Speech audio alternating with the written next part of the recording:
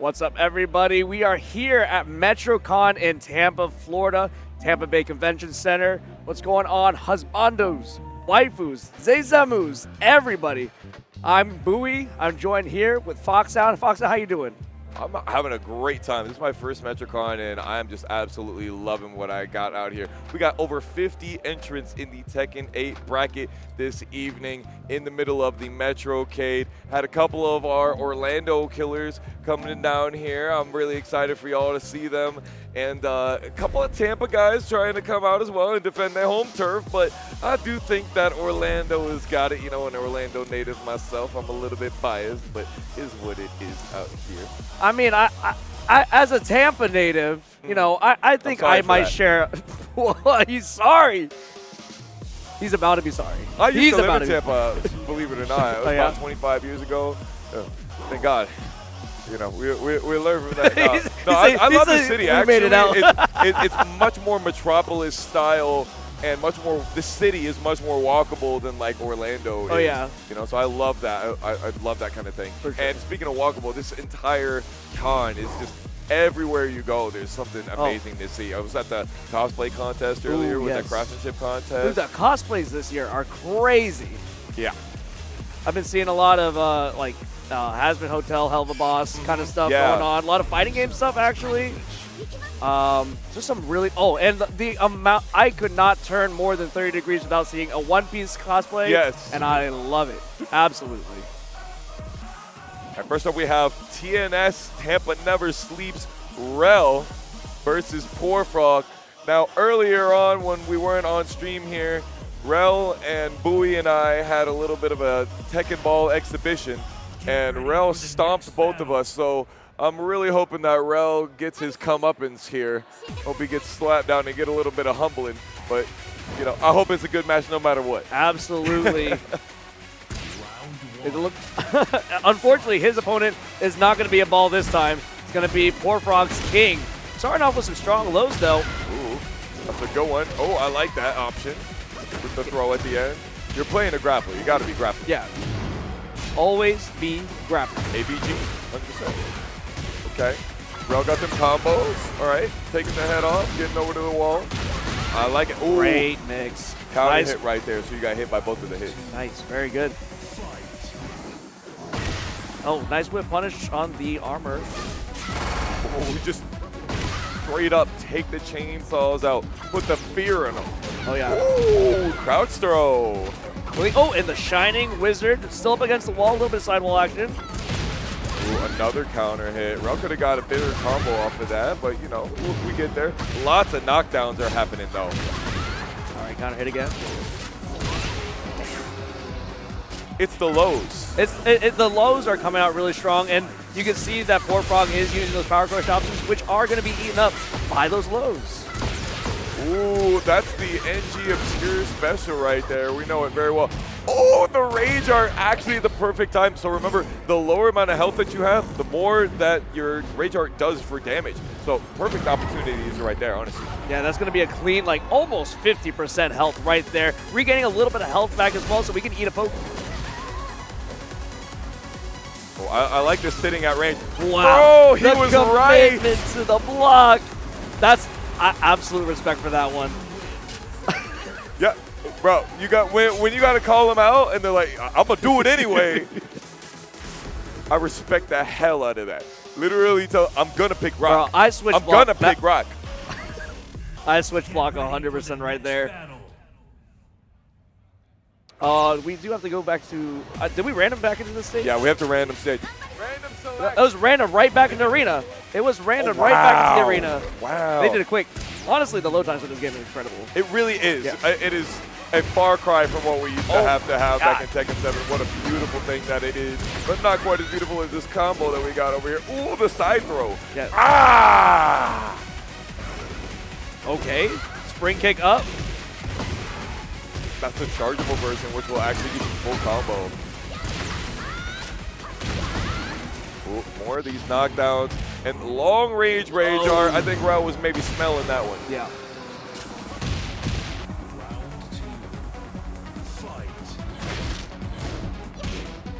Oh, good duck on the power crush into the launch. This will reach the wall, but I don't know if about a whole splat there. Ooh, you know what? These combos, they do be realigning these strings. And Poor Frog is positioning to get that good spot. Nice knockdown. Try to go for some armor moves, but unfortunately, chainsaws will eat you up. I can't believe he's alive. Just a little bit quicker than those chainsaws. Getting a big damage with no health here. And back in Tekken 7, the chainsaws would have increased the hit stun, and it would have made it so you would have had to take all the teeth of the chainsaws first. But Tekken 8 has changed that. Going straight for the mid die. 2-0 set point for Rel. Ooh, the big long leg, not quite long enough. Oh, Rel had the perfect positioning. Oh! The heat burst whiff there? No blow on the heat smash. That is a very powerful 3-hit string. Oh, grab right into the dash. Ooh, heat smash, perfect idea.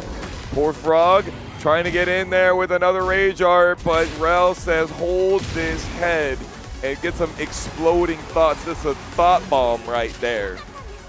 Awesome performance by Rel, but not too shabby from Poor Frog. I honestly can respect that first of all, that commitment on that low block. Yeah. But also proper usage of Rage. I mean, a little bit excessive near the end, but when you got it and you have it, you got to rip it. It's one of those tools in like anything, like a wake up DP, wake up super kind of thing. You know, when you smell the button, you do it, and it is what it. If it hit, yeah, you're like, oh man, this guy's a genius. And if it didn't, you're like, oh man, this dude, I don't know if he know what he's doing. Man, I lost a round anyway. It's fine. Yeah, yeah. It's very polarizing, the usage of Rage Arts in the raw neutral, as we call it out here. Extremely polarizing, especially if you watch some of our normal scene in the Orlando area, Juicy Game Night. We have a player named King Ray Jr. We started calling him King Rage Art Jr. because he just likes to do that a lot, and we're just like, man, I can't believe he gets away with that because it's the high risk reward. Yes, that is a completely different separate part. Her having the ability to have a chargeable, literally plus on block Rage Art. We won't talk too heavily about that because he was doing it before that. He was doing it before that character. Of all the characters, and he got to have that. What a strength. Crazy.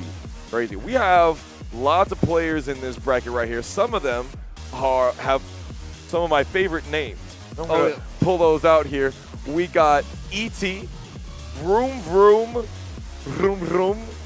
We got Jasco Fiasco out here, Muffin Pants, Meat, Dr. Feelgood, and of course, the players that I'm really looking forward to seeing out here. We got Initial B from the Tampa squad. He actually made third in Guilty Gear Strive earlier today. Oh, word. He's one of those multi-game champions, as we call them out here. Yeah. Yeah, Initial B actually got super close to taking the set over K-Wiz at CEO as well. Yes, he did. He was, I believe, just one mix away from taking the set. One wrong move and he was out, but almost taking it over a top 8 placer.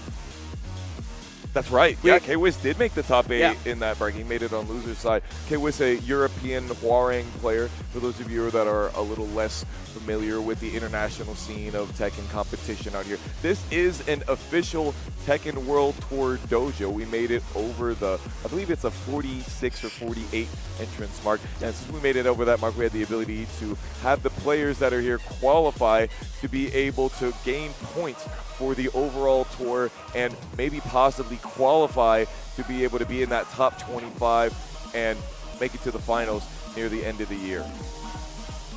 I mean, it is incredible to have a tour like this. I mean, just a great opportunity for players to really exhibit what they're really made out of and just have that opportunity to travel and to make a name out of themselves. Hey, man, this guy came ready. He came strapped with the vest and the jacket and the cape. Is that a cape we have here? I'm feeling it. I'm vibing it. And then we've got Loki Jones over on the right here. And this is going to be Neo versus Jasco Fiasco. This is such a fun name to say. When I'm commentating, I love to say these fun names. over at Jessica Fiasco. Jessica Fiasco. That's got some rhythm to it. Yeah. Like Jasco Fiasco, it's got rhyme. It's got a little bit of, you know, the little bit of rhythm. Yeah, and you know that's what we're out here about. We're about giving you the rhythm, but also the blues every now and then. Somebody got to take the Someone L has to. out here. I had Raid XR coming down from the Orlando scene. I think that is the player that I expect to be right neck and neck with Initial B later on in this bracket. I was talking to Initial B. We got some of the mac and cheese over here, which, by the way, I'm a huge mac and cheese snob, but the mac and cheese that they sell over here in the hallway near the vendor hall, actually quite adequate. Really? It's got that crust on the top. You know where you got to broil the noodles? Yes. If you're not broiling, they got the casserole? Right. Yeah, no breadcrumbs. Oh, okay. So that's a negative, but it's not that kind of thing where they put noodles and boil the noodles and put a cheese sauce together. They put more work into it than that. Okay. You know what I'm saying? Yeah, honestly, the venue food, like I had not the worst Cuban the other day, and some sweet potato fries. They have sweet potato waffle fries here. That's the sweet potato is a market that I'm so glad that we've decided to tap in the past 10 years or so. Like, honestly, it's a game changer. Yeah. There's more potassium in a sweet potato than in a banana. Real? Yes. All right. A lot of people don't know that. Well, I want to see some bear.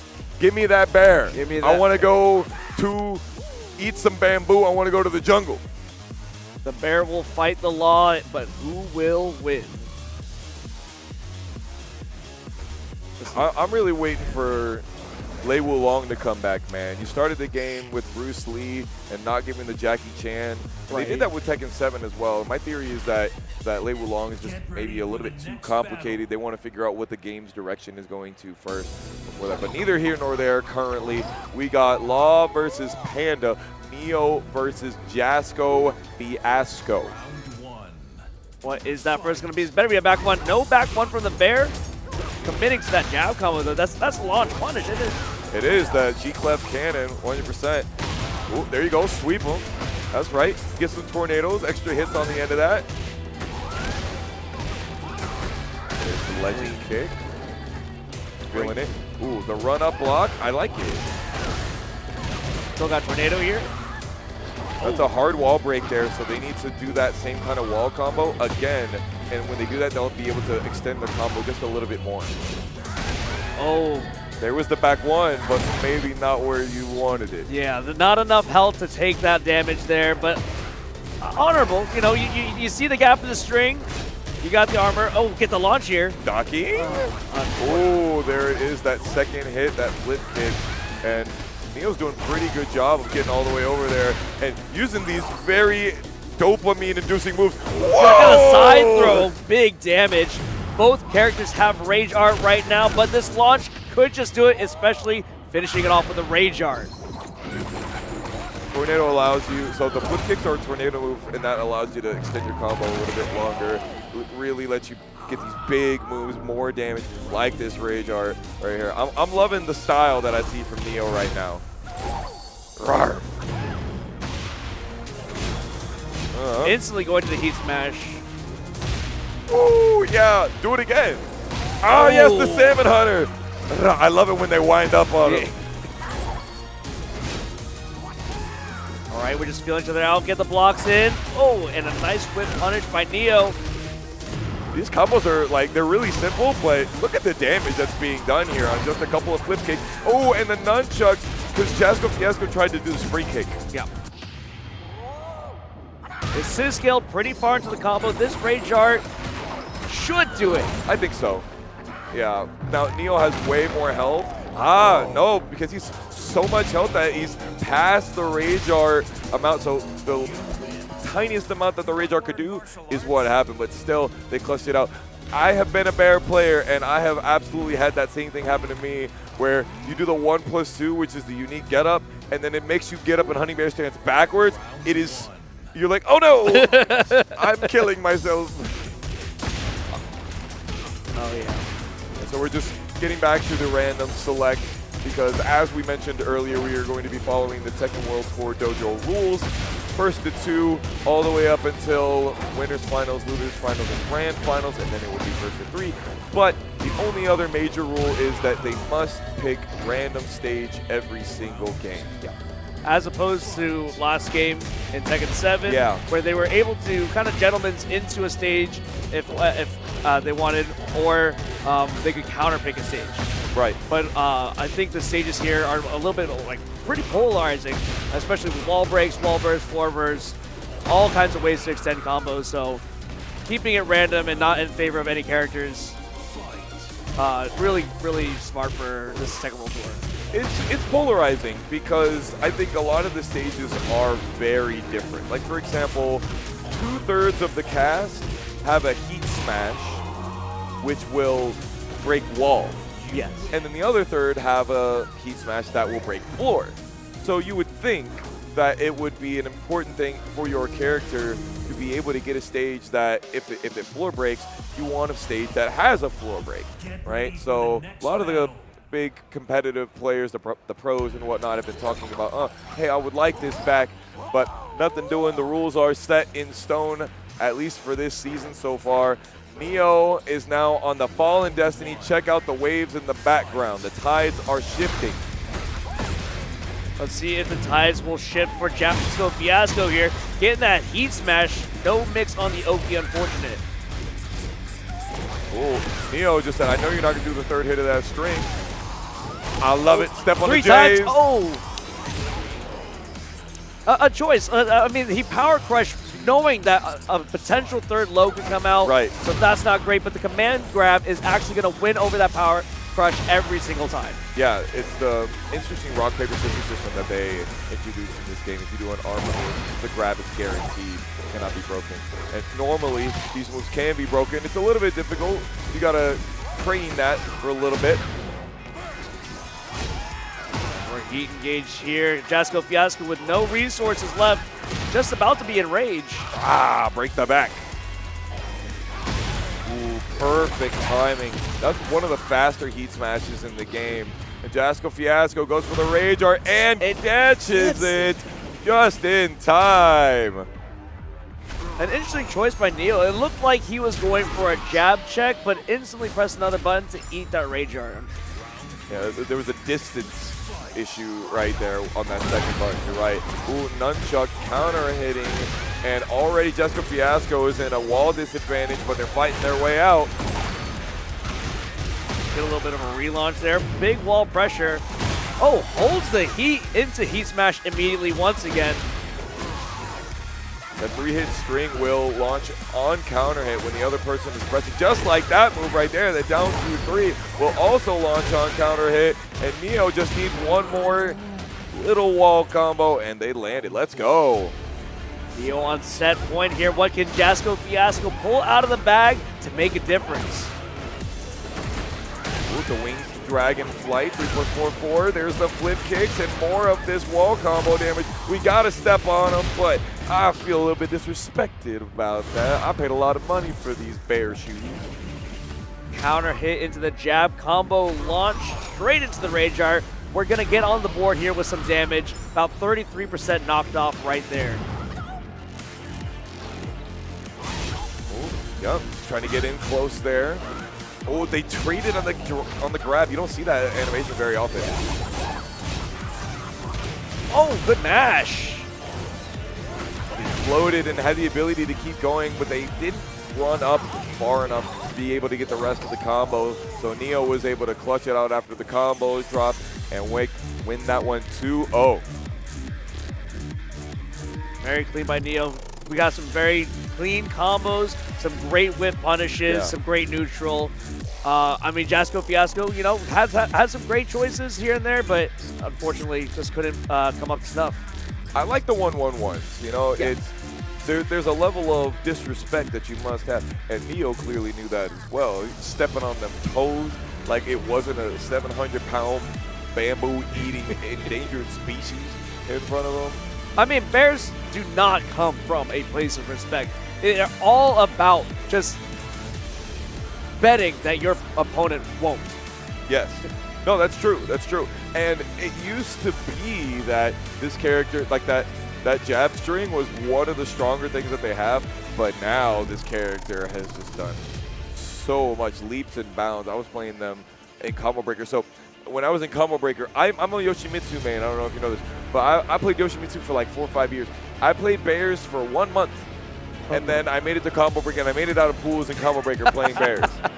Now, granted, I had a little bit of the murderous intent of the Wu-Tang Clan in my ears at the same time. You know, Method Man leveled me up a little bit, but I'm not saying that this character is particularly strong, but I would say that this character felt really good for me and really fun, and it felt like the other players also felt like it was really difficult to deal with, and I feel like Sour Piggy, one of the biggest NA Bear players, has been doing amazing things with the character. So I would love to see more Bear play in general, if only because it's so fun to watch.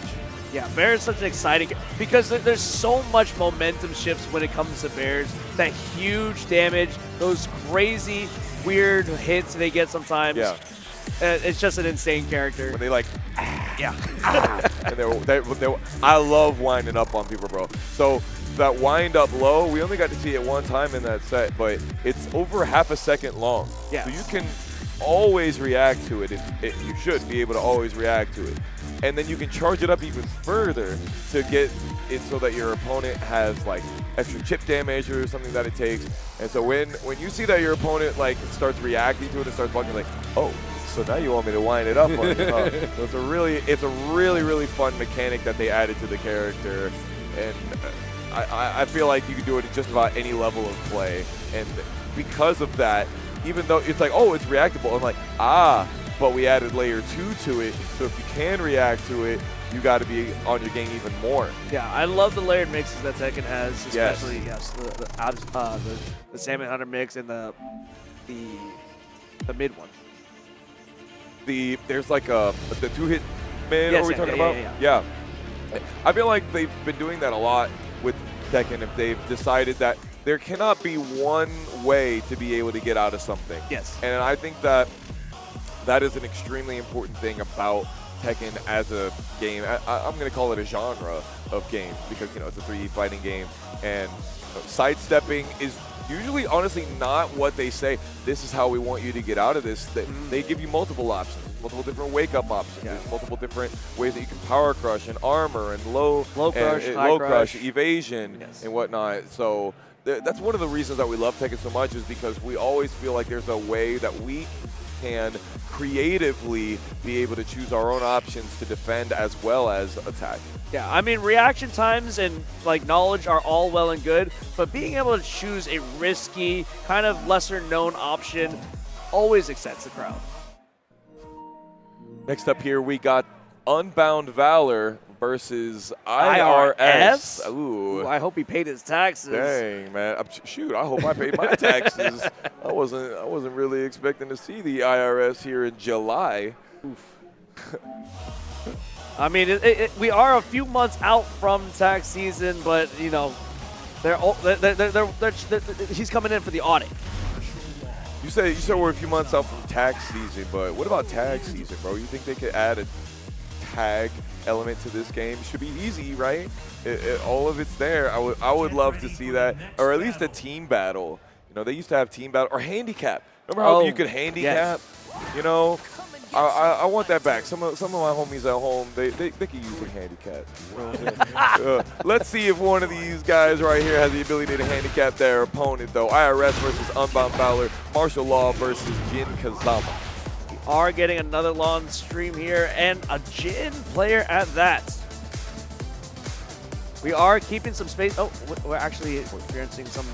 Might be a buttons thing right here. Might be looking for needing to maybe get a controller set up.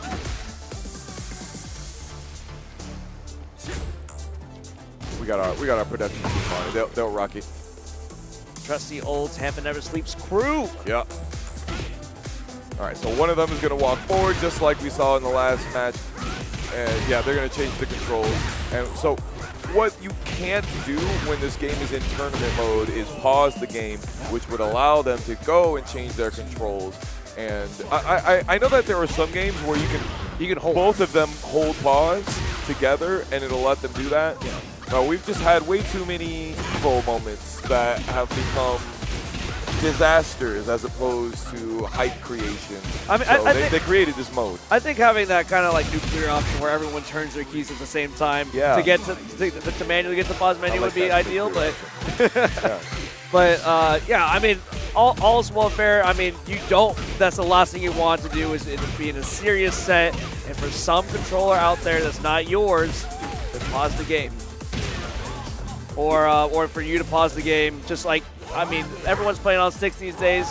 The options button is real close to those face buttons as well. Yeah, Anything yeah. can happen, and you don't want it to.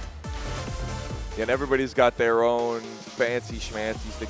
Back in the day, I remember, you know, it was just, you got the Itaki Ami, you got your Kwamba sticks, you got your razors, and for the most part, you know, you didn't really see a lot different than the officially licensed stuff. But then people came out with their own, you know, what do you call it, the Frankenstein. The Frankenstein, the pizza boxes, the Yes, shoe boxes. the pizza boxes. The Donkey Konga controllers. The Donkey Konga controllers. Guitar Hero control. I've seen so many people with Guitar Hero controllers You know, that are arcade sticks over the years. I have loved it every single time. I've also been super impressed. I think I saw Bass Pro fishing rod. What? People are wild out here with the controller modding, especially with access to 3D printing. All right, Unbound Valor opening it up now, getting launched by the IRS.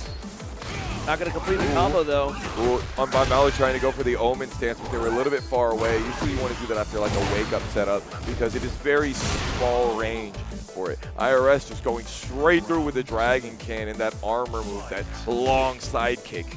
That armor power crush is just absolutely piercing through and keeping him against the wall, but Unbound Valor putting him on the wall of his own, getting that low, and the wall break still has Tornado. Okay, for these lows, they're working out. Unbound Valor goes for the heat dash after the Demon Claw and the kitchen sink, we call that one. The very last move in the move list. You throw everything, including falling on the floor. Nice tuck by Unbound Valor, but no rising option to punish. Okay, nice, but that last hit is not launch punishable right there. Ooh, the armor getting caught out by the grab yet again. You love to see that. You love to see the system mechanics being put into use. It's gonna give good wall carry, and IRS has got Unbound Valor up against this wall. Ooh, the glass shattering. That must have been a move that was the heat smash in that position, which will again beat that rock, paper, scissors. Yeah. That's a new change in the recent patch, right? Is that heat smash is going to beat the heat engage, and also the second heat engage when both are activated near the same time is going to win out from now on. Oh no! Actually, the heat smashes were always beating heat burst, but now they have that really cool animation. Oh, for it. really? Yeah. Okay. Yeah. I love that.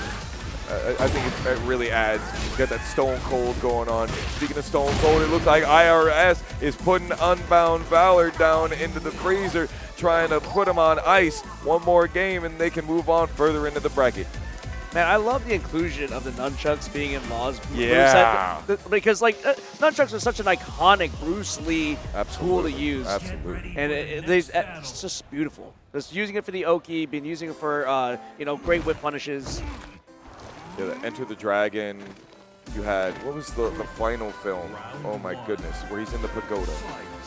Oh my gosh, I'm never gonna live this down. What a trade to get that counter hit with the low. Throws and throws, baby. There you go with the heat engager. They just knows. All right, we're taking it back with some rage damage buff. God, that's a lot of damage after the Dragon Hammer counter hit. Ooh, good whip punish right here. And then the Dragon Hammer Dragon Cannon does not win out because the low also will beat armor. We've already talked about 3 different ways that you can beat armor. One is throws, one is lows, and one is a heat smash. Unbound Valor showing us a little something here. Already losing one game against the IRS, but he said, nah, I'm filing on time. I got my turbo tax. The Junkyard string doing that workout here like we're playing Tekken 3. They both really like those strings that have the lows in them. Yeah. You got to get it where you can. That ankle tax is going to pay off eventually, keeping the Tekken small. That Rage Art's not going to connect. And this is a guaranteed as well. If your Rage Art or Power Crush has a punishable window, the grab is guaranteed, which I really, really love because there are some grabs that you just don't get to see very often, and you get to see them more in these Rage Art situations. It also allows you to simplify your finish if you don't want to, like, oh, I don't want to do 3 moves, I'd rather just do the 1 and not potentially that 1% chance of messing up combo. Yeah, especially you don't always have the positioning to be able to get those big. Yeah, you get like a weird wall. Yeah, trust. That happens all the time in this game, so I love that change. Unbound Valor is putting IRS on the wall right here. Oh, the big kick energy, but it whiffed. Tragic. Quickly jumping into that 4th round. IRS on set point here. Nice punish. Okay, we know those. I like that. Doing our homework out here. Gets the plus frames on the cross chop. Immediately into the grab. That wall break. The Stone Cold Blast breaking.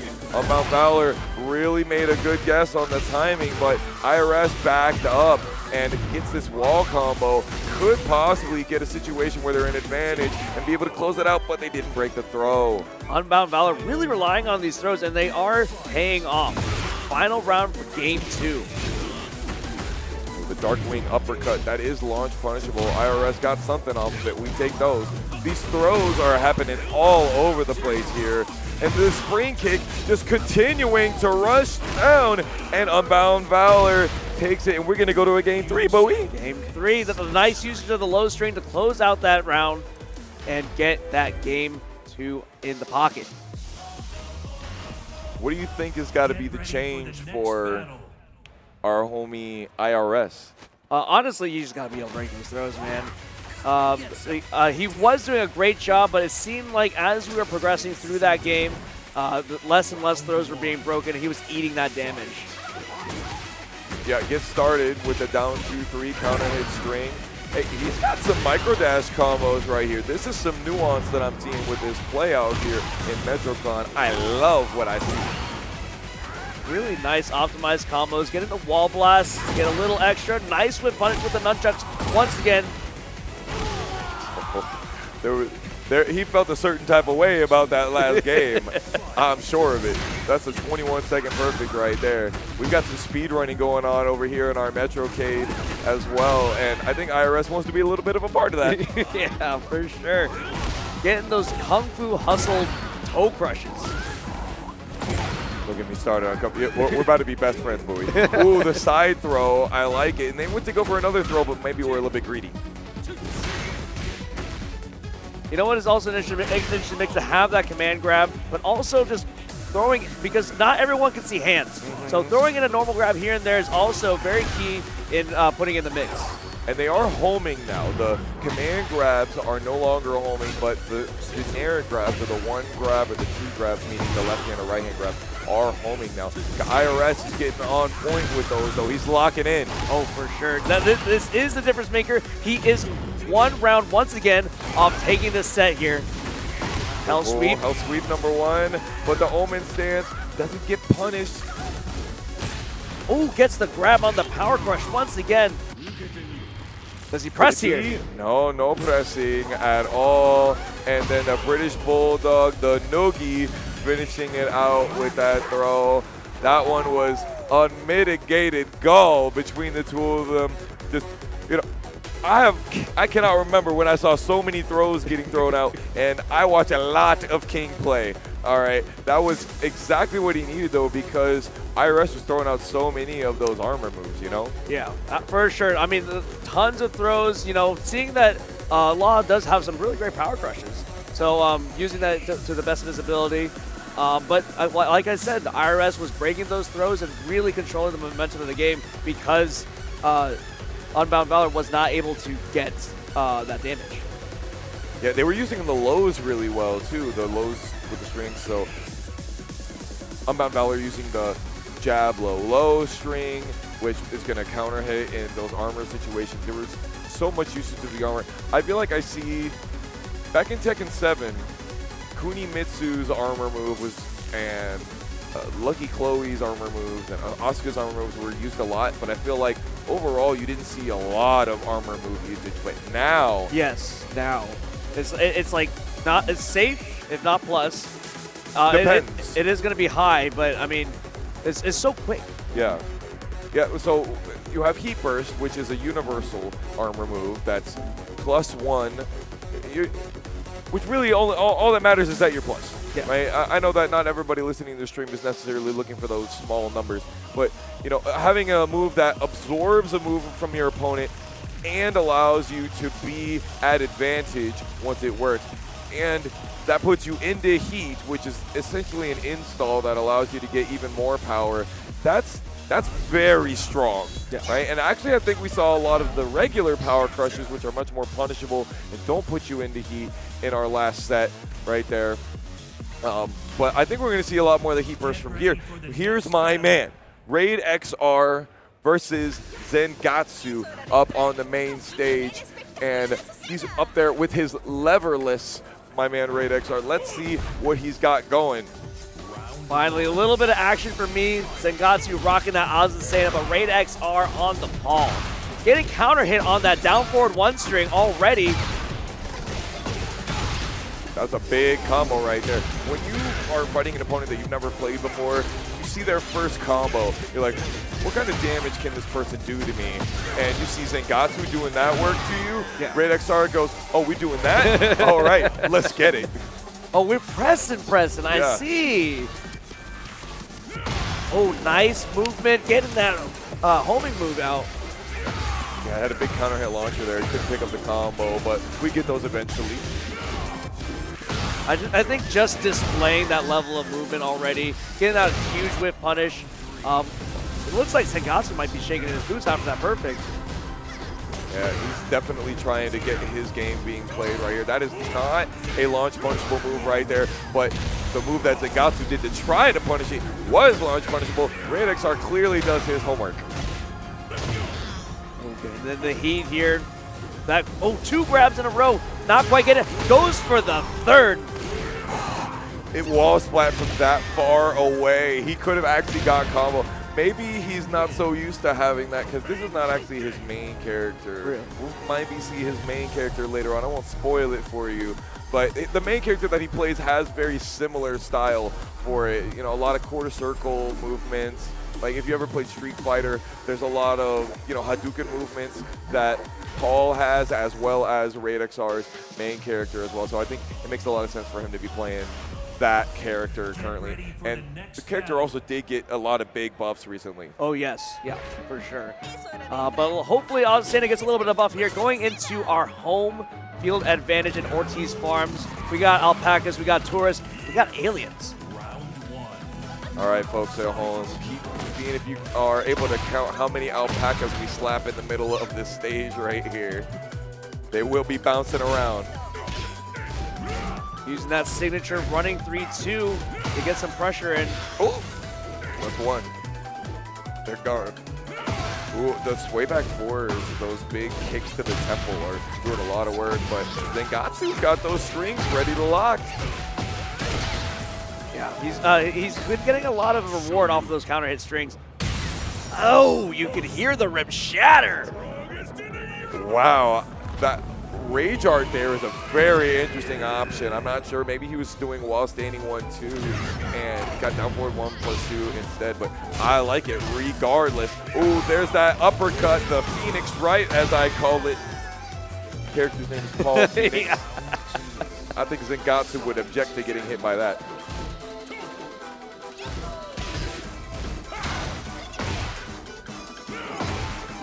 We're just kind of running into moves here. Oh, getting that Wild Rising too, though.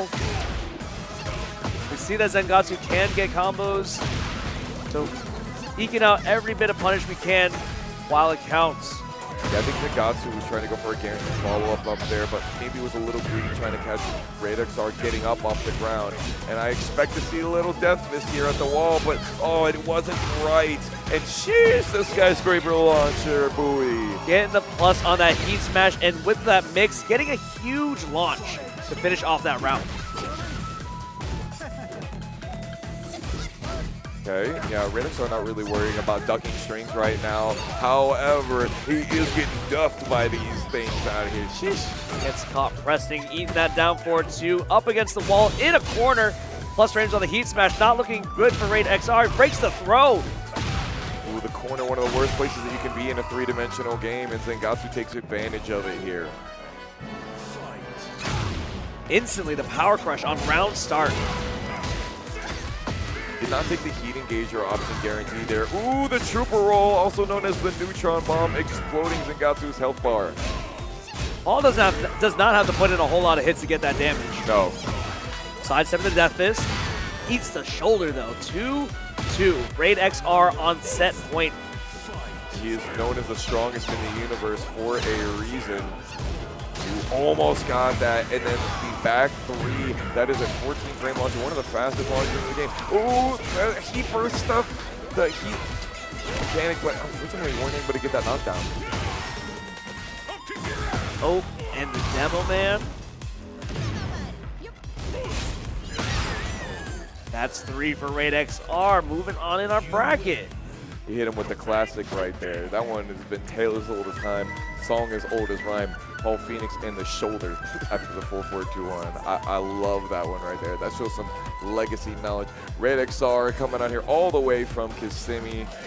He actually told me, he's like, bro, my AC died on the way out here. So he's definitely trying to make it further in this bracket and be able to get some of that pop bonus out here. There's over 50 people in this pot for this TWT dojo. So we've got lots and lots more games for you guys. For sure. Dude, AC going out. It is July in Florida, my guy. Bro. I'm sweating in here already. These matches are a little bit too hot. Yeah, he's like, oh, I'm gonna stop over at Walmart and get another shirt. So you gotta get another shirt. What a king. Right here. You cannot be showing up to con sweaty already. This man is just, that's the wrong kind of He's a king. He's a king. That's all I'm gonna say. Absolutely king vibes. Ooh, next up we have XK Hu versus Cromer. XK Hu with the Ling Xiaoyu cosplay. I wonder what character they play. I think it's a bear player. Oh, bear? Now, you say that, but you know that Ling Xiaoyu has a best friend, and that best friend is? Panda. Panda. So, you know, I would love to see XK Hu play some more Panda, some more bears, because bears are super fun to watch. Panda has AOP in this game now, right? Panda has not AOP, she has the shooting star, which is the little jumping kick that has multiple kicks in it. So she does not have AOP. That would be crazy. But hunting bear stance, low profiles, very similarly, you could say that it is sort of like a AOP, but you're talking about a bear. It is not going to be anywhere near as evasive. Cromer, I have seen their name multiple times in brackets. The nature of their character choice escapes me, but I'm hoping that this one right here cements it in my brain so that we can really have that long-lasting relationship with one another. Oh my gosh. We could take a look at this bracket as well. We see a few people moving on. Got XK Hu and Cromer, obviously. Heart Container actually moving forward as well. Hey. Heart Container, a tournament organizer for the South Florida scene. We love them at the Heart Container Cafe. Initial B also moving on. That's my boy. That's my Raid XR right there. That's my bias. We'll see him in grand final. Oh, let's go ahead and see this first match. Cromer and XK Hu. Cromer on that Leo. We're on the celebration on the Sen right now. The hottest tunes that you can get in Tekken 8 right here. I think it is an undisputed best track. Oh, for sure. Listen, it goes. He didn't have to go this hard. They didn't have to go this hard on the song. We'll try to get some extra damage right there. There's the down back 2-4. That heat engages super long range and going to get perfect amount of wall. Ooh, and XK Hu did do a quick back roll, so that last hit wouldn't have been guaranteed if they had been able to tech roll correctly. In that last hit, and during that combo, we're getting a lot of health, so that advantage was like getting wider and wider. Yeah. We're not seeing a lot of gray health right now. We're just seeing nothing but these big standing hits. You don't see the recoverable health happen until you get those air combos typically.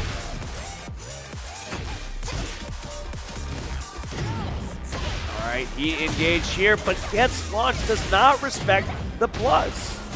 You're only +2 on hit with the keepers, and it forces crowd, which allowed XKU to get that counter hit while standing attack. Both characters in heat, both characters in rage.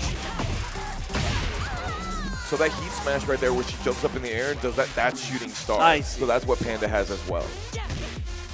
But what Cromer has here is 2 rounds up over XKU. Are we going to close it out, or can XKU pull something out?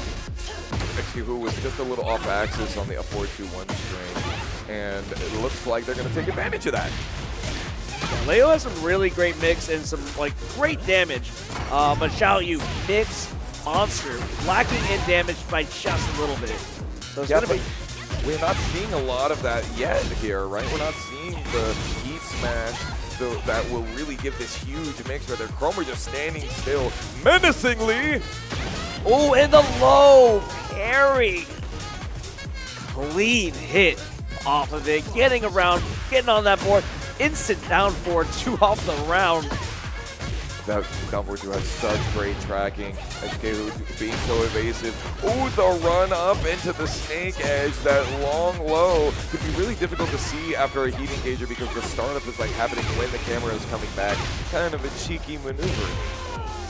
XKU waking up here, putting 2 back on the board. We're on a round point here. Nice, I like it. Down 1 into the heat engager. Now you're going to get a lot more options to come in, and Cromer turning on the oven as well. Opening up the mix, getting these small hits in, nothing too risky. That spring kick is going to get punished. That's the stuff right there when she's in back then, because she has 2 different heat smashes. And her heat smash, that attack that expends your heat and does a lot of plus frames, she's the only one that leaves you standing after you get hit by it. Everybody else, it's like, oh, I got knocked down. Oh, okay, I'm knocked super far away. She will leave you still in mix after she hits you, and it's so crazy. Yeah, and her back turn heat smash is also a lot safer than the forward facing one. It's a lot scarier. Yeah. A lot scarier. It's too bad. It's a good thing she's not in back turn that much, right? Yeah, about that. There you go. See, even in the middle of the combo, she likes to be back turn. The back turn character. All right, he is engaged. XKU still has heat available if he wants it. Notice how XKU continues to hold down back when they get out of their back turn, so they can be a little bit more evasive. And it's going really well for them, because check out how they were able to get to the other side of Cromer and get this spike into the guaranteed roll. And Xiao Yu has so many different ways of making you wrong. Again, once again, but actually puts them so far away that it means that their follow-ups might whiff and they might get heat engaged on.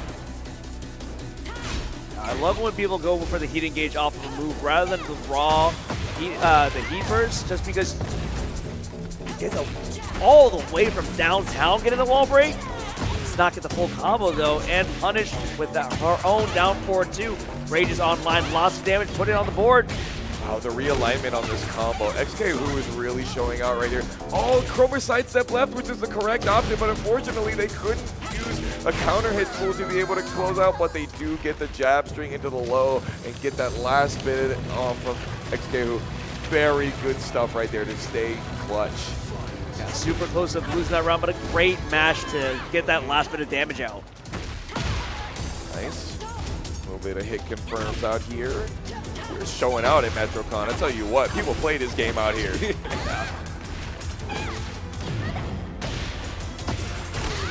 And that's a breakable wall right behind Cromer. You definitely don't want to get hit by that move. Great block.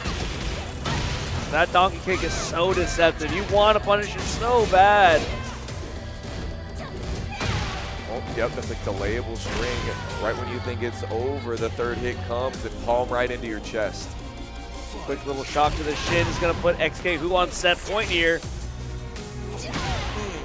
like it. The pseudo death fist right there. But XKU uses the kip up to already send Cromer packing.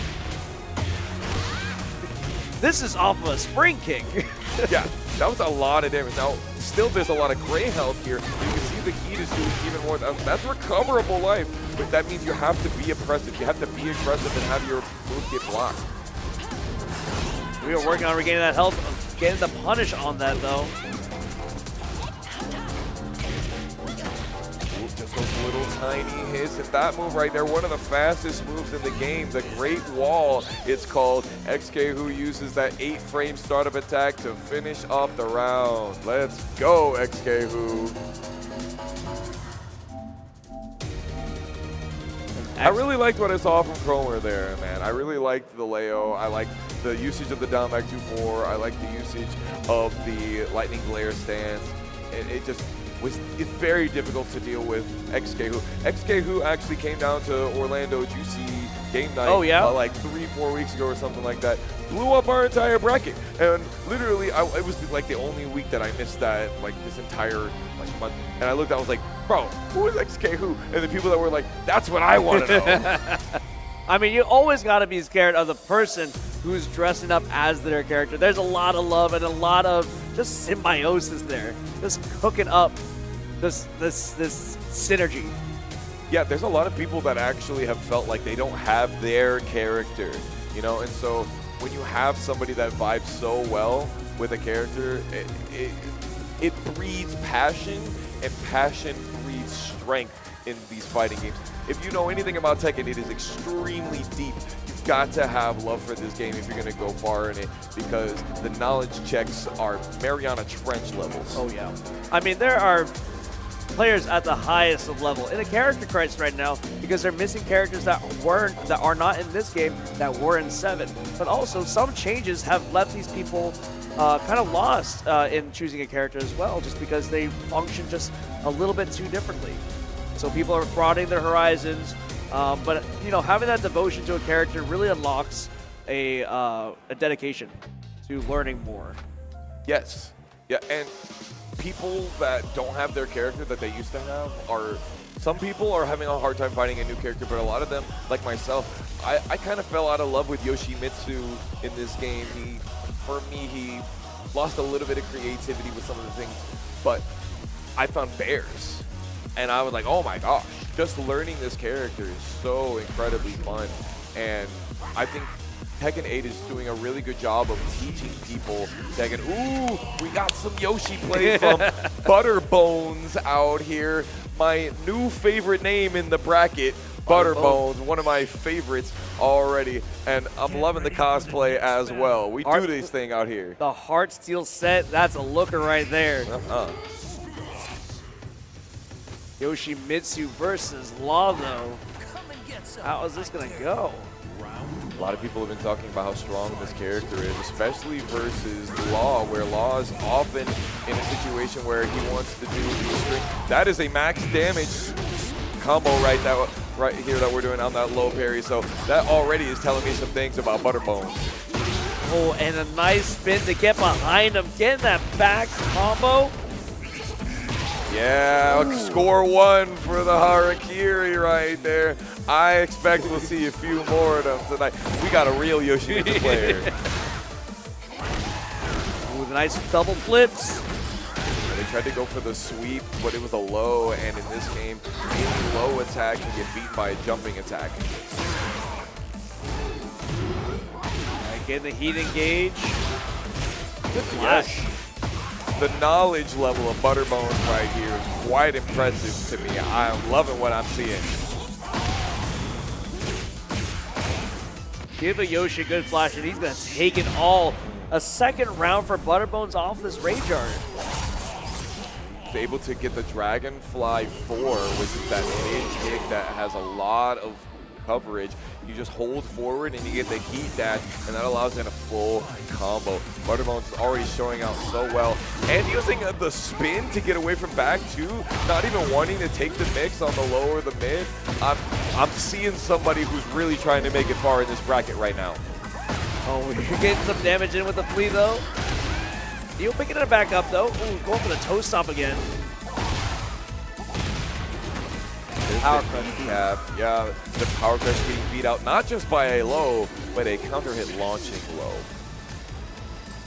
Butterbone's kind of sweeping that first game. What kind of adjustments can we expect from Neo to get back on the board?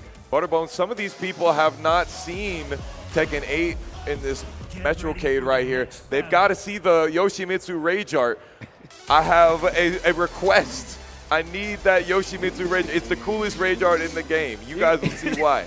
Come on. You're over here calling his shots. It's crazy. Hey, man, I'm a Yoshimitsu fan. What can I say? I want other people to be Yoshimitsu fans as well. Making the flip there, going for the junkyard. Counter hit launching string with that wall standing forward into the flip kick. Butterbone's in the corner, but you already know, you corner a Yoshimitsu player, very scary things can happen to you. Yeah, it looks like Neo's still going for some of these bigger, riskier moves, but the big difference is being right. No duck on the second hit of that string. Tragic. Neo up one round. 2 lows in a row. No launch on that. Oh, but you are going to get a counter hit into combo for this one, and a very nice wall splat as well. Unblockable into the final hit for a perfect. 3 different versions of that unblockable right there. I'm loving the depth of the move list that we get to see right here. We can see a lot of the bad stomach stance happening here into the shark attack. No strict punish, but Butterbones is getting some damage put on them, but Neo has kind of got a lot of black on that health bar already. All right, Neo getting this damage though. Wall splat. Ooh, the banana peel. Ooh, that got the knockdown. Can Butterbones get some more of these sweeps? No! The heat burst actually floated them because you're aerial in the Indian stance. All right, big plus on the heat smash. Goes for the grab, no break. One of my favorite grabs in the game. So fast. That really just emulates Bruce Lee right there. I think they do a really great job of that. So much love in the designs of these characters, man. You said it. Ooh, the power crush on the low again. Nice spins. Could have gotten a launch, but they choose to go for the heat instead. There's the Spirited Away grab. They're back into the neutral map advantage, but not breaking the throw is unfortunate. Yeah, we can see Butterbones cosplaying Seth, but playing like Garen, spinning to win. There you go, like Garen. Spinning to win. We're running league commentary bits out here as well. We got crossplay going on. We've been at crossplay. You're right. Trying to go for the flash there. Actually a really good option. And honestly, I'm not quite sure why it didn't work, but Neo getting counter hit once again by the sweep, but Butterbones keeps going into Indian Stamp and not choosing options that will get them a combo. Well, while you're unsheathed, that flash has a lot less range, right? So it actually has more range. There's more range. Unsheathed. Really? So like the idea is that when a samurai takes out their sword, it's got that extra range. Right. Whereas if they already had it out, they just kind of switch. So it's slower by a couple of frames when you do flash, also known as Soul Stealer.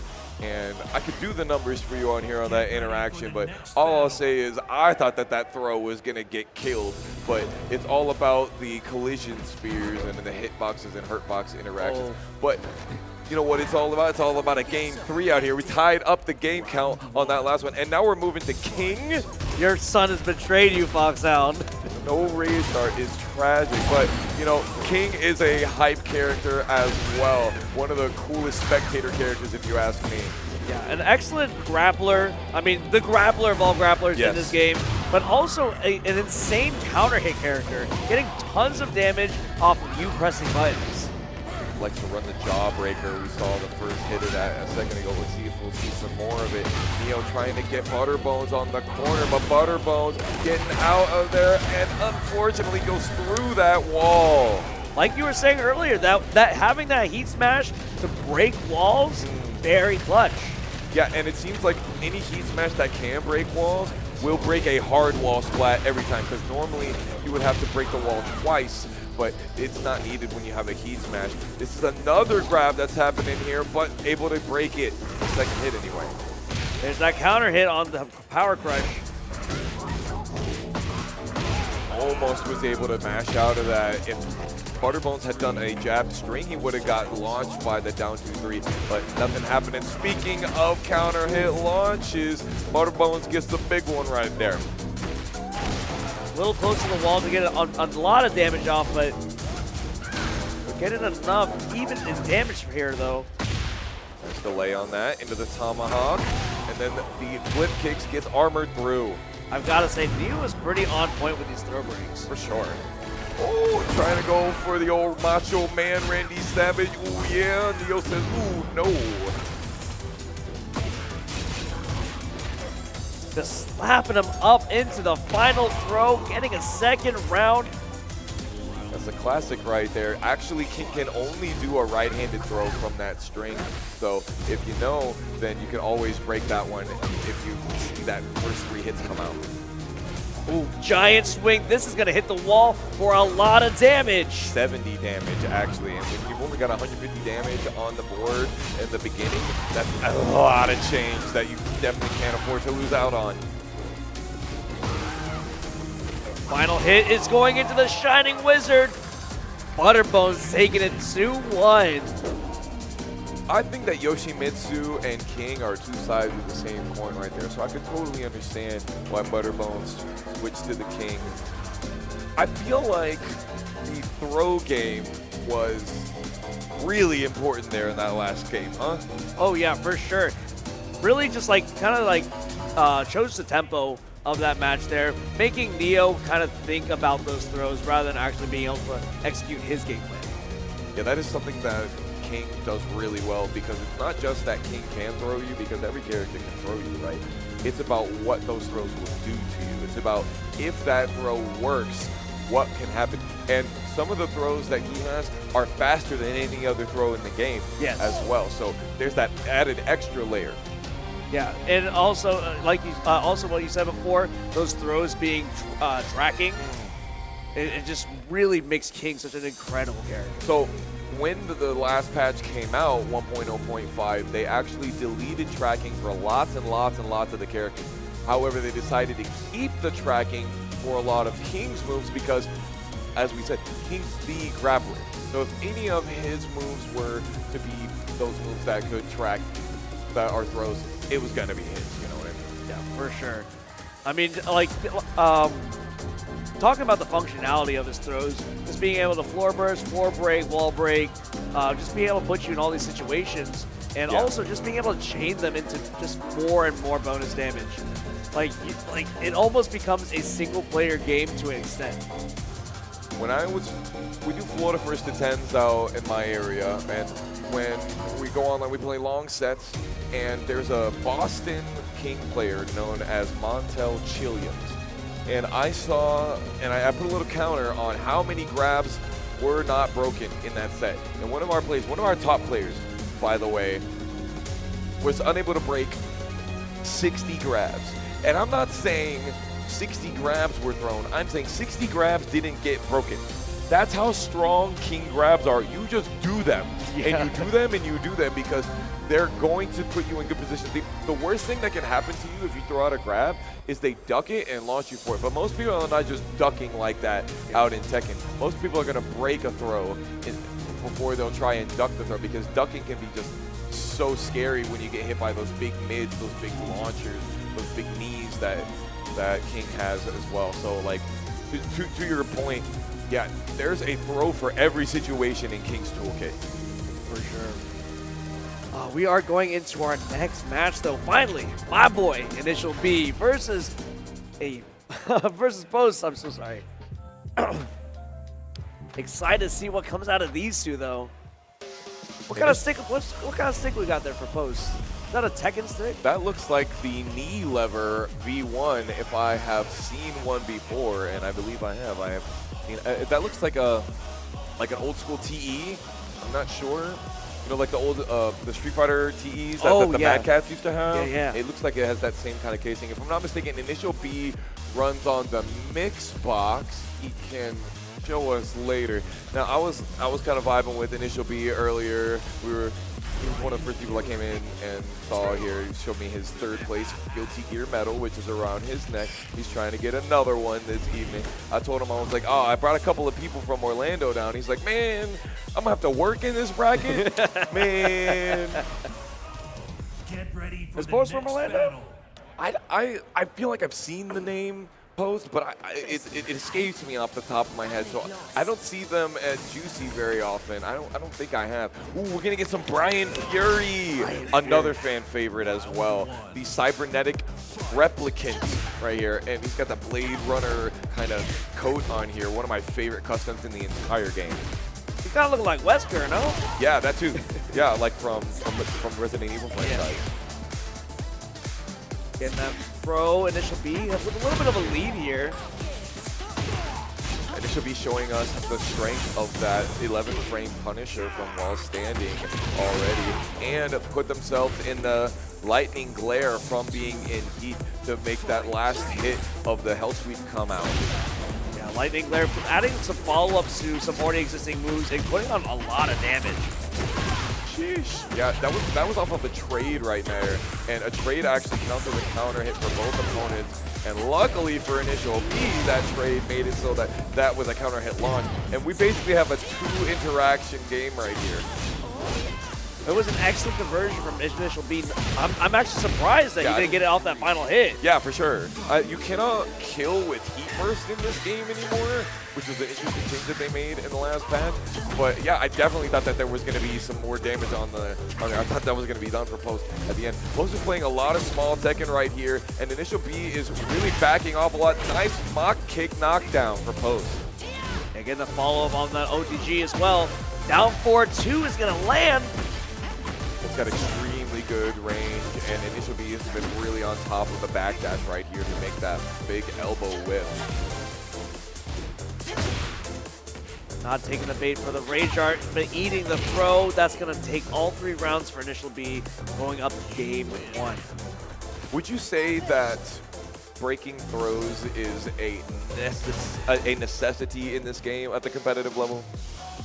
I mean, it's always going to be an option there. You know, you always do have to be afraid of it. You have to have an answer. I suppose if you're not going to break them, you can duck them, you can step them sometimes. Yeah. But breaking throws, look, I think what is important is like throws. A lot of top level players, they can watch hands and react to what throw is going to come out. I think that might be a little niche.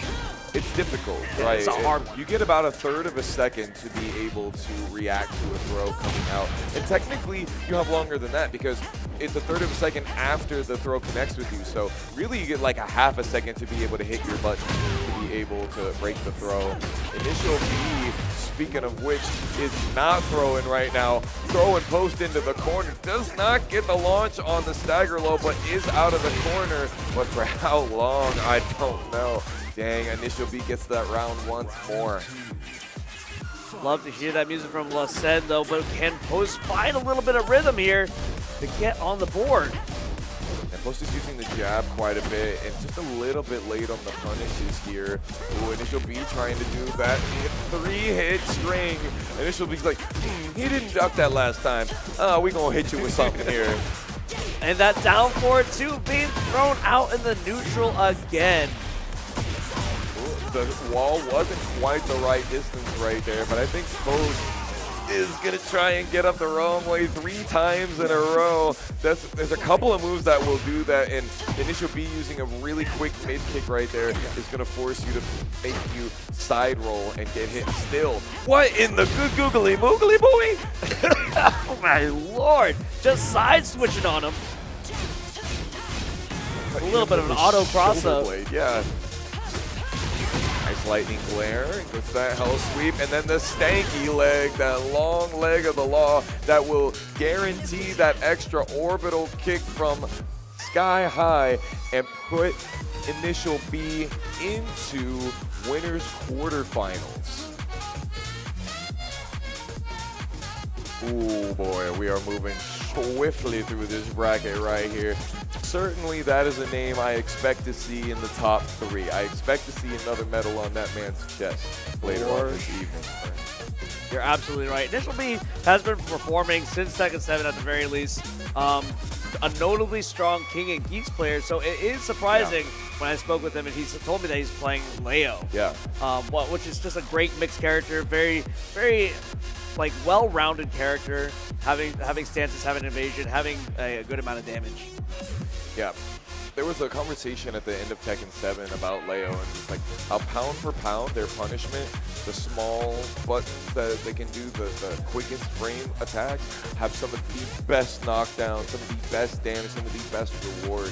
And I think that is still true, but to a lesser extent now that heat engagers, a lot of people have 13 frame heat engagers that will give them a huge amount of life back. And granted, Leo has the 11 frame while standing heat engager. Nobody else has that or anything close to it, if you ask me. But I think a lot of people have strayed away from Leo only because the character still requires a lot of execution. A lot of the characters like Nina don't require as much execution anymore. Brian still requires a lot of execution, but he can now do things that are a lot easier still. And I think Leo is still one of those characters that playing at the highest level, you still want to have those cancels that can be almost frame perfect. And I think that's what people are afraid of playing the character for. Yeah, I mean, I think in general this game has leaned towards a more accessible direction. Yeah, as we 100%. See a lot of like actually frame perfect technical stuff being kind of like nullified during the heat, especially the Mishimas getting those free electrics. Kuma actually getting electrics in heat as well. Oh, don't talk to me about Kuma getting electrics, baby. You know, well, every time we mention him, there's a little opportunity for them to say, I don't know if you need that. We do need that. Yeah. Bare electricity, the simple bare electricity. Forget about your worries and your strife. Yeah, Just Frame inputs been in Tekken for quite some time.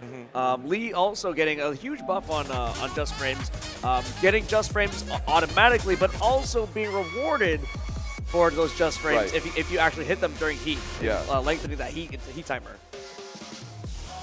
I do really love what they've done with the heat system. Yes. Honestly, I do think that there are certain characters that have strengths over other characters in heat. I feel like there is a lot of counter picks. I thought that there would be a lot of character counter picks happening throughout, and I feel like I'm not seeing much of it, but I think maybe it's because it's so early in the game, people don't have that many secondaries, Bowie. Yeah, for sure. I mean, you pop into rank for about 10-20 matches, and you'll see a pattern of what's to come. You see a lot of Azucenas, you see a lot of Kazuyas, you see a lot of Jins, you see a lot of Devil Jin, actually. I see a lot of Devil Jin. But, I mean, there's some characters that you don't see a whole lot, like not a terrible amount of Shaheens out there, or Leroy Smiths. But the character roster is wide, and there's a lot to explore still.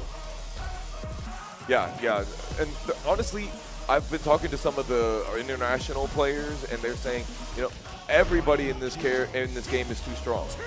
And they actually say that, they're like, man, everybody is too strong in this game. It is such a difficult game to defend against.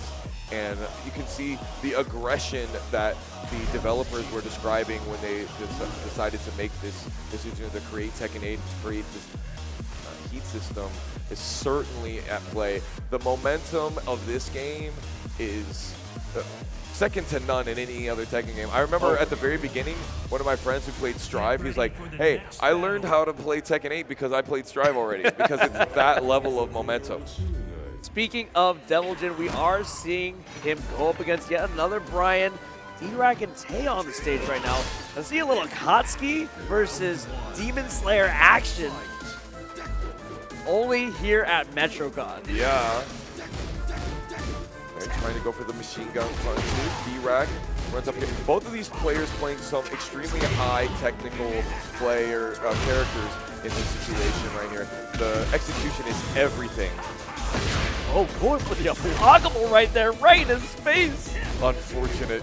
Yep, that key charge that puts you in a counter hit state, so anything that you get hit by, you cannot block as well. Anything you get hit by will have a counter hit problem. Ooh, sidestep too, the double twister out of nowhere. I like it. Good backdash with punish. I'm thinking, could it be that key charge was an attempt for a 10 taunt? Ooh, that's true, because at the walls, taunt is a 3-button input, and if you do all 4 face buttons, then you get key throws. That's a good idea, Bowie. I didn't even think of that. But yeah, talking about that execution, obviously Devil Jin's got access to that Electric Wind God Fist, or the hook, rather. But Brian also having a very incredibly hard to execute taunt jet uppercut or taunt follow-ups. Very, very tight just for mid-play. So we're expecting to see that a little bit from Tay. Tay is doing some good positioning right here. If you play Brian, you know how to be reactive. You know how to be able to catch your opponent's timing, because this is all about counter hit. D-Rack is putting on a lot of damage onto Tay's legs right now. All of that black life is due to like just those hell sweeps. Yeah, Brian definitely on average a little bit of a slower character, just like slightly slower moves. So being in a position to use that movement to create whiff opportunities, create counter hit opportunities, really important for Brian. Looks like D-Rack is finding a chink in the armor here for Tay. It's all about the legs right here. I've seen at least 6 of those hell sweeps hit already just in game 1. Ooh, and a nice counter hit's gonna get that launch. We're also making a little space here, get those KBDs in. Ooh, Tay going for the really long moves. No launch on the hell sweep. Second hit is unfortunate. And now Tay is trying to fight their way out of there with the Mach Punch. That realigns like that, the whole Kamehameha? One final hit. D-Rack can even this match up here and gets it. Got a final round, game 1, Bowie. Let's see, we still have not seen the glass break on here to be able to get that combo extension. Will we even see it? The punishment game right here is a little bit lagging, but they're using their pseudo punishes, like here, this hell sweep right here. When the opponent thinks, oh, my move is about to get punished, and D-Rack is like, nah, I'm not gonna do like a jab here. I'm gonna knock you down with these big legs. But Tay, speaking of which, puts a big knee right into D-Rack's chest. It takes the first game of this set. Yeah, very clutch as well, that corner not messing up the combo. A lot of times when you see moves, combos go up parallel against the wall or near corners, something funny can mess up the combo. So being able to finish it off and get that point, very important for Brian. I want to say earlier I got to see a little setup that I kind of liked from D-Rack right there. He used the 4-hit jab string. He got 1, 2, 3, 4, which is when the legs come up and kind of do axe kicks. And it had a lot of pushback. And then he went for the armor move right afterwards. And I was like, ooh, I like that, because the tension of waiting on all of those hits in the string makes the opponent want to move. And Tay was in the corner, but Tay stood his ground. I was just so impressed by that, honestly. Yeah, like manually creating that distance to get that whip punish counter hit. Yeah. Now we're basically on a what we call a pseudo infinite stage here. It's very difficult to get the wall in this stage, so they're just going to be skating, moving around. Yeah, I think as far as wall carry goes, I think Brian might have the best chance of seeing one. Good break on the 1+2 there.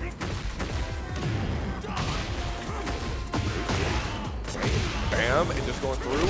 Booyah! D-Rack with the hatchet kick, excuse me, the soccer kick. Finish that out. A big step, but no punish, and then gets punished for the hell sweep. Tay taking a lot of damage here. Down about 50% already. D-Rack putting it on. For those of you that are wondering, we had the names swapped around a little bit earlier. So we got D-Rack is our Brian player, and Tay is our Devil Jin player. The down 4-2-1 is slapping right there. That elbow, we call that the blackout combo. And D-Rack is 1 round away from taking this over the Devil Jin. Goes for the feint. That feint is also a very essential tool in fishing for those counter hits for Brian. That is 100%. There's the tsunami kicks and another couple of them. Get that damage in there, baby. Heat dash for a little extra. My toe, my toe. One final hit for D-Rack is going to be it. Can he get it? Trying to get up. Oh, there it is. Tay just being a little bit greedy with those lows. They were working out really well, but what's to say? When there's one move that's doing all your work for you, and it's that last moment where your opponent goes, I wonder what he wants to do, we got to expect it, right? Listen, I think he's more on the practicing 1,000, rather than knowing 1,000 kicks. He practiced one punch. Fair. If there's one thing that we have said about fighting games and Tekken indeed in general, it's all about timing, right? I could do the same thing over and over again. It's about when am I going to do it. Surely he won't do it a 6th time. It could happen to you. Well, what a match from D-Rack right there. Really clean play put that Brian. I especially love when the Brian players do that spin around into the big low right there. I just think, honestly, it's not even necessarily the animation of the move, but it's the animation of the opponent where they're like, oh, shit, my ankle. Yeah, like, bro. Ah. I gotta get I got a screw in that one, man, from my bike accident back in '93. Sheesh. This one tells the weather. My knees were feeling it this morning coming in here, dog, and then I saw the drizzle. Too real. Too real. Next up, we got THC, the Heart Container Cafe. Rest with the best, the Morrigan up here. And we've got Rel, Tampa Never Sleeps' own. I gotta say, these are the homies right here. Nah, no way they put Rel on the stream twice. That's crazy. They did, bro. Well, you know, when you're in winner's side, you're in winner's side. There's nothing else to do about it. Hold on, let me double check if this is a winner's side. This is a winner's side match. That's wild. So maybe it wasn't a fluke that he beat us at Tekken Ball. Maybe he actually plays this game. Could this be something a little telling of what's to come? Could we expect a Morrigan in Tekken? How crazy would that be? That would be crazy. I'm thinking we wait until Tekken 9 or 10 for that one, bro. Dude. I don't think we can handle Morrigan in this game. Wasn't Harada at some point teasing Street Fighter Cross Tekken again? Can we see a Tekken Cross Capcom Cross? So what I heard was that Tekken Cross Street Fighter was not, it wasn't abolished. It just is not currently in production. That's what I've heard, is that it's on pause, and I would love to see it personally, especially with how Tekken 8 and Street Fighter 6 have just been blowing numbers out of the water of new players. So you got to think that Tekken Cross Street Fighter would do really well, but neither here nor there, though. We got the Heart Container versus Rel. We got the Heart Container on the Zafina and Rel on the Elisa. Both characters definitely really weird. A lot of natural evasion and a lot of movement, too. Yeah, these characters have some of the best movement in the game. Heart Container gets the while standing launcher here, and with a vicious claw on the end, and use that stance to just shimmy the tiniest bit, and then that 3-hit wall combo. This is some good stuff we're seeing right here from Heart Container. Yeah, slapping around Rel with the power of Azazel. That demon claw there, paying a little bit of temporary health to put on some massive damage. And indeed, those Azazel moves become power crushed as well. They become armored. It's over, she says. The Heart Container Cafe pushing their revenge, getting the counter hit. Yeah, that's a 12-frame heat smash right there. And that means that there is less than that amount of time for Rel to get the 3rd hit of his string. And that was doing it. But Rel's got to fight back here, man. That 60-second down forward 2, put on the damage. Heart Container Cafe not him in a spot though, up against the wall. Wall splat almost gets a complete float to get that combo. Yeah, that would have been a kill, honestly. And then the low heat smash from the stand is putting Rel in the passenger seat here with a what do we call it when somebody gets 3 rounds straight on somebody? I believe they call that in the industry a no round brown. No round brown, we call it. You got no rounds at all in that one. Hey, can someone put on Tekken Ball for my man over here? Uninitiated, excuse me, into the fighting game community. Now you know. Let's start this. Front and back, same characters. We are in the temple here. Round one. Oh, they got a random again. Fight. This is actually just a rematch. We do have to, for Tekken World Tour purposes, we do have to go into a random stage every single time. I think they might be playing it out. Oh, they randomed into Sanctum? Oh, okay. Excuse us. What in the hopkins right happened right there? I am not sure. Can we get the follow-up? That is a great punish right there with the option selector call that. No matter what they could have done, it would have got hit by that one, and it did quite a bit of damage. Let's go, Heart Container. All right. Surely she can't take 6 rounds in a row. Well, on Champa Never Sleeps Rel, could it be done? I'm not sure. It is looking like it absolutely could. Heart Container's getting some good wall carry on this stuff. Yeah, Safina has a lot of crazy mix. Three different stances. She's got the tarantula. She got the Mantis. And the Scarecrow stance. Yeah. Sheesh, man. It is some difficulty getting against this character. This character has actually knocked me out of my tournament the last 2 or 3 times I was at a major. So I feel a certain type of way, and it feels like Rel is feeling a certain type of way as well. Getting around. Did not get what we call doo-doo rounds in that one. Did not get 6 rounds straight up against them. Let's get it. Now we got ourselves a match here. All right, Rel putting the key in the ignition. We are getting the damage in, putting it up against the wall. That string has 2 highs in it right there. Heart Container could have ducked that chainsaw and gotten out of there. But that second hit of the Mantis stance string is doing work for her with those knockdowns. Ooh, the hop kick that could be in for this round, and it is. Rel on match point here. Nice little duff right there. Ooh, and the throw guarantees the thought bomb, giving you a little piece of my mind. Well, there was a just frame input right there in the back too that the Heart Container Cafe didn't do right there. That was what that little pause was about. Duck on the Dazzle there. Destruction mode is online, getting a lot of chip damage. Will he block this? No! Now you can block in the chainsaw stances, but you would have to do that instead of being continuously aggressive.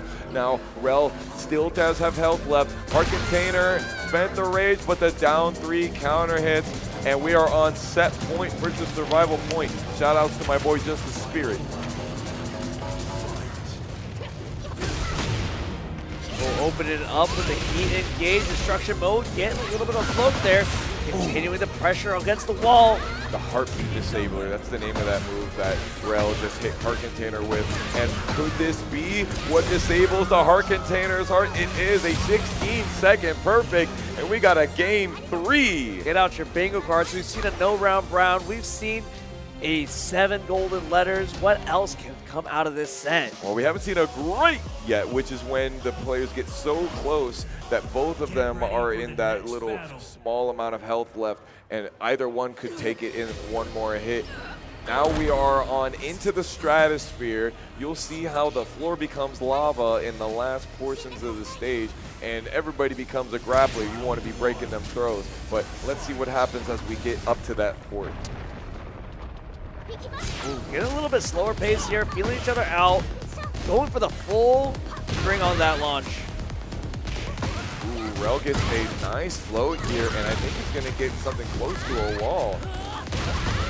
Nice shimmy against the wall as well, letting her hang herself, get that damage in. Definitely want to use the heat burst, want to make your opponent just try and feel oppressed, especially when you're not in the live lead. But they went for the heat smash, which is a high, and Rel has been doing good at being able to duck that and stop it cold. Rel does have a little bit of momentum, a little bit of advantage. And ooh, they got that big sweep right there while in heat is possible. No punish on the 3-hit string. Heart Container Cafe throws the might of Azazel at them and then touches the toes and unlaces them with a 24-second perfect, not getting hit a single time there. Yeah, give him the old shoe shine to close it out. That sidewall almost taking it away as well. But we are still in it. Put up against the wall. Get him.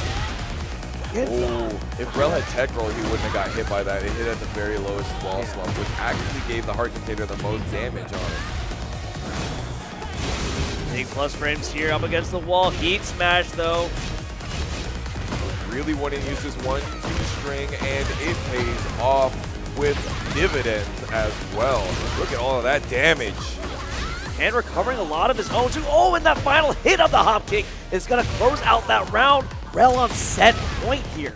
Heart Container Cafe with the parry from long range. Not sure why that is. Maybe they expected that long range button from Rel, but neither here nor there. Now you see that the floor is lava, and Rel chooses not to get the rest of his combo. Maybe he will get it here, and he does, so that the American reset in the business. Yeah, those ground bound moves is going to turn into a ground bounce, extending that combo even further, whipping the heat burst. Rel just needs to make the whiff happen, and Heart Container tries to go for some keep out at range 3, about 3 character lengths away, but unfortunately Rel said, I have a butt just for that.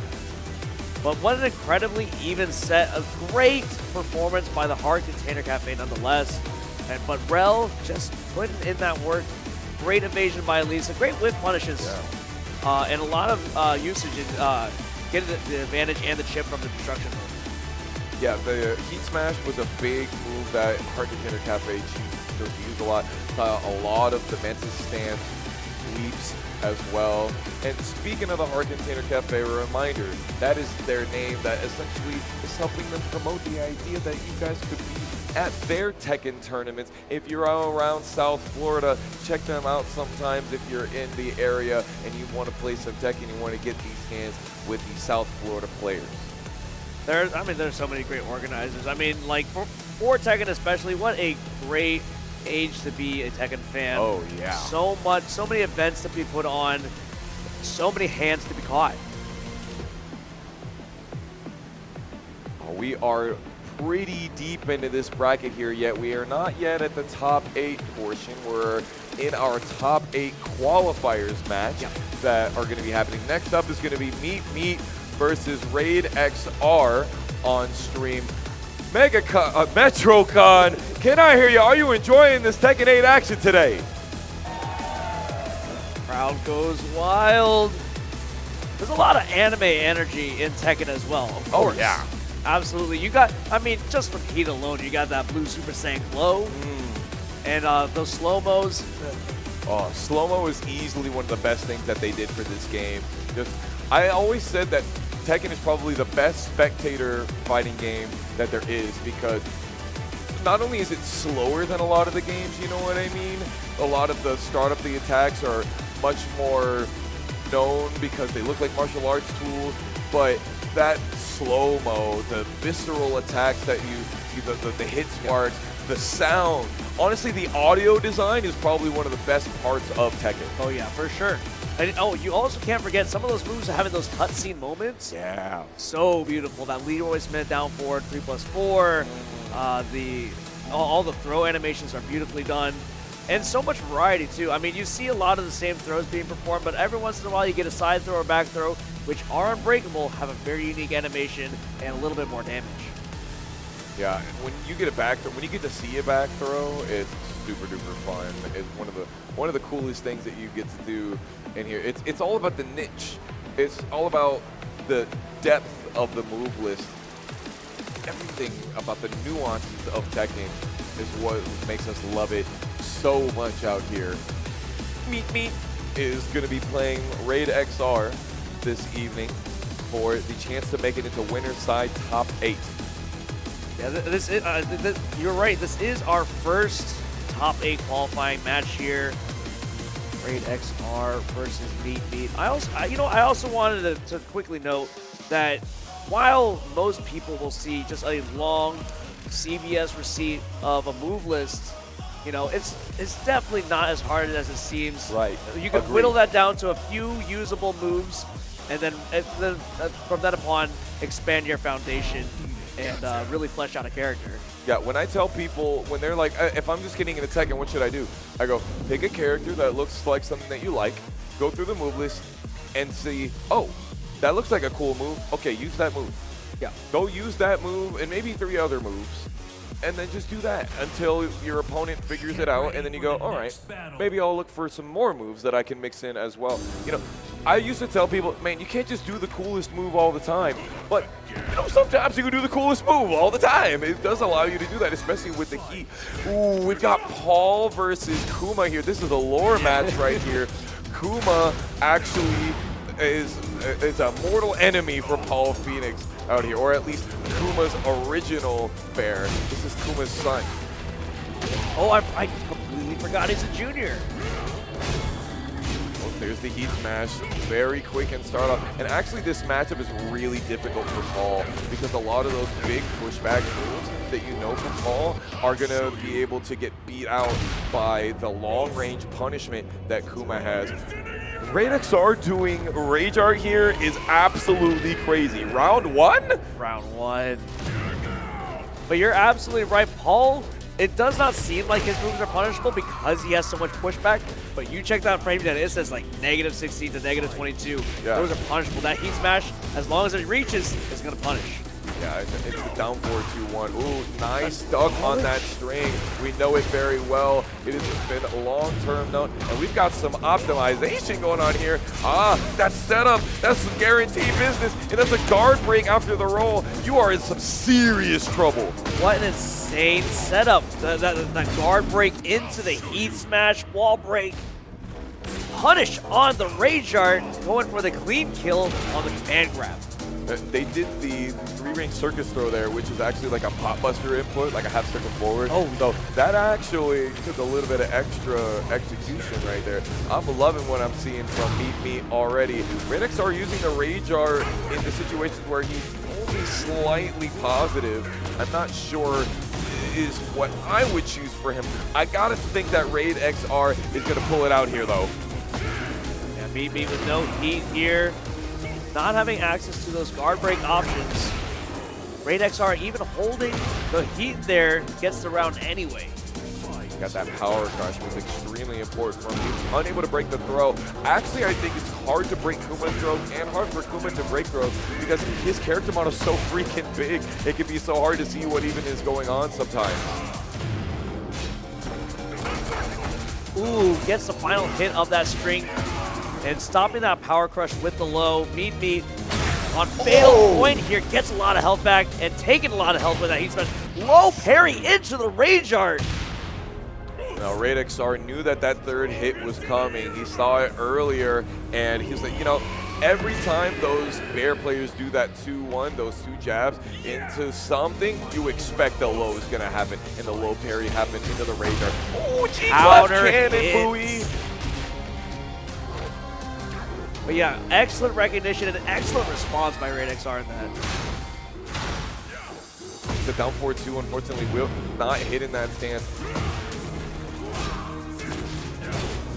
Oh, Meat really tried to press after the neutral bomb. It actually is now more plus than it used to be.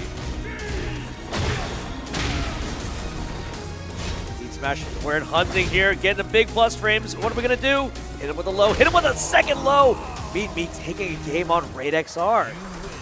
You know he expected the low. We saw him duck a couple of times. But what did we say earlier? Surely he won't. It's about the time, too, right? Yeah.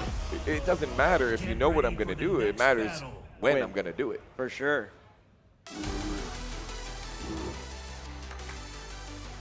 Going to the hot dog stand. Leroy Smith stoically standing in the back, statuesque. There we go, the Florida hop kick, as we call it in the business. Random in and out, and doing all of this work for him. Ooh, you want to stay on the floor? Thank you very much. I would very much like to have another combo. He went for the ultimate tackle, but that does not get it. The heat burst is going to soften his tracks. Unfortunately, Meat has a lot of work to put in to get back in this round. Meat is backing off and trying to go for something crazy. that 442 with a skyscraper launcher would have gotten a lot of damage for Raid XR, but luckily Raid kept it tight, kept his backdash on point, and Me just goes, I don't respect your heat. That rising jump. And that booty bump is guaranteed after that throw, which also deletes your recoverable health. Did I mention that this character is pretty strong? Honestly, I don't think we've been talking about bears enough. I agree with that, 100%. Oh no, Raid XR didn't get the opportunity to launch punish that 3-hit string and delayed the wall standing 3-2 so much that Meat was able to interrupt, and now the round count is tied. Just as you see with those charge moves, you're just betting that your opponent won't, so you are rewarded with huge plus frames and a lot of chip damage.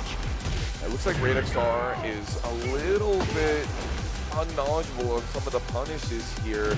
There are, not a lot of people know the bear matchup. There's only a few people in Florida that actually play bears, and he is, of course, an Orlando native. So we gotta expect him to try to be working with his fundamentals as opposed to his knowledge base. Oh, and the rising launch. This is gonna go to the wall, get that huge wall splat damage into the follow-up booty bump. Booty bump, yes sir, that's the bear booty. And Raid XR is barely holding on. He's getting hit by these lows, but I think he can clutch it out. Can he stop the bear from mauling him? It's looking pretty good for Raid XR so far. Putting in a lot of work on that health bar. That wall splat is gonna do it. One more hit the Death Fist, even up the rounds. Right, Phoenix, right, that's another one we call it. Ooh, Me is using some of these really strong buttons. No, you're not gonna knowledge check me with that. I know about that one. He first comes out right before the low, does not get interrupted here. Ooh, Meat is really lucky that they weren't aerial during that, because they could have gotten this combo, and Raid XR clutches it out, and we got a game 3 coming on. Paul versus Kuma. This is Tekken, I'm telling you what. Yeah, I mean, earlier we were talking about cool moves, big moves. Paul and Kuma have got some of the biggest and coolest. Oh yeah. Yeah, some of the animations for Kuma and for Paul are just some of my favorite in the entire game. So we are doing this so that they can make sure that they random to the next stage. Because as we mentioned, this is Tekken World Tour JoJo. We go by the Tekken World Tour rules. Must random select every stage that we pick. Oh yeah, look at this lever list that he has right here. Yeah, keycap. It's a very, very low profile setup. I'm gonna tell you, this man, he's a man of style. You see the bold and brash on his cap right there? Oh, I do! Man, that hat belongs in the trash. It's what you and I were talking about earlier about like merchandise and things that we put on ourselves. Like a lot of us like to be really low key with it, and he's one of those dudes that knows how to do it with such style. It's about simplicity, you know. Yeah. It's not like overly flashy. Just a nice, clean red hat with a very recognizable design. Now check this out. We're on a very small stage here, and this is essentially a cage match. You know, and you're stuck in a cage with a bear? Dude, in this position, do you choose the bear or the man? Who are you fighting? Is this the discourse that we're having here at METROCON? Oh, you got hit by the bear roll. You could have ducked that hit afterwards, but unfortunately, you can't get away from this booty bump. What an incredible setup to get that guard break into an immense amount of damage. That combo was so optimal, ending with that booty bump. And then he kept doing some roll business that, again, it seems that Raid XR is needing a little bit more knowledge base to be able to optimally deal with. But right there, he was negative and he pressed anyway and got counter hit. Meat is just putting on so much, but he tried to grab there, and the Rage Art is going to do a lot. Strongest in the universe is going to take that round. We might have a new King Rage Art around here. just like the fourth Rage Art we've seen in this situation. He just knows when his opponent really wants to take their turn. Speaking of which, this Heat Smash putting in that work out here, and Meat not ducking the second hit of this string, just letting Raid XR run it. Ooh, no full combo on that hop kick. The Snake Edge is going to come out. This is pretty close to the wall. Yeah, great distance, exactly what they needed. And exact amount of damage. No tornado necessary, and following up with that booty bump once again, going into set point for Meat. And Raid knows their punishes. Ooh, no launch on the Iron Mountain is very fortuitous for Raid XR. He has the possibility of coming back. Just run up while standing too. Oh no, you're getting mauled. That's a very difficult follow-up to do. If you're not on time, you don't get it guaranteed.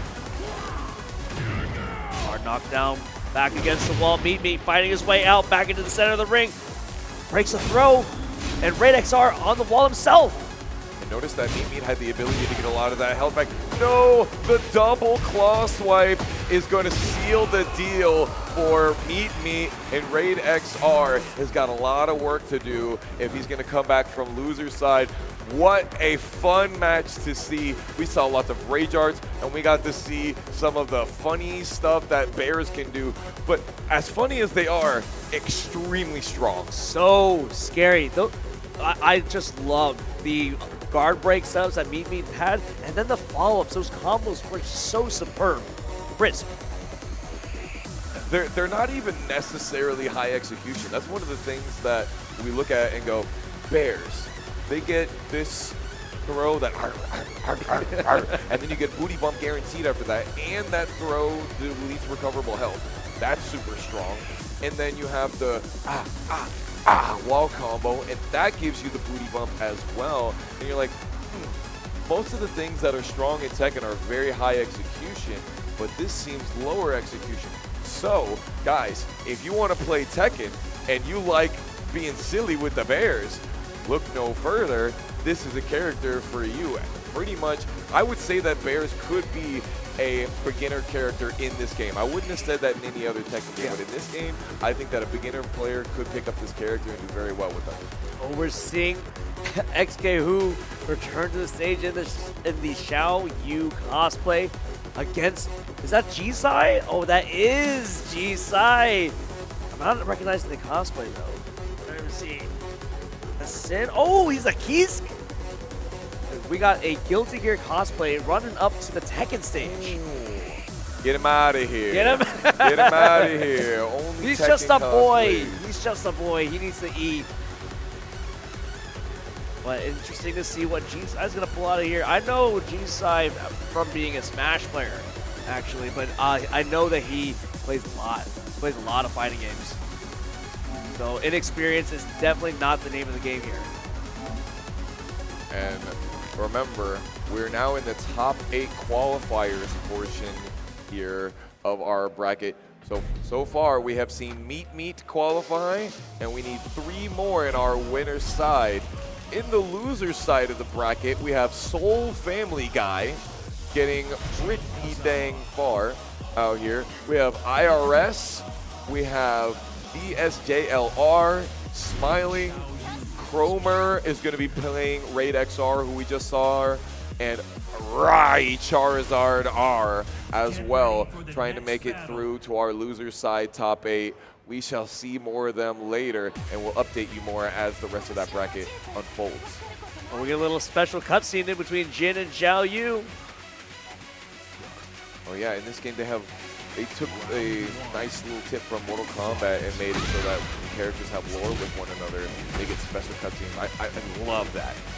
Actually, one of the biggest changes for me as far as the cutscenes go, Fang Wei finally has voice lines.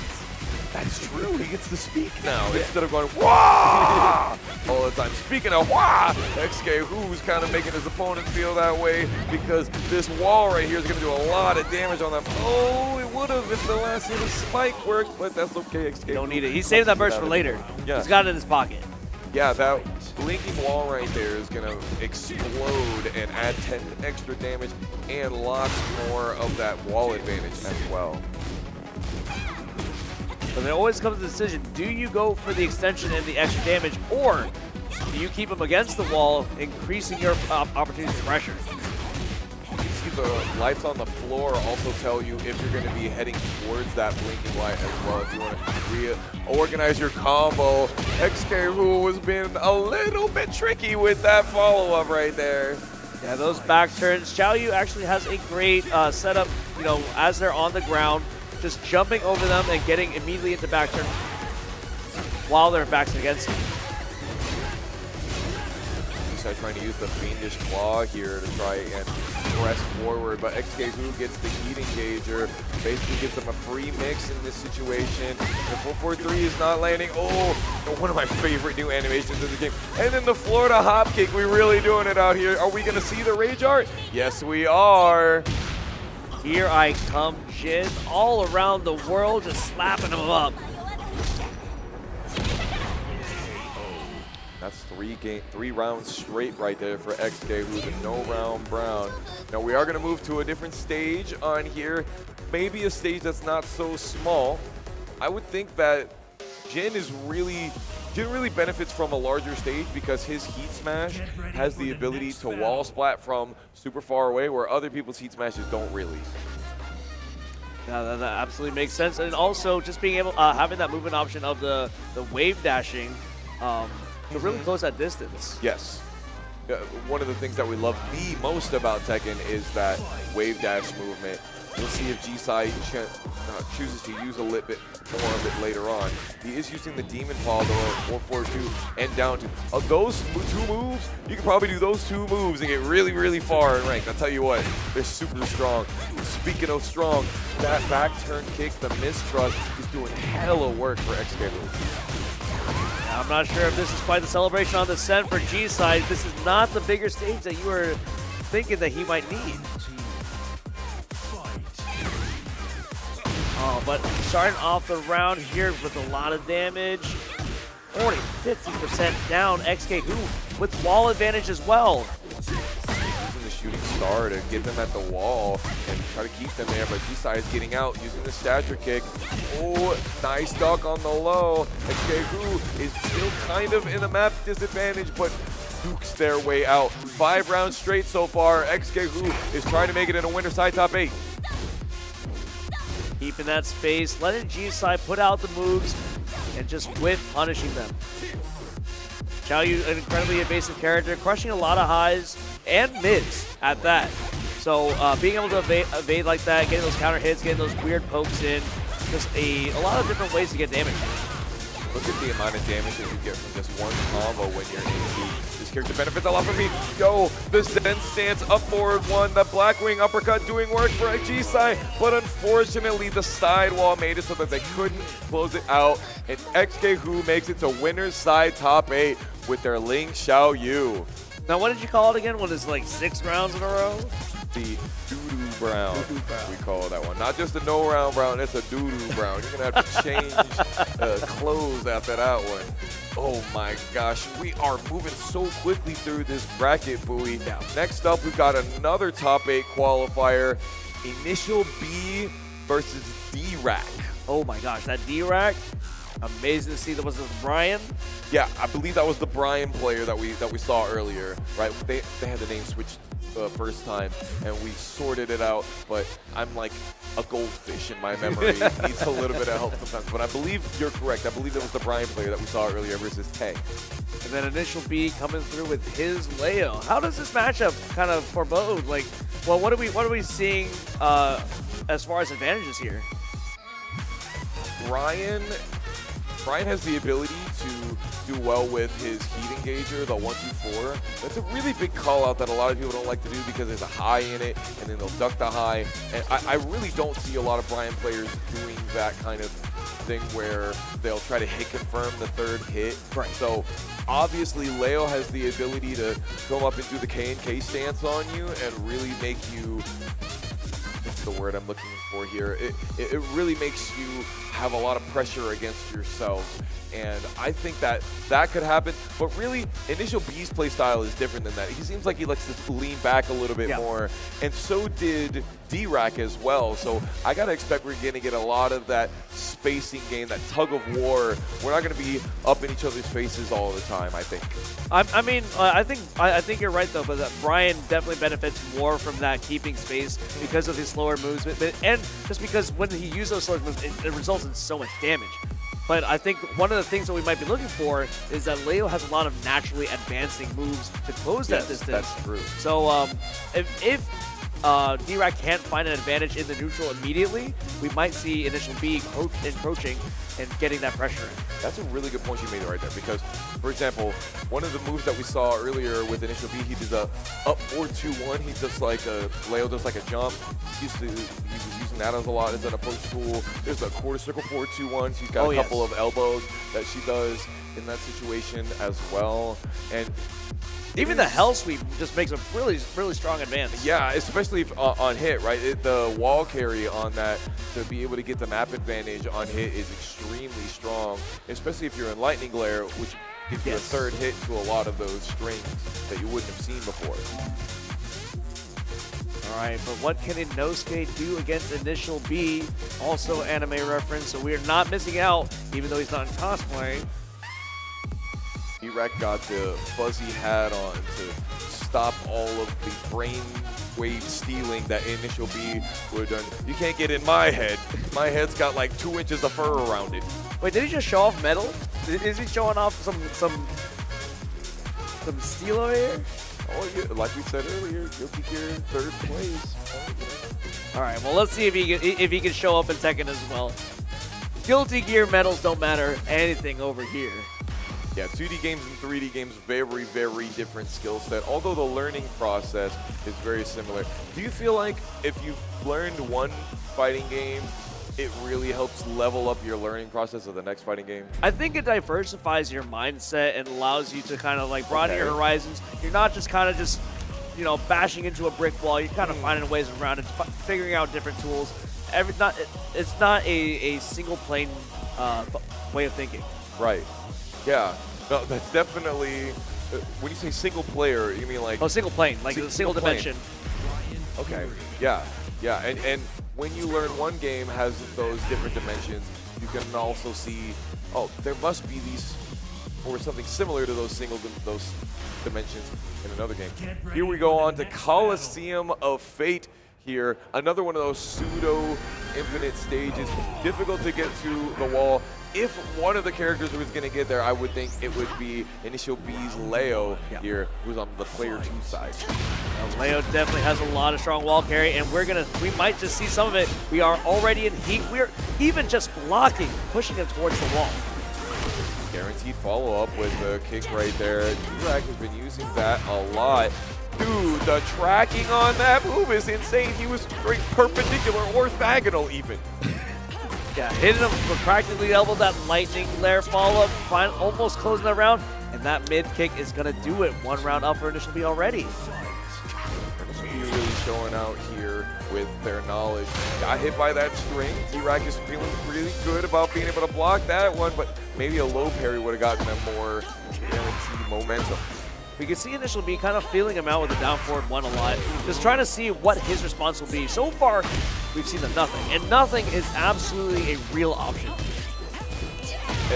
Nothing can be something that allows you to make your opponent think that nothing is happening in the clutch moment. Initial B gets this hop kick here and is doing a lot of damage, and the Okizeme was pretty bad for D-Rack, but he's able to recover, but not able to break the throw.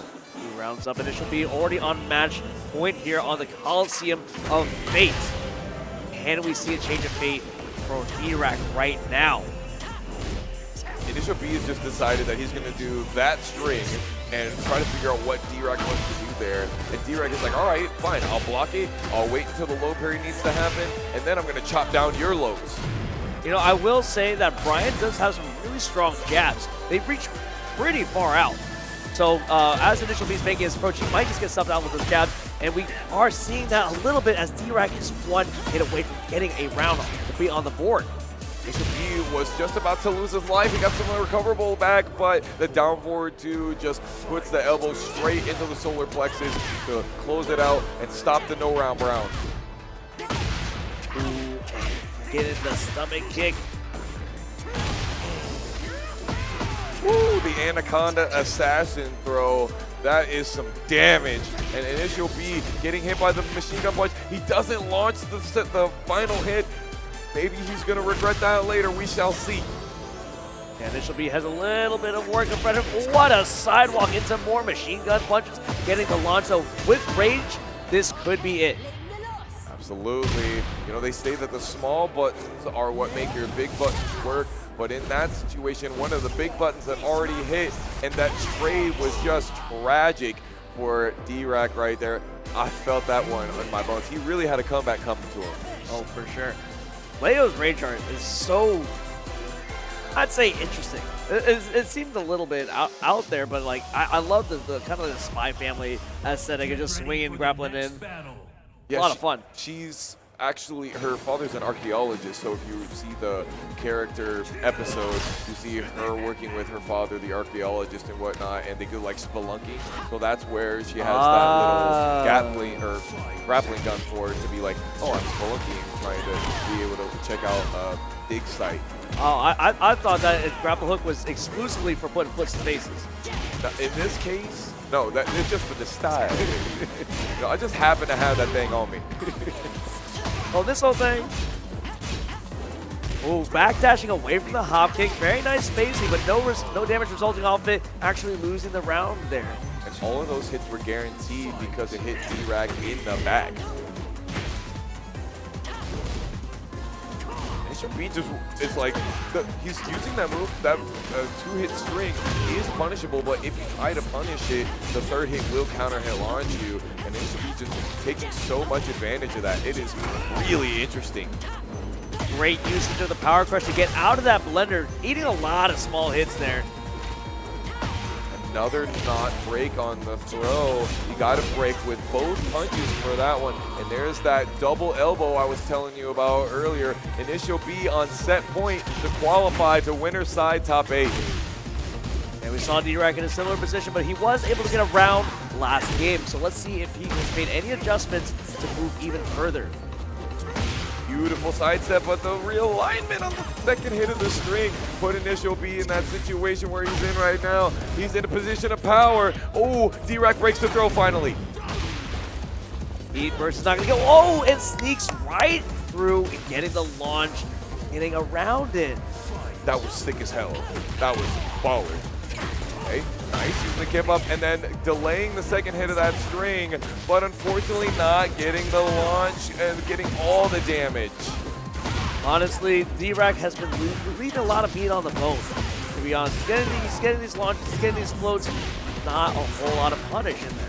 Leaving meat on the bone is crazy. You're not getting invited to my cookout playing like that. You get sent home. You do not get it to go play. You didn't eat what you wanted. Initial B does finish his plate here, though, and makes his way onto winner's side top 8. What a performance by Initial B. And like I said, that Leo's natural movement really closing the gap there and keeping that pressure on D-Rack, making him nervous, making him sweat, putting the mental stack on him. You know what's really interesting? You were talking earlier about approach tools that, or we were talking earlier about tools that will get him closer. He was using a lot of that 4-4-3-4, that double kick string. I was like, wow. Because in the Tekken community, a lot of those strings, they're seen as, a lot of times they have weaknesses because they have long range. They have weaknesses like they're linear, or in the case of the move that Initial B was doing, it's got a punishable mix. The second hit is punishable, but the third hit will counter hit launch you. Very, very interesting that he chose to use that meta in that set. Yeah, for sure. But he is going to be moving on to our winner's top 8, and I believe it's going to be a return once more for XKU. Here we see a three-peat on the stage against Butterbones. Butterbones, let's go. Now the Xiaoyu and Yoshimitsu matchup is very fun. I think that Butterbones will choose to go for the Yoshimitsu because the King matchup, because of the evasiveness that Xiaoyu has, a lot of the big moves that King has, it won't really hit very often. You gotta use very, very specific moves in that matchup. Yeah, and the stance that Zhao Yu is most often going to be in is already going to naturally duck those throws, eliminating about half of King's gameplay right there. So I definitely can agree to see Yoshimitsu in our future. Do you think XK Who is really going to use it that often, though? I feel like we didn't see a lot of the Art of Phoenix stance, the AOP, in their previous matches, though. You're definitely right. He does favor the back turn mix-ups a lot more. But even like back turn, she's leaning a little bit forward, and it could be evading those, even with the improved range of throws in this game. We are going to see the Yoshimitsu. We have the Midnight Siege. Pay attention to that wall on the back side of the characters right here. That is going to be an explodable wall, which will add tons more damage to your combo if you are able to explode it. Now, with the most recent patch, I believe they nerfed the damage off of those environmentals just a little bit, just because they were getting a little bit too much damage, because you're already getting that bonus damage from extending the combo. And here we see it right now. XK Who getting away with a little less damage than they could have on that one. So XK Who feeling pretty good about that, I'm sure. They have some recoverable health that they need to get back, but Butterbones is doing a really good job of destroying it. And you know it, Yoshimitsu always knows when to flash. Unfortunately, that sidewall leaves that combo incomplete. XK Who still has an opportunity to clutch out this round. Butterbones using the spin, Yoshimitsu having one of the weakest sidesteps in the game, and XK Who just continually running the California roll right there and clutching it out with 52 seconds in that round. Instant launch on round start, going to the wall. Heat engage, lots of damage here. Oh, yep, Butterbones spends 15 health to get out of there, but at what cost? The damage done by trying to press after that running three, maybe not the best choice. That spin is really great, but like you said, it comes with a cost. So being able to manually make those movements to get out of the corner might be in Butterbone's favor in the future. Ooh, trying to go for the shark attack, making XK Who think one way or the other, and they're both whiffing. There's the root kick. That is a great punish for them. Ooh, another one of those counter hits, Bowie. Still have heat engaged, yes sir. Put him against the wall. That Oki's gonna do it. XK Who, one game up with no rounds lost. Honestly, there's a character select I see. I do expect to see the King because that's what happened last time, but I gotta think, oh, I see the smile on XK Who's face there for just a moment, just like, oh, you wanna play King, eh? This is a very good matchup for my character. Bowie, what do you think's gotta be changed up by Butterbones' gameplay? Honestly, I think we just have to find a little bit more space. I mean, Xiaoyu does have a lot of good mix, but she doesn't have like the greatest range. But honestly, I do like that Butterbones plays King, especially cosplaying as Set, because Set is another character who will just pick up a dude and just slam him in the ground. Yeah, definitely. I agree with you on that. Ooh, nice pick 'em up. I agree with you that XK Who is going to have to do those long-range moves, which you saw right there, Butterbones get them out of, and that those moves have risk, like we talked about earlier in the Leo set. There's the heat engage, and the jab to close it out. King already paying dividends. That's right. The backwards Jaguar step, a very evasive tool, and King has one of the worst backdashes, so that's why that Jaguar step is so good. XK Who being able to get Butterbones with their back to the wall right there, they certainly want to keep this map advantage. Honestly, I think King has some better power crushes as well, as we're facing against Xiaoyu's like gauntlet of mids. That giant swing could do a lot of damage if he doesn't tech it and gets the tech. They do. Oh, XK Who has Butterbones in range. Butterbones has heat and gets the heat engager, which, as you can see, increases the amount of recoverable health that you get back. Ooh, they almost got that string. XK Who tries to get the pop-up after that elbow drop, and it works. He's alive! Oh my, and we get a great, the sidewall almost stealing the round from XK Who, but punches it out anyway. Ooh, very good knowledge on that counter hit string to start off the round. Oh, and what a roll into that launch. If I may, what you ducking for? Xiaoyu actually struggles with having strong lows, so she is a character that has the ability to kill you with death by 1,000 cuts. Butterbones gets this counter hit low, and it puts XKHU in the situation of getting this heat smash. Oh my gosh, right when we thought XKHU was on the back foot. 2 rounds up, XKHU on set point. What can Butterbones do to get out of the situation and get back on the board here? Ducking? Now you can duck one of those strings, but not the one that Butterbones threw out there to get the counter hit launch. Shining Wizard, Butterbones looking really good for this round. A lot of wall pressure, flip him over like a pancake. Go for the 10 hit. And then they allocate the tried and true. Absolutely, the alley kick, so crippling, just shattering ankles out here. If you've ever played King on rank, you have seen that stuff right there. And yet again with the 4-2 string, no, he tried to be able to jump up and get that wall grab. Did not work out because they buffered it instead of dashing forward first. Now, what we haven't seen from Butterbones is utilizing the heat engage to get those armor on the gyro set, but we are seeing XKHU take him to the other side of the stage. A lot of damage here. Heat engage for the armor. Sidesteps the heat smash, gets the throw, breaks it.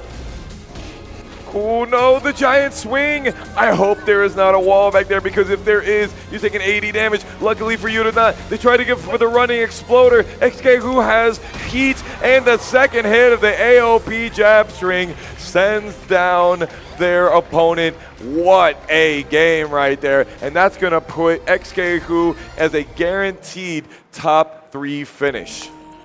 Wow. Incredible performance. We had a lot of close moments there. That sidewall out to get both players. Just really throwing a wrench in everyone's plans. Sidewall saves lives, as they say, but it also destroys them as well. You know, damned if you do, damned if you don't. This is a fickle mistress, the sidewall. Absolutely. A lot of situations where we were on literally the final hit, and the sidewall just stealing it all away.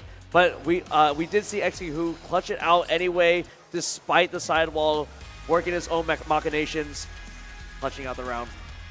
That sidewalk on the end. Oh, the sidewalk on the heat smash, so beautiful. Because they had done the heat burst, and heat burst straight into heat smash is such a king player mentality right there, because it's so good. Because if the heat smash had been blocked, the 50-50 afterwards is really strong, and that could have really gave Butterbones the opportunity to extend their opportunities in there. But the sidewalk, if there's one thing we say about Tekken, it's that third dimension is one of the most important ones. And in Tekken 8, they buffed your sidewalking and sidestepping potential as well, which we absolutely loved.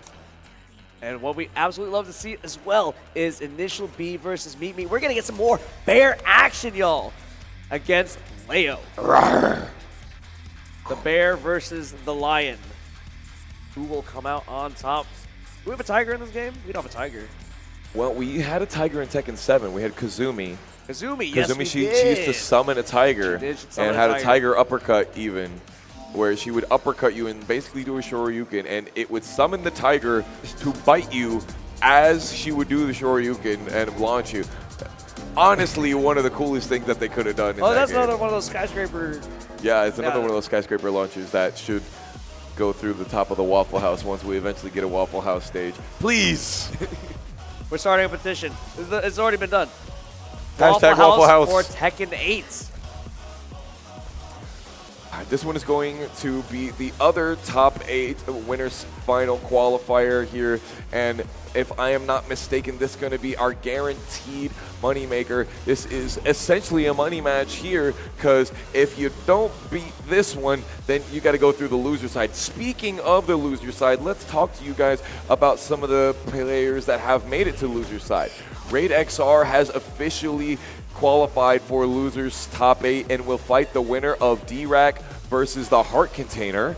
Get ready for the Oh, for sure. And we have IRS and DSJLR, just an alphabet soup of a matchup. For sure. FDR would be proud on this one. Here we go. Initial B versus the Meat Bear. Let's see what kind of matchup knowledge Brian has for this. Now, Leo does have a lot of scary approaches, but Kuma does have quite a few tools to shut that down. Meat's using a lot of that sweep. Oh, ducking? That was not the correct option to be able to kill there, but the guard break is putting in that work. Ooh, there's the 11 frame heat engager. Can Initial B keep the pressure on? Yo, you're ducking what you ducking for, my man. Give us that rage art. That's what I'm talking about.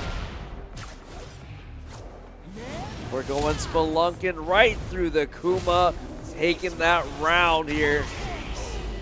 Heat engage almost fully intact as well, just barely scraping the surface for that. If the heat engager situation is really what it was about, and the round start jab string is already putting Initial B with his back to the wall. You've lost 50% of your life just because you decided to do something at round start versus Kuma. Yeah, a lot of frame advantage here, up against the wall, spin him around like a ball. That's gonna do it. A perfect round for Meat. That was 3 interactions we saw right there, Bowie. That was flowchart for sure. That could not have gone better for him. It certainly worked out. Initial B luckily did not get counter hit launched right there. Backdashing, forward dashing, so that Meat thinks that he might have the ability to have the advantage of the map. But on the damage, you know what I have been missing a little bit of during the heat. Meat does not use the electric very much. That's the crazy thing, Bowie. You don't even need it with this character. Yeah. The electrics are like, in case of emergency, break glass. That's 2 rounds getting the in-hunting headbutt. Meat on match point. Round start power crush is a great idea. Initial B is showing that string, and Meat has already started thinking about low parrying it. Big block, but no launch from it. You see the stagger, you see that it could be launched for some huge damage. Backing up, does not rip the heat engage.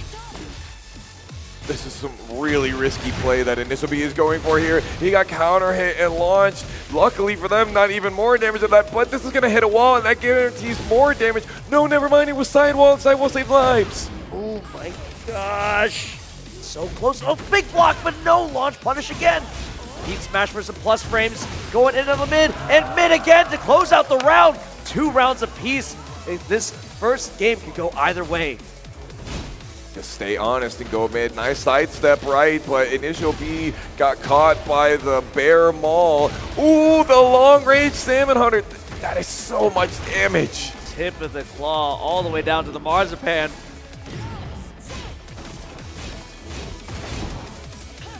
Nice, great option right there, because you know they're going to have to use the quicker options to be able to do anything up at the hunting bear stance if you continue to do what you're doing right there. Really, it is interesting that Initial B is allowing Meat kind of to make the first move a lot of times, creating that space, but I honestly think that Meat has the range and has the buttons to challenge that. Oh, big punish. Initial B clutching it up for game 1. What do you think it was there? Meat seemed like he really had it in that first game. In the first couple of rounds, he just was steamrolling Initial B. What happened? Honestly, I think Leo is a character of a lot of small exchanges, kind of nickel and diming you, where Kuma is a snowball character and really takes advantage of big momentum shifts. So we saw when he got that perfect, it was an absolute slaughter. Yeah. But being able to trickle in those small hits and interrupting Meat's game plan, I think really did it. Yeah, 100%. And the lows were super important in that last game as well, right? Or rather, the lows that were blocked. Ooh, you can't charge that all the way. It won't actually get you what you need. Stanky leg, the double low into another one. That's what I'm talking about. Meat is trying to get out of this corner. Can he? He does get a throw. Damn it, Hunter's blocked, but a lot of chip damage to follow in after that heat smash for the chip and the plus double mid again. That was literally the same exact thing we saw in the last game. Literally the same round ending in the last 2 rounds that we saw. Some things never change, and nothing changed with the down 4-2. Unfortunately, not getting the full combo off it. Gets another one, but he's mid-air, does not get a full combo off the standing. Shobi is really using his positioning very well here. There's the hunting bear stance, very unique getup. Tries to use the death fist to be able to run forward, but it is not that punishable. Meet Me just runs with a heat smash. Oh, they hop kicked over the Salmon Hunter, but unfortunately you wanted to do a button that was actually slower because they were so far away. Yeah, a big block, and the stagger is going to get that launch combo, closing out the round. Once again, big old lift, a lot of damage. Oh, but tries to go for a little cheeky unblockable on the wake up. Rawr, that's actually guaranteed in that situation. Look at how long range initial B's down 4-2 is. Are we going to see a wall? Not quite, but you got some distance on that. Wall splat, tornado, heat engage. We are putting the kitchen sink on this bear. Nice block. Heat dash is going to close out that third round, 2-1, and initial be on set point. Very, very risky, unique getup right there to go into the sit stance when initial B is within down 4-2 range of you or heat dash range. Initial B trying to put Meet Me on that wall and succeeding very thoroughly. Meet Me slowly rolling out of that wall situation back into the center stage. However, initial B's health bar looking completely crisp. One hit away to close out the set, and it's gonna be a running kick. Initial B moving on to our winners finals. I gotta say, the game plan for Initial B right there was very fundamentally sound. He ran the grabs when the opponent was starting to block. He ran backdash into whiff punish when he knew something cheeky was about to happen with the bear.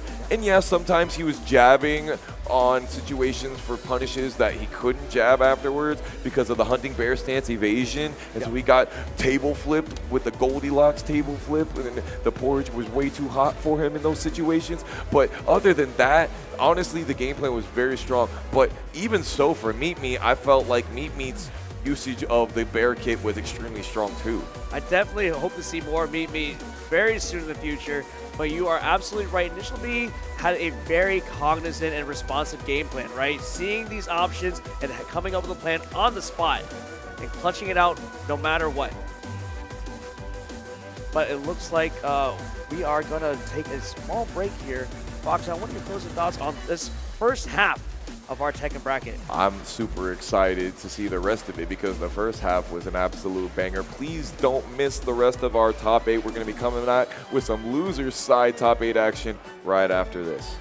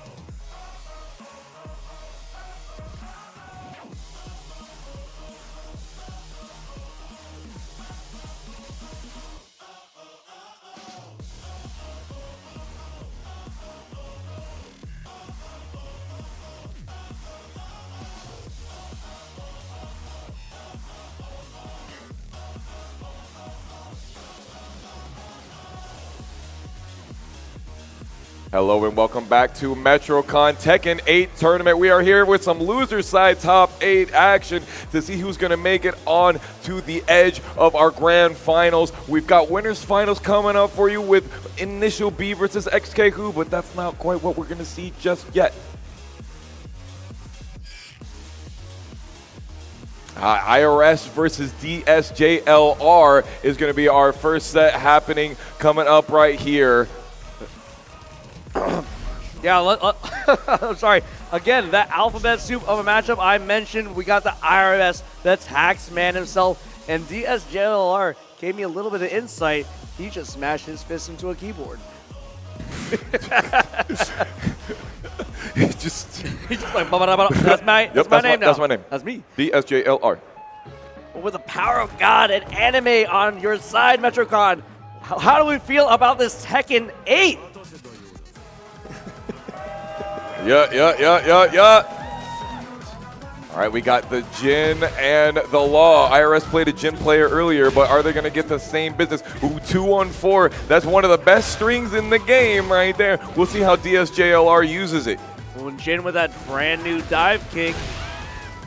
Trying to get some pressure on, but getting the damage on him instead. Back against the wall could be dangerous if he doesn't eat into this center stage. Right, grabbing that power crush. Power crushing there is a great idea. You definitely don't want your back to the wall, but look what happened. Look where you are. It still happened all the same. And then the down T3 counter hit into the micro dash nunchucks. You're getting chucked up, going on over to this wall, and getting stomped on. One hit away from losing the sidewalk into the wall break, down the balcony. Oh, I think they dropped too far. Oh. No, they didn't. They still got hit, and that was absolutely not what we expected there. It's all about that sideways movement, though. You sidestep at the right time, you're going to get big rewards in this game. If you tell me there's a third dimension out there, I'll believe when I see it. I believe we seen it quite thoroughly right there, my friend. DSJLR tries to go for the Demon Paw, but IRS is getting these timing catches very soundly. Yeah, a lot of great usage from those nunchucks, getting those whip punishes in.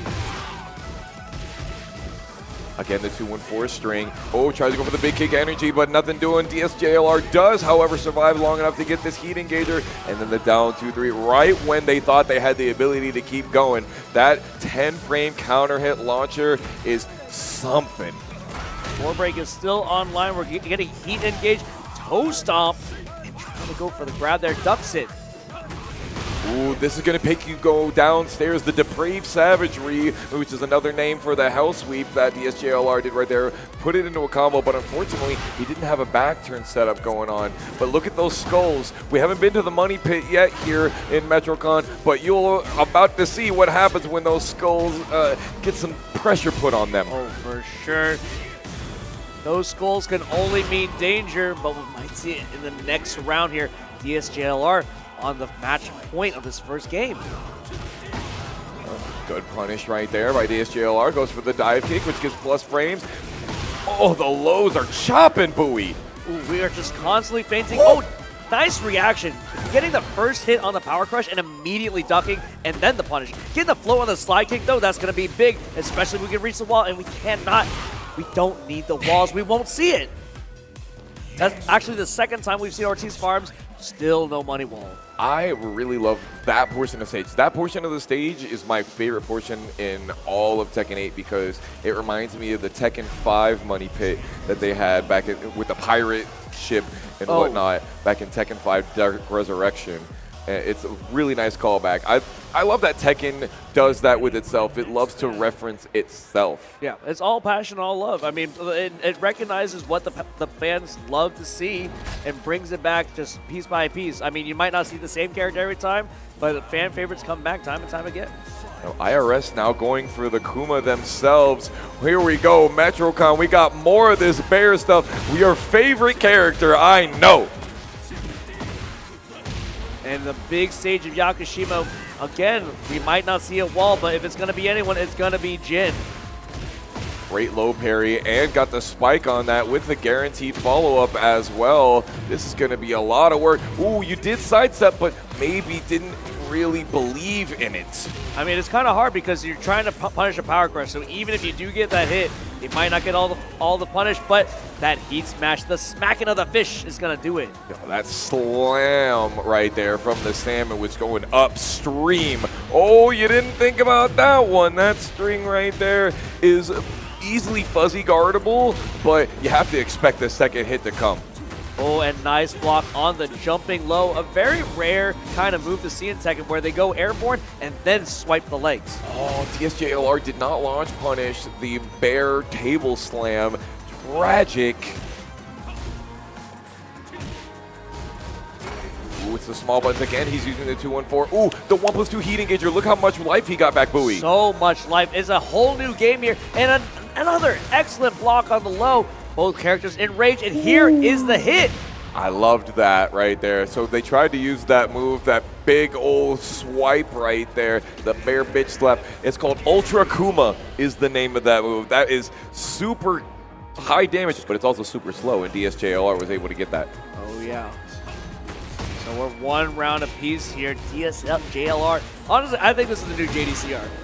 Yeah. He's the next one. We're going to have to parse out what these are.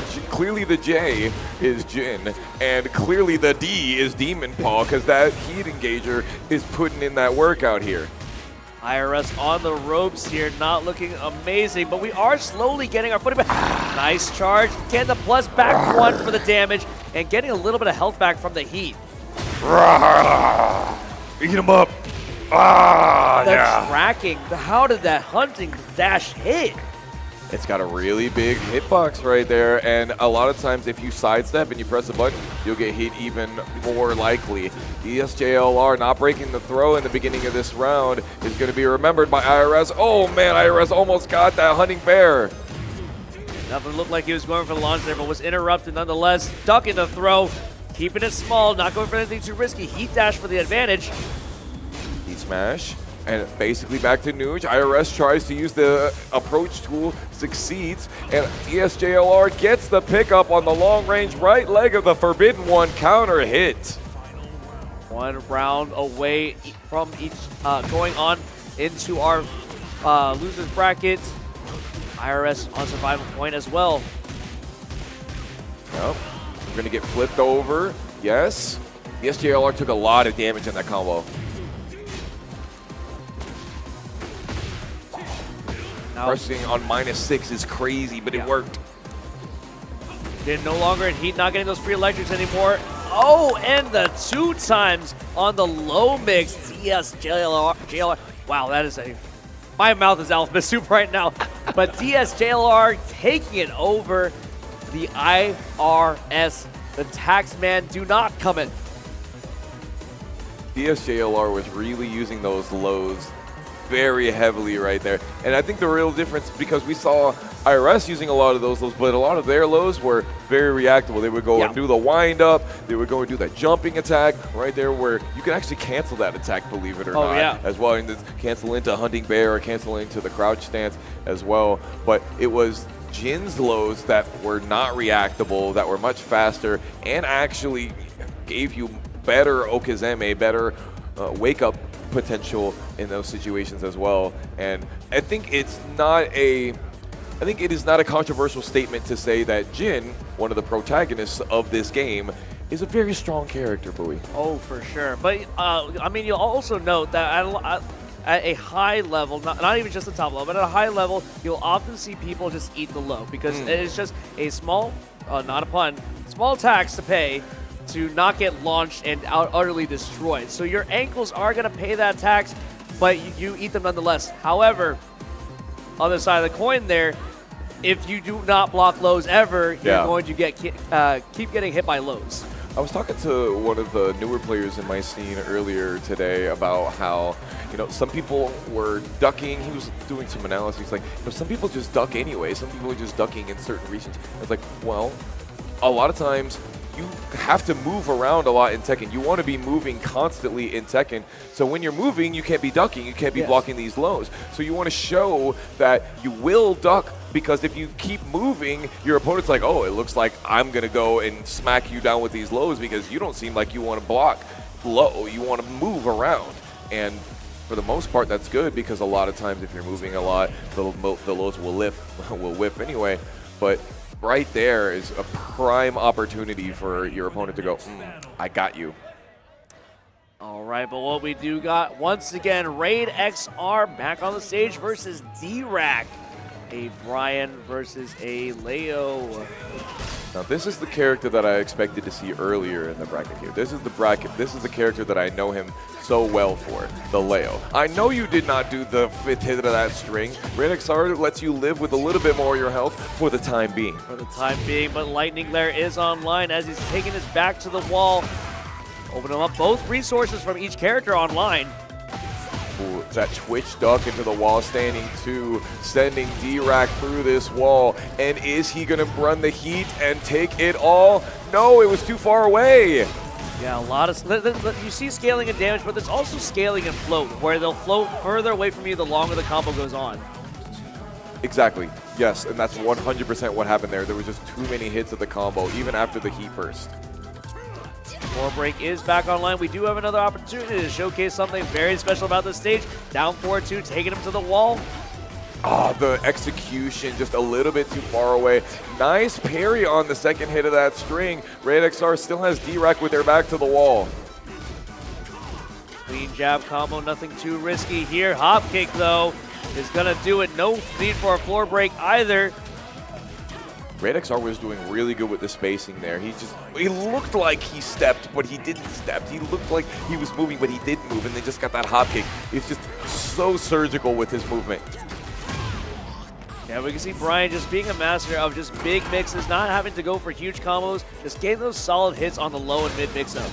Yeah, I don't know if I really wanted that trade from D-Rack right there, because D-Rack took a lot of damage for that armor. Ooh, pressing on that string. Unfortunate. Oh, but if Raid XR lets him go into heat, he's going to get a lot of health back. D-Rack is in rage. He does have heat. Look at all of the health that he has, and he still has the 20% damage buff. But for how long? Not very, apparently. 3 rounds straight from Raid XR. Those are some 3 pretty quick rounds in our top 8 of losers. D-Rack going to have to make some pretty major adjustments here to keep on the board. This is a stage, the Arena Underground, that really benefits both characters a lot, but I think Brian has the edge out as long as he has the Snake Eyes install, which you'll see when he has like a lot of smoke around him, if he gets a taunt off, gets certain moves. And you can see Raid XR has his install already ready as well. And the guard break setup that D-Rack has the possibility to do could make a game changer happen, but only if you can get up off of this floor. Raid XR, oh, what a funny little sidewalk there.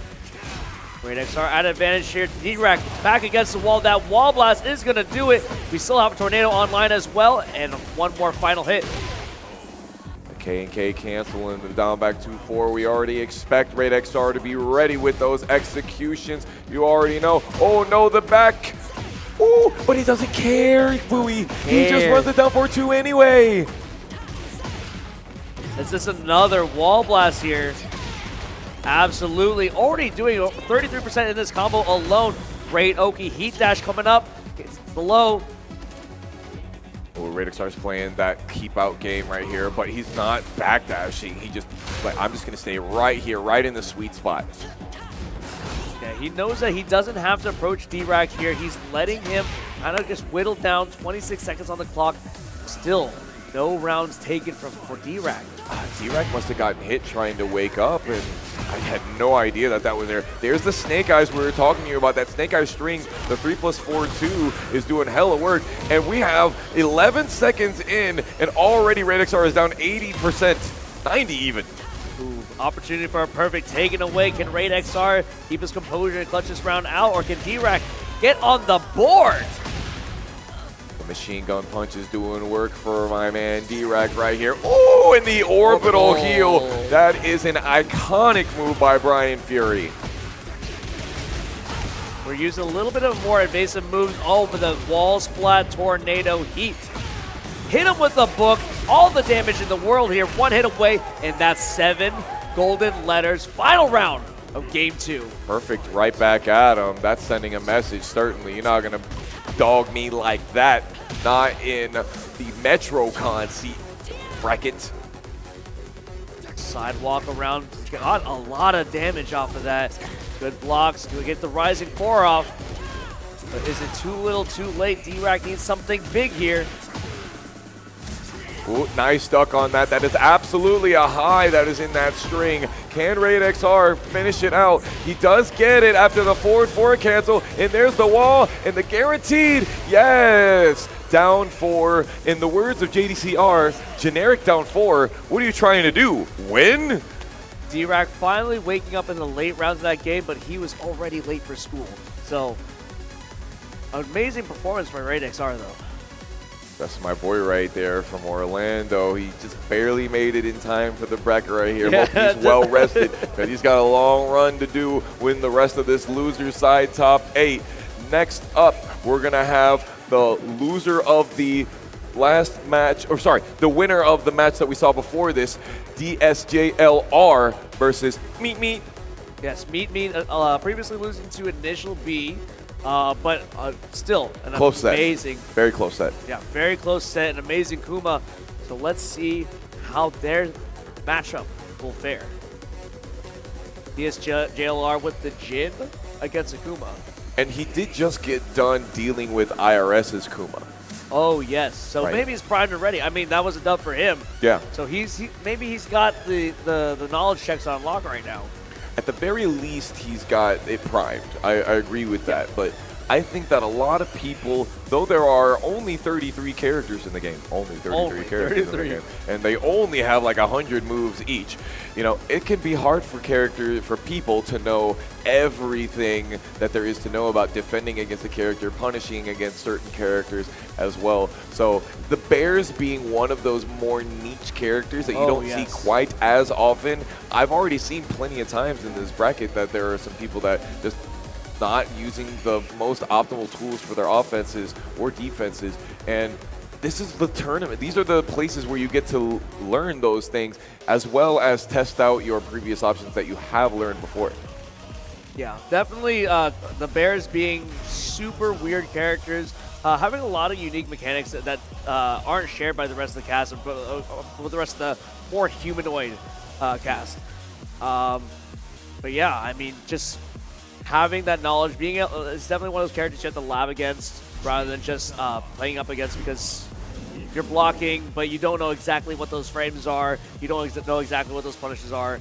And I think in Tekken 7, there were not bear players. There was like 99% of the cast did not play bears, right? So a lot of people went into Tekken 8 understanding a lot of the things about the other characters because of their legacy knowledge of Tekken 7, but because nobody was playing bears in Tekken 7, people don't have that. Yeah. So they have to actually lab the character new. And the character has so many new things that even if you did have knowledge about the character back then, you still got a lot of work to do.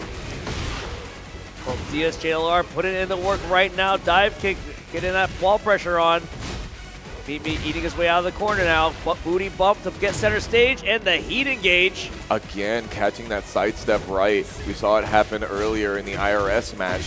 Will 214 be what he needs to make it work for him? And that time he was off access to the left side. Is this move, does it have a weakness, Bowie? Does Meat Meat have a weakness at all? It does look like he's eating up these hits, but the fact that he's managing to get all this damage off when it counts is really making the difference here. All these Florida hop kicks are doing my bucket hat heart good right here. I'm loving it. Meat Meat is doing all of this work. And yes, that is guaranteed in that situation. Oh, getting knocked down, but Meat Meat maybe delayed a little bit too bad. He was going for the hunting bear stance throw, which is a really slow option. Yeah, DSJLR, we're getting a lot of health back and putting Meat Meat against the wall. That mid is going to do it, the axe kick. Yeah, it is a very wide hitbox of that move. It kind of hits diagonally, and it worked out so well. Ooh, the SJLR knows that almost every low from the bear is launch punishable. That is a fact right here, and it was definitely well used, but unfortunately they didn't get the rest of the combo, and now they're in some trouble. Ooh, that was our first bear electric of the night, Bowie. I think it's super important for DSJLR not to drop any combos. I mean, obviously, you don't want to leave any damage on the table in general, but even especially against bears who have that like those large, chunky hits, it's really quick to lose control if you don't get your punish game unlocked. And remember that bears have different size of character model too, so sometimes your moves with just whiff on them in their combos because they have stubby legs. They have really stubby legs. Sheesh! The heat smash here though, doing all of this work.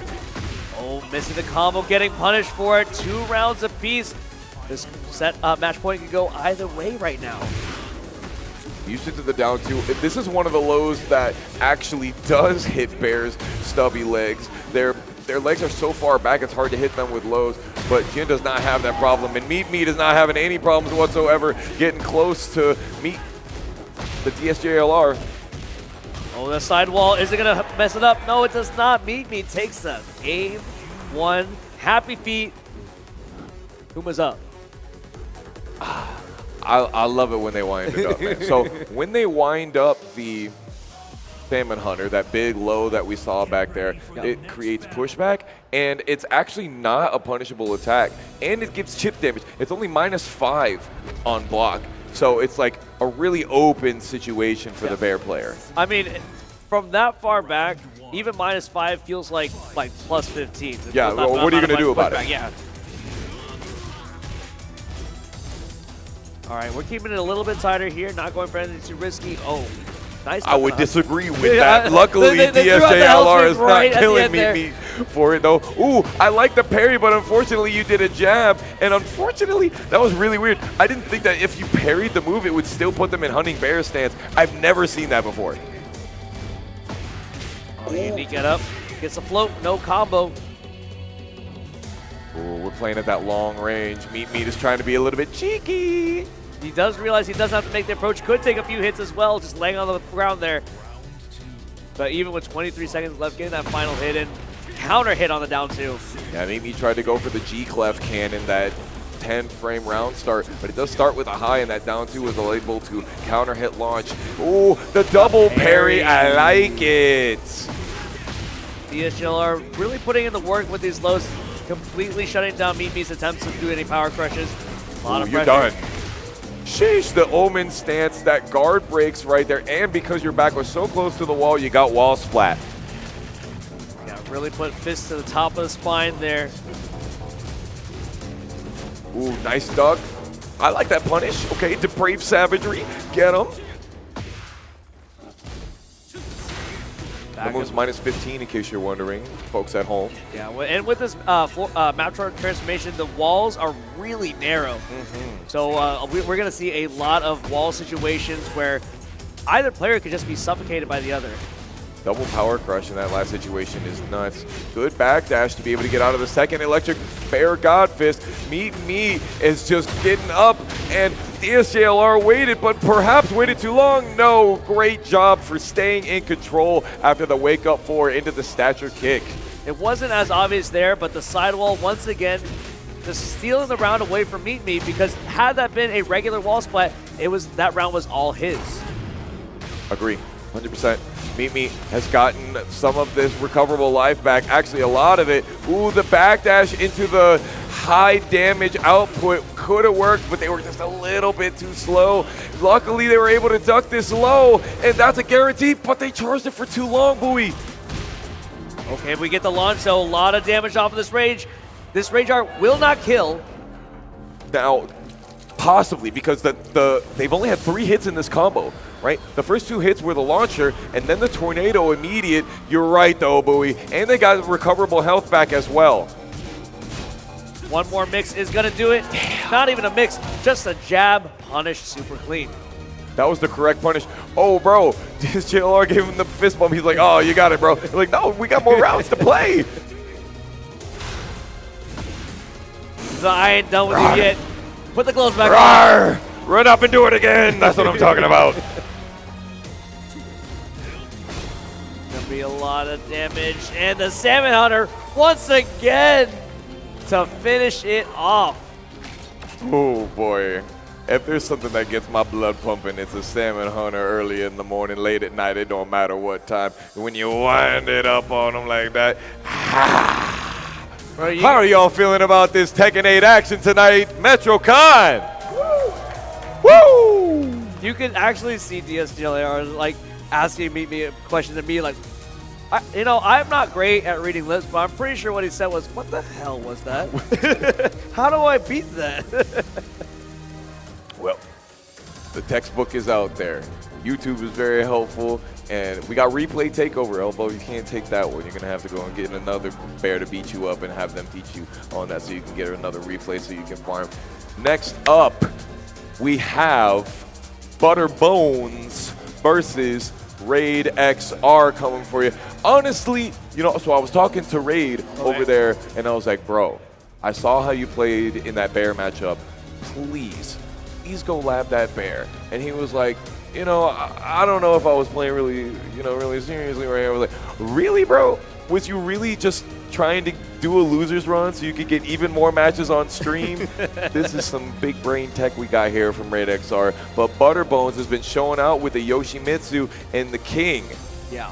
Butterbones has been performing incredibly well. I mean, I feel like you're having just a fantastic buffet of character picks here. We got the Yoshimitsu. We got your boy Raid XR. We got Bears galore. Yeah. This is one of the best things about Tekken 8 is that though there are some pretty, I would say, defined top-tier characters, everybody in the cast is extremely viable. Yeah. You're not seeing one character winning every tournament. You're seeing a litany, and you're seeing different players as well, and that's just so healthy for the scene. It's not good to have one person winning all the time. Yeah. It's so great that we get this diversity, not just of characters that are viable, but of players that are winning these brackets as well. Yeah, I mean, as far as tier lists, I mean, it really doesn't matter. Play who you like, but I don't think there's anything much lower than a B tier, if not a C tier. Agree. There is not an Arby's in sight here. It's all bangers. Ready for the next battle. Ooh, instead of starting out with the Yoshimitsu this time, they started out with the King. Could be very useful because, as you know, Leo has a lot of parries, and if you try to parry, the grab is guaranteed. Yeah, it's parries and power crushes that have that unbreakable grab interaction. That's +7 now, that big wind-up elbow. I don't understand why they thought that King needed that, but, I guess he needs it. All right. Oh, just like you needed a chiropractor after getting down to this floor. Yeah, we'll also see that since Leo is like kind of a button presser with a lot of her stance switches, that those counter hits that King has could come into play a lot. Shish. The glass shattering on that one after the armor whiffed into the heat smash. And again, that's one of those heat smashes that will break the wall, not break a floor. Yeah, and we do have a floor break online here. One last one for the stage. And King's heat smash is a floor breaker. Oh, yeah. So that is something that you definitely want to be thinking about right here, right now on this stage. Unless Raid XR chooses to go for the floor break right here, right now, and steal the opportunity from Butterbones, but not yet, I guess. No, we are going to take advantage of this wall pressure here and trying to hop out. Gets the float, but not enough of a combo here. That's not going to be the floor break. One more mix on the ground here. Twist in the arm. Ooh. Nice. Being able to roll out of the way. In most other situations, you would have got hit by the majority of those strings if you were pressing on them, but Raid XR was very calculated on that. Yeah, unfortunately, that final hit of the alley kick did not come out and land, so he had an opportunity to clutch up that round. Butterbones is going for some really hard callouts right here, already using 2 launches and 3 different punishable moves in the last 10 seconds. Raid XR is just staying nice and tight. Ooh, I like the 4-3. That's a just frame input right there when you get the DDT. Going for the power crush. Get a little bit of a punish on it. Back against the wall, though. And that twist is going to get punished. Hello? Why did that leg not work? Break on the giant swing, but not on the Shining Wizard. One more hit can do it. The stanky leg into the stomp right there. We didn't even get to see the floor break. We didn't even get to go to the sands of time. My subconscious remains hidden. 3 rounds in a row for Raid XR. Now, it seemed like the grabs were working for our homie, but also they were using them in situations where Raid XR could kind of get out of them, where he could jab out, he could do down jabs, he could kind of mash his way out and be able to steal his turn back. Yeah, not really much of a setup. Kind of just like mixing the options kind of raw out neutral. Nice stuff right there. Butterbones has got the opportunity to break their way out. I believe a hop kick could combo there though. Like that hop kick could punish. Yes. In this game, yeah, down back 3, it will. And you know, sometimes you just do what you feel right, you know? Yeah. I mean, obviously, like any damage is better than no damage. That's for sure. 100%.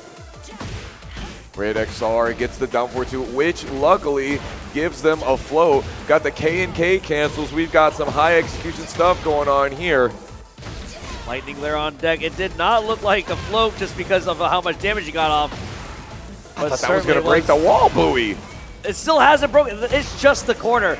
He's just forcing him, like the DVD logo. Yes, I was going to say, exactly. Butterbones is trying to go for these high-risk options and try to stop Raid XR from keeping this tight, but unfortunately, he keeps getting himself in the air. One round away from taking this set here. Does not break the giant swing. We have to take this, so we're going to take extra damage, and we do get the tech.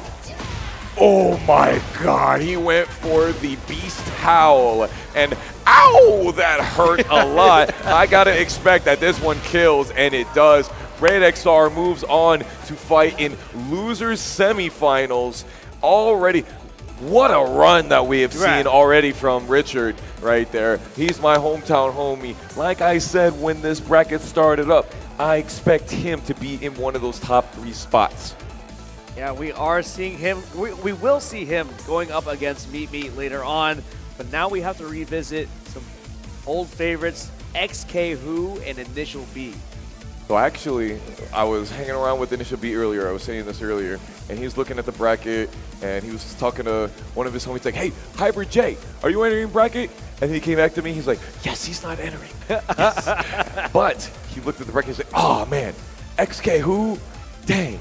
I always have trouble versus XK Who. They tend to have more games on me statistically." It's really interesting, you know, people keep those like statistics, those records in their heads of that kind of thing. So expect to see some nuanced play, some play versus some people that have seen each other quite a bit sometime in these tournaments. Oh yeah. I mean, Initial B, Leo, and of course, XK Who on the Ling. How is this matchup going to go? I mean, again, these two characters, Xiao Yu more so, but both characters have the evasion. So is it going to be a dance around each other, or are we going to go full throttle bashing heads?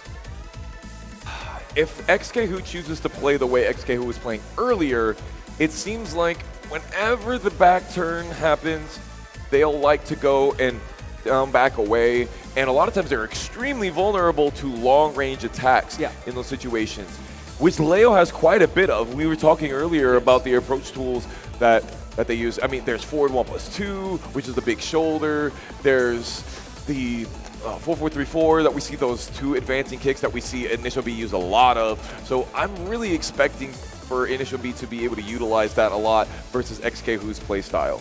Oh, for sure. I mean, yeah, you're absolutely right. Using that down back to get out of back turn and creating that distance really kind of messes and adds to your opponent's mental stack, because what they're expecting now is that you won't do anything, that you'll just back up. Right. But then when the moment comes, they come in, XK Who coming in with a launch, yeah, a really strong mid and a wall splat. It's definitely not something you can challenge every single time. I'm really excited to see this because I haven't gotten a chance to see this specific player matchup yet. And like I said earlier, it sounds like these guys really know each other very well, and that just means nothing but like sauteed, short braised, you know, long time cooking matchups and beef out here. That's what I want. I want the beef. We're seeing the beef board going, but this is also our first winners finals, our first to 3 match. So these players have to win 3 matches instead of the regular 2 to move on to our grand finals. But now they are locked in to get that top 3 spot.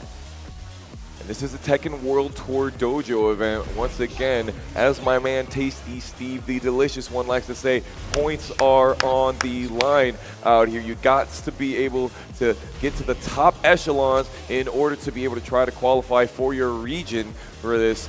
And we're getting to go to the Sanctum. We've seen this stage a lot today, Bowie. Oh, for sure. But it's a banger. Honestly, sometimes it feels like there's an algorithm because I feel like I ran him into Sanctum a lot.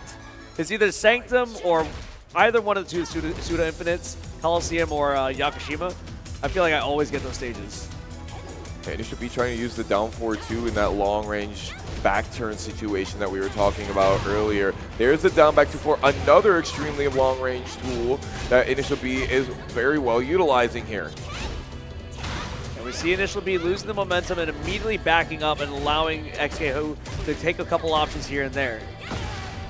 Nice, that's a counter hit launch. XKHU has the ability to realign towards the wall, but they choose not to. In the OTG, XKHU has the life advantage here, going for the heat smash and then the back turn flip. Yeah, that flip is easily sidesteppable, but you gotta be in the mode for it. You gotta be ready for it. Oh, the little hop, XK hop. XK, what are you do?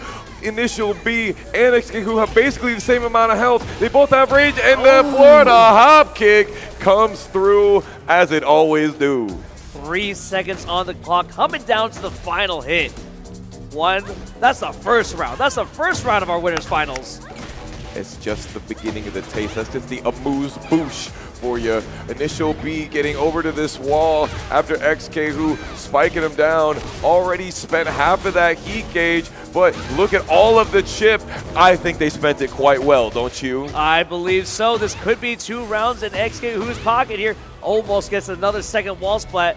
Initial B has an opportunity with life left, but does not get the chance. That's crazy that the throw whiffed on the down forward one right there. She's very evasive, just like you said, in so many of her moves.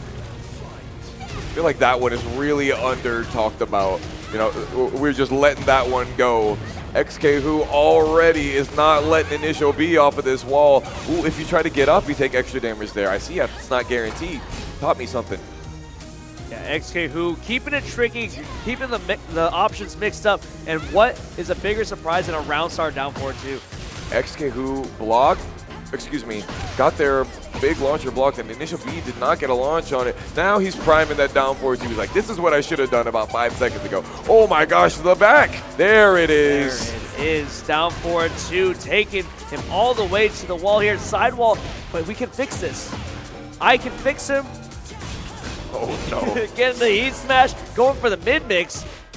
Nice down forward run right there to stop XKHU from getting too far away from them. Oh, we're going down to the final seconds so many times. Death by 1,000 cuts, but Initial B says, but, we're not done here yet.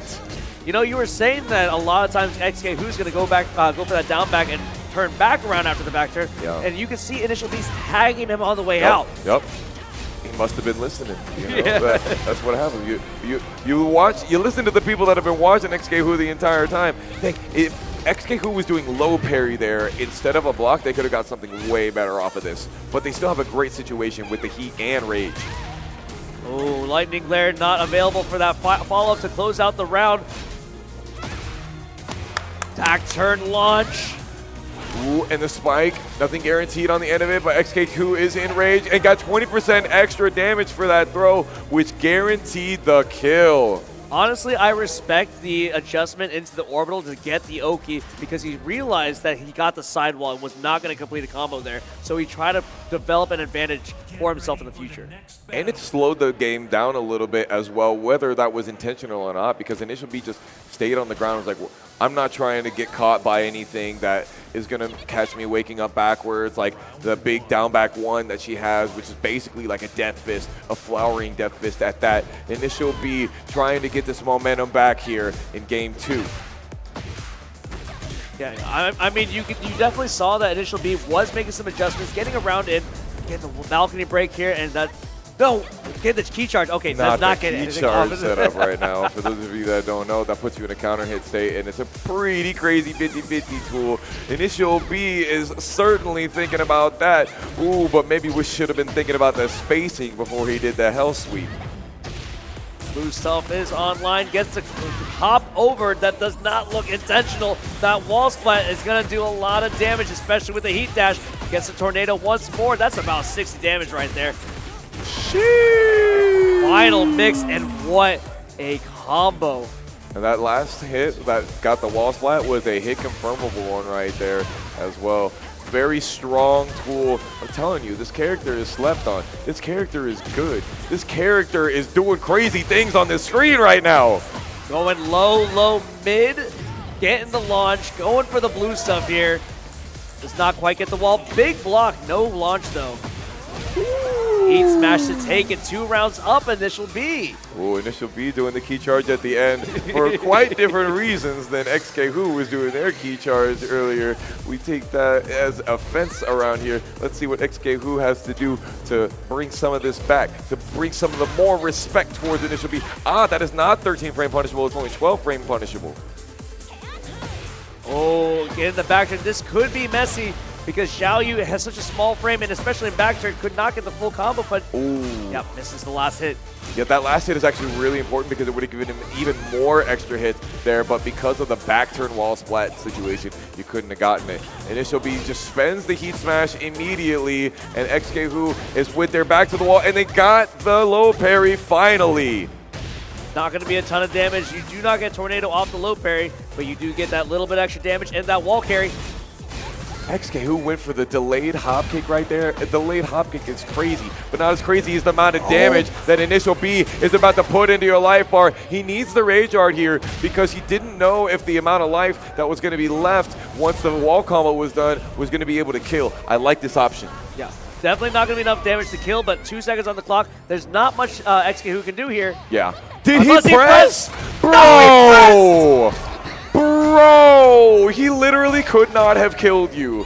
You literally could have just blocked. I love him to death. I love my man Brian to death. He's still alive? I can't believe. How did no way he Oh pressed. my god. Oh, Oh, man. XK Who's got to feel good about that one. Oh, for sure.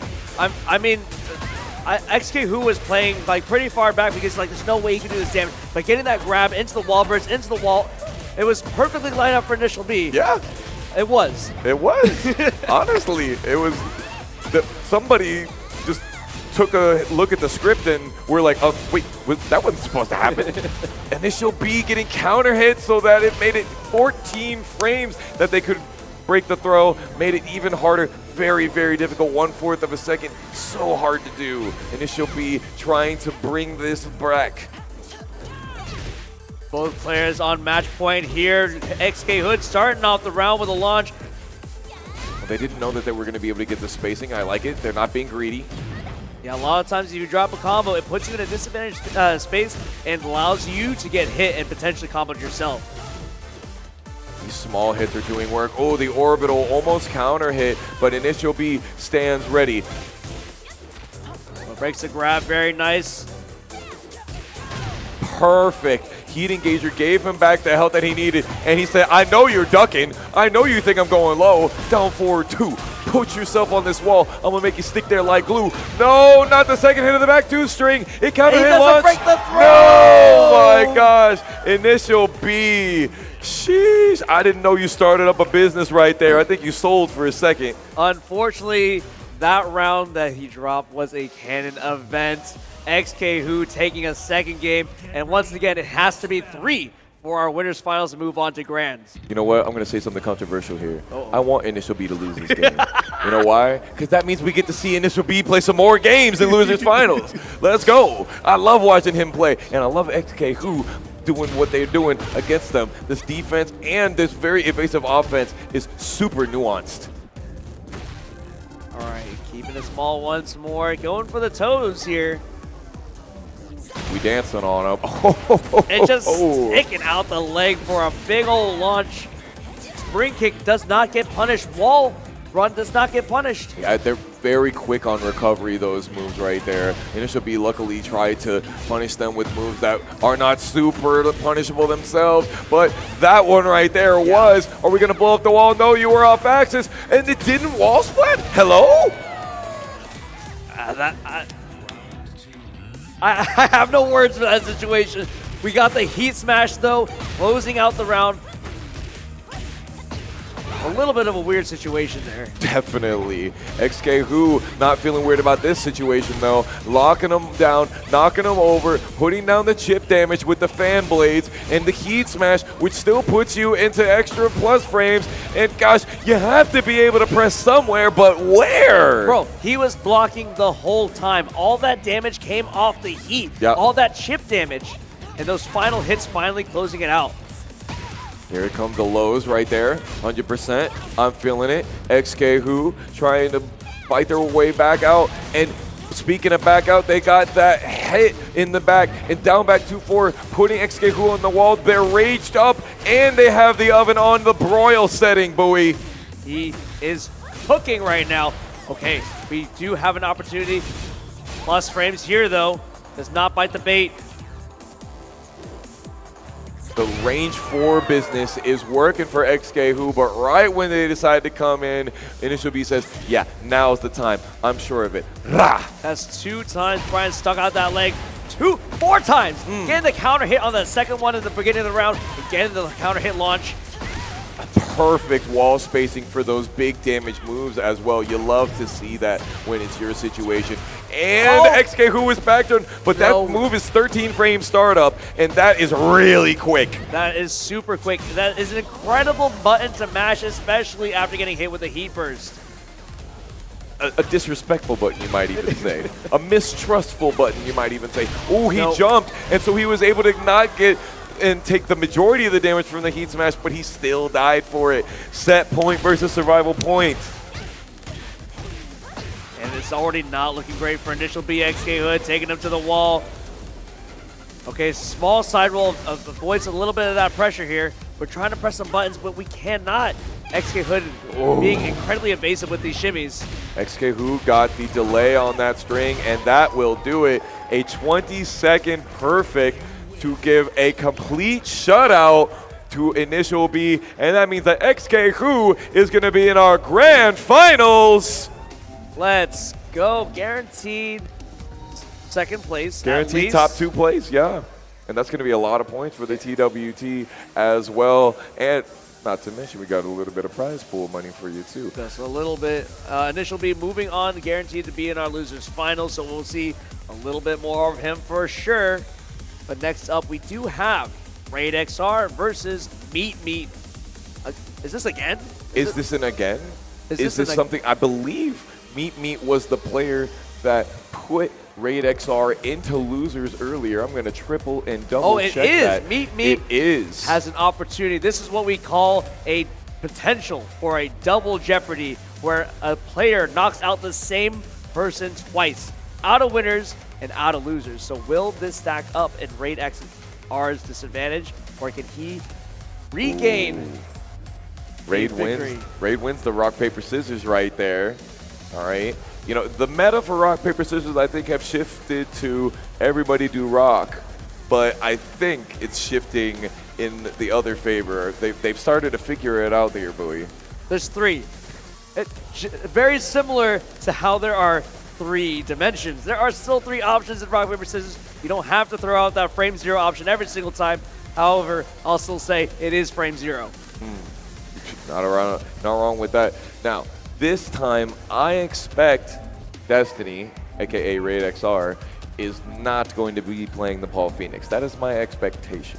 Okay. Now, I think that maybe he was just playing the Paul until he lost. I mean, I don't hate the Paul against it, but like, I think you're right, Paul. I hate the Paul against it. Paul doesn't have a really great fast options to deal with Kuma, because that's kind of what you're looking for. Because as he's using that Salmon Hunter or those charge moves, you have to have something to challenge it when you believe that they're not going when they're going for the charge. I would like to respectfully disagree with that. I'm going to say he's got the shredder kicks, so that's a double hit that if you can see the Salmon Hunter coming, you can do a double kick, and that's going to be essentially kind of like a very active, meaty option that is going to punish the bear from doing that low. And also, in the hunting bear stance, you want a really quick mid, and Paul has that shoulder that he has, yes, and that can really shut down a lot of the bear's offense. So on paper, on defense, I think that Paul has good things going for him. The problem is on offense, if you do things like Demo Man, you're always getting launched.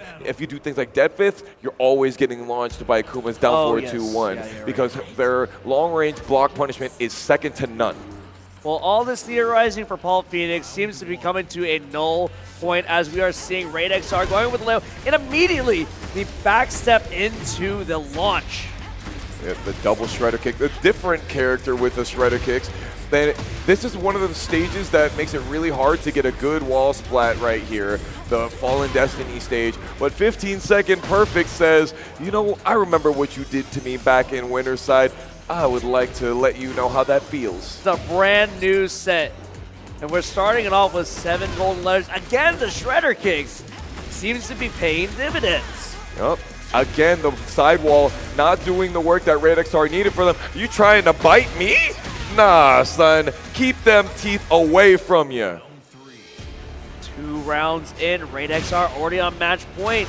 What can Meet Me do here to regain a little bit of footing? Oh, trying for the unique getup once again, not working out. Oh, tried to jab right there, and no power crush, or excuse me, no tornado in that situation. RaidXR is just running the offense, and it is working. Side steps the heat engage, but it doesn't matter. Sit back still against the wall. Meet Me eats the final a cross up of the shoulder. She needs it. She needs it. You know? For those of you who are not well aware, in other fighting games, cross-ups are when you go, get the other side, but it does not happen as much in Tekken, especially with auto-blocking, especially if you're already blocking mid by default. So to see that happen, it's a little strange. It is really weird how sometimes you will literally see people block something with their shoulder blades, and it's like, wait a minute, that's not supposed to happen. Yeah. It's a really rare situation, but it does happen. And I think that Meet Me wishes that it happened to them right there because that definitely did not. He said, Harada, please, let me get the auto block on this one, just this once. Notice the usage of the 12 frame mid back there with Meet Me's hunting bear stance transition. And again, that move, that wall standing 4 1+2, that used to wall splat. So this is actually a nerf for the character overall. Oh no, this is gonna break floor buoy. Going down to the second floor, getting the tornado here as well. And this is a guaranteed follow-up, and he did duck so that he wouldn't get caught by the guard break. He sits there and waits for the heat smash, and the stone head, he breaks the floor. I'm not sure I agree with that, Bowie. Yeah, he could have preserved it for the next round. He absolutely could have just finished it off with the wall splat after the stone head. But nonetheless, we are on the bottom floor. Now, I agree with you because unfortunately on this level of the floor, the walls are a little bit further away, and Kuma loves those walls. And you know what Leo loves? She loves a lot of space. Almost got the punish on that string right there. Okay, great quick back roll. Once again, these attacks where you're rolling, normally you're not really worried about it, but when Kuma is heat, you are. So now Meet Me is like, all right, you weren't afraid of that. I'm going to run heat at this time. So let's see what they're going for. Ooh, they're going for getting hit by this Florida hop kick. Is that guy from Florida? One more hit, 15 seconds on the clock, and we're just going for the mid kick. Nice long-range punish option right there. I feel like that was a really weird option for him to just know it was going to work. Sidestep left, not working against the running bear.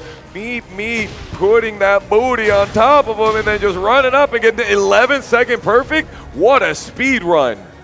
Dude, Kuma's heat smash does so much damage and reaches so far. An incredible follow-up to get that perfect after that sequence. Great throw. It's like 45 damage throw, so you definitely do not want to be getting hit by that throw. Not as much as you don't want to be getting hit by this combo, though. Both of the characters in heat. Raid chooses to go for the heat dash to keep the pressure on, but unfortunately whiffs a move, and Meet Me is going to take a lot of momentum off of this. Yeah, absolutely. A lot of chip damage. Oh my That god. heat smash, again, close around. You saw the chip damage that Salmon Hunter did and set up for that final kill on the heat smash. Bro, that heat smash, we can talk about how strong that heat smash is right now. 13 frame startup, which makes it the top 3 in speed for heat smashes. And it is evasive because Kuma will dip down so much, so a lot of times it will beat jabs, which will be the faster options. And you saw the amount of damage that it does, and it's got good tracking. It's one of the best heat smashes in the game, and I will fight that to death. They definitely gave Kuma something, but maybe a little bit too much. That shoulder is going to connect, though. He is engaged for Raid XR. Ooh, can't be jabbing there. You want to go for a 13-frame mid option to be able to guarantee a good punish on the back one. Ah, so close to getting that. Rolling in, booty bump here for the guaranteed. Heat smash for the plus. Raid XR in the corner, not looking great. Slowly walking his way out of there, though. Putting Meet Me on the wall this time. Goes for the mid option off for the jump here, but closes it out with the low. So that double low only comes from the sit stance right there, and you can low parry after you get hit by the first one. Ooh, if you charge that one, it's not a guaranteed hit, but you see that the recoverable health is there. But unfortunately, you know, that's recoverable health, and I just got it back. You used that for nothing. Trying to push him into the hot dogs here. Wall splat, getting the damage. Trying to go for the mid on the wake up, but he does not. Getting the huge launch here with Rage. This can do a ton of damage. Misses the heat burst to continue the combo. Both players with Rage right now. Ooh, the spacing just was not right. Honestly, not the right tool right there because they just did not have the spacing for that one. Maybe the bear stance down 1+2. I guess it was a hard read that Raid XR was going to come in and jump in. They could have really closed out that round after the Bear Jordan, the slam dunk on them, but it was just a little bit too far away after the heat burst. Continuing to, no longer using just the charged version here. I like it. We're mixing up the metas now. I mean, you can definitely not rip the go for the charge and just rip that small amount of damage and keep him guessing, right?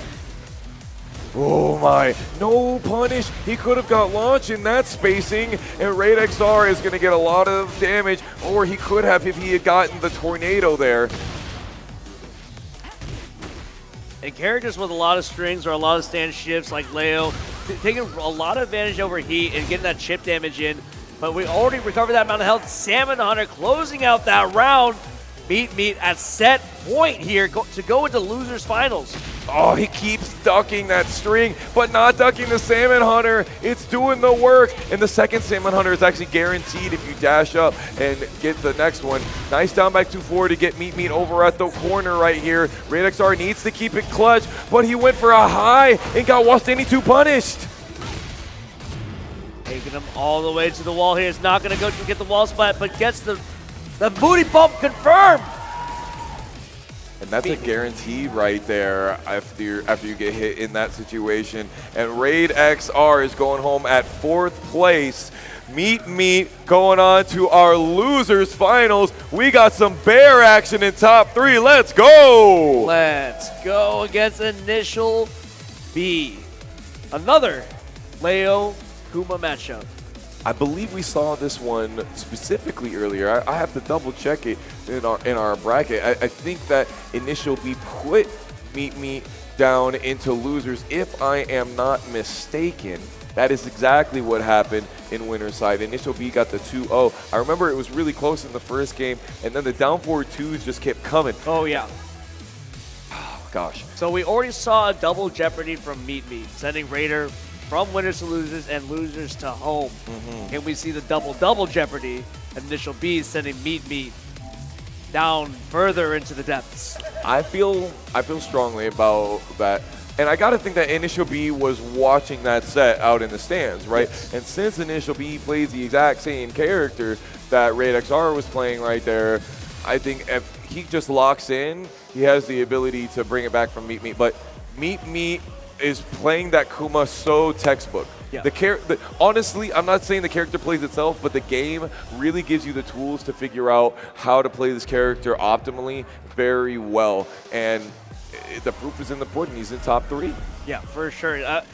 I'm not to say that it's flowchart, but he's doing all the right things. Nothing wrong with a flowchart. Yeah, nothing wrong with the flowchart, but like it's not just a one option. It's not an autopilot. It's not an autopilot. You know, he's not always going for the charged salmon hunters. Yeah. He's not always going for the flips in the hunting. You know, he's got a lot of great mix-ups, but he knows how to press an advantage. He knows how to maintain momentum and really put his opponent into the wall.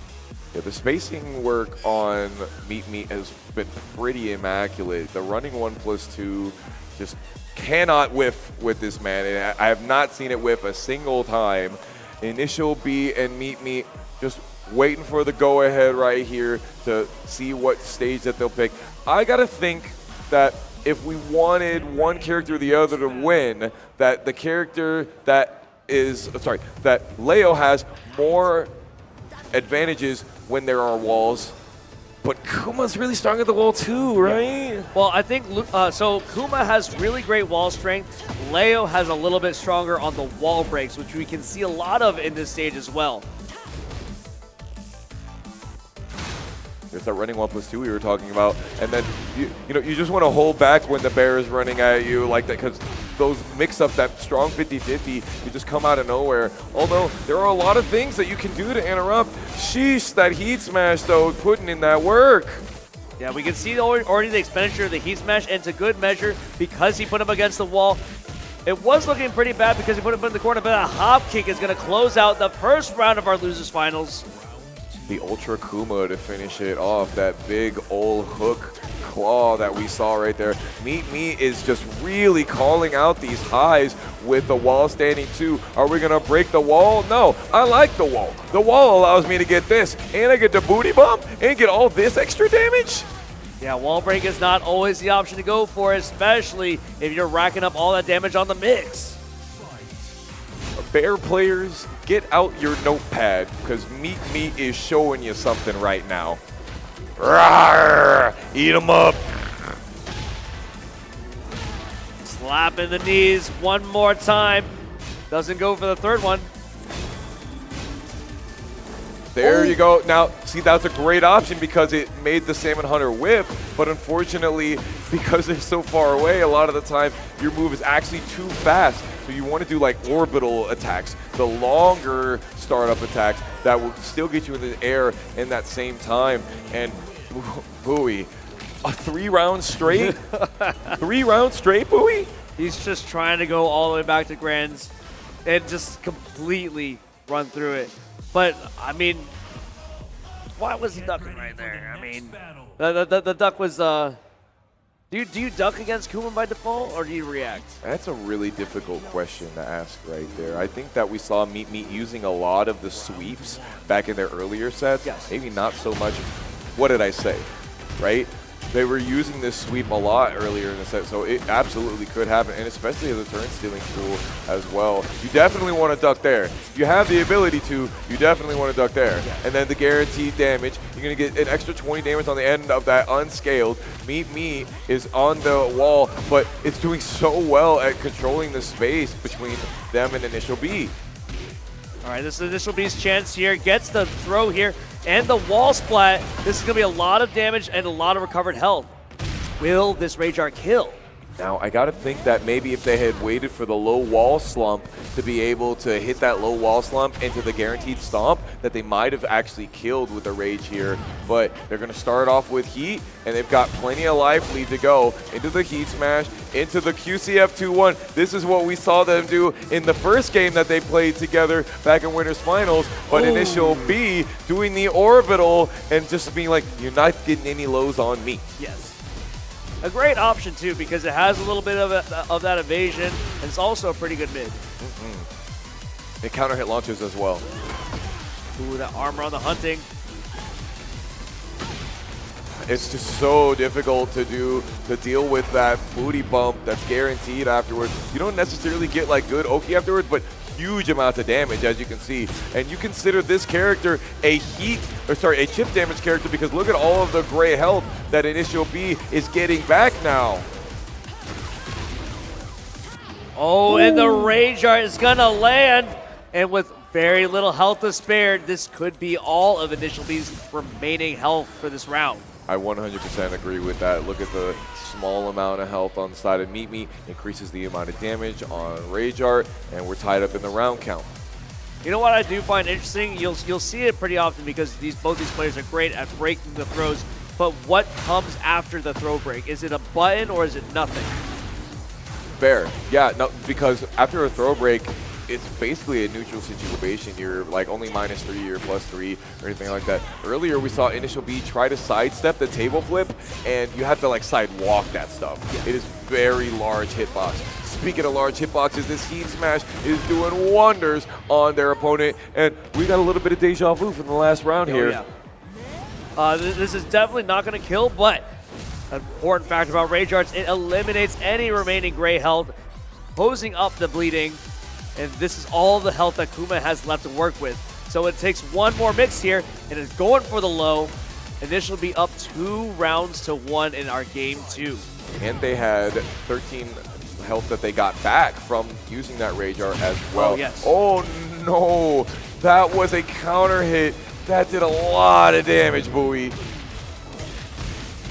Oh, the corner got him out, putting him against the wall. Ooh! And he tech rolled. You really thought that he was going to be able to get a launch there. I really thought. Initial B is in rage. He's got lots of gray life. He could get it back. He ducked the throw, but he didn't get the launch. He gets a launch here, though. Only gets halfway to the wall. Gets the tornado early on, putting all the damage nonetheless. A lot of health on Initial B's side here. This could be it. Rage Art definitely closes it out. 1 game apiece. And again, this is our losers finals. We have to go first to 3 before we can move on to grand finals. Very interesting for him to use the Rage Art there. I feel like they played a game earlier where he did a move when there was like a little tiny bit of health left and it still didn't kill. He's like, I'm not trying to have that happen again to me. Yeah. No matter the amount of health, I will rip this Rage Art and guarantee it. I will wait the 5 seconds to ensure this victory here.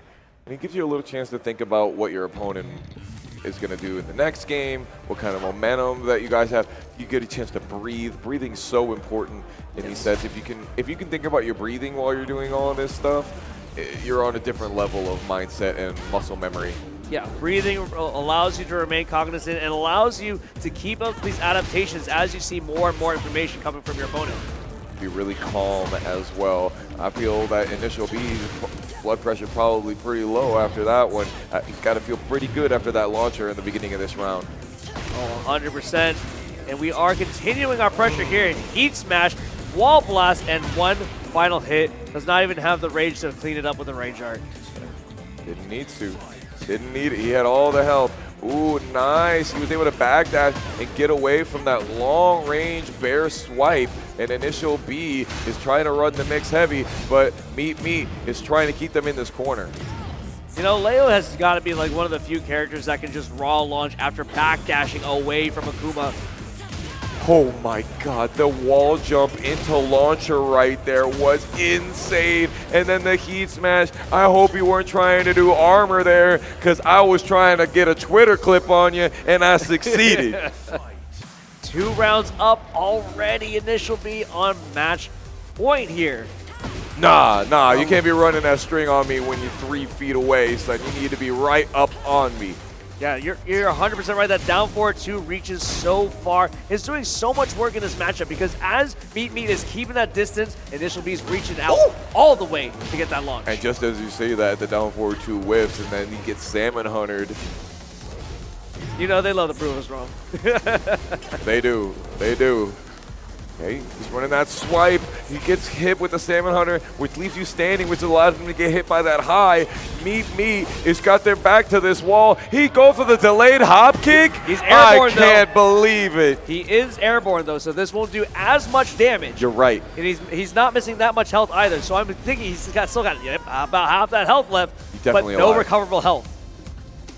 Okay, he runs the running bear. He whiffs the running bear low. Meet Me gets stepped on, 10 seconds remaining, and I think he was going for another one of those running hits again, and Initial B gets the no round brown to finally take the game lead in this losers finals first to 3 set. 2-1 Initial B. What kind of adaptations have we been seeing here? Is it the down 4-2 that's making the difference? Is it the spacing? Definitely the spacing, Yes. 100% the spacing. But, you know, Meet Me has been trying to close that spacing a lot with the running 1+2, that big bear charge, that skull bash that he does. Now, we're on a relatively medium-sized stage here, but the beginning position, the walls are pretty darn close. You get one combo, and then you're already at that wall. Oh my gosh, and that's going to naturally high crush, get the launch, and a guaranteed Salmon Hunter. Okay, uses the power crush. Heat burst right back. Both of them in heat. There's the electric bear god fist. And you see the wall crush animation right there too. It puts you super negative. And then Meet Me went into the bear throw. It's tough 50-50 to deal with, Louis. That's an unbreakable throw, right? Correct. Yeah, you can. There's You no must hands duck. to break there. That's a mouth. You must duck. And it doesn't really telegraph itself really well. You just have to like have your eyes on the bear, and the bear has to kind of like look like he's standing still a little bit longer than you think he would. He just like takes a big deep breath and then just opens his mouth for you. All right, but Meet Me back against corner, gets out of there immediately with the heat smash. Initial B still in heat, but can it matter? This actually was one of the best float combos that Meet Me could have done, because that hunting bear down 1+2, that like little hop that he does, pretty big damage right there. Definitely what you want in your combos. Meet Me is already back to try to get a no round brown of their own against Initial B as revenge. Getting a lot of plus, we're getting a lot of chip. That attack was not good enough for a punish in that situation. Oh, there it is, the bear electricities, simple bear electricities. Hey, I think you got a little boo-boo. Oh, blocks the mid. Okay, this could be an opportunity. Still a lot of health and recovery here. Stomp on him, guaranteed. Yeah, tried to get up a little bit too early. The hell sweep did not get launched. Initial B really wants that, but he canceled it. You can't cancel it while he's mid-air. There's no way. No round brown for Meet Me there. He could have, if he did the heat burst, then Meet Me would have been airborne and it would have bounded. And Yes. granted, he would have got sidewall, but he would have had his situation right there. But he must have been mashing on the back button right there, and so it canceled. So we got a game 5, and this is what I'm talking about here. I want this to happen. I want the big swings to happen, because that means we get more games, baby. Oh my gosh, and what a stage to end it on. Tornadoes flying, rain pouring down, the waves crashing upon us. Ooh, interesting jump right there to get us started. These guys are not yet launching the hell sweeps of one another. I see the nerves popping in. Well, I mean, I see the decision. It could be a decision to get the heat engage without possibly. having to use the burst. Because if you use the burst, you already use about 33% of your gauge there. Right, agree. Yes, and then the stomp right there into the 12 frame mid. You had to guess on that situation, and Initial B made it a real tough one for you. Yeah, pretty quick round at that. We are still continuing our offense, backing up a little bit. Meet has the opportunity, gets the hop kick on the hunting bear.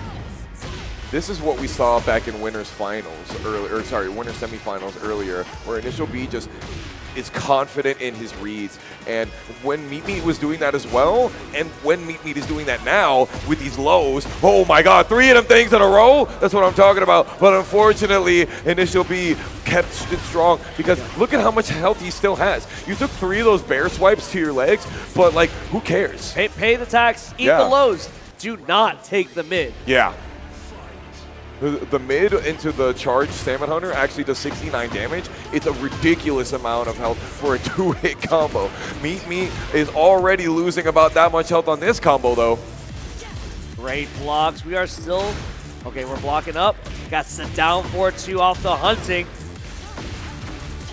Ooh, that's the low wall slump. That's going to be the most guaranteed damage, and they had some nasty Oki on the end of it.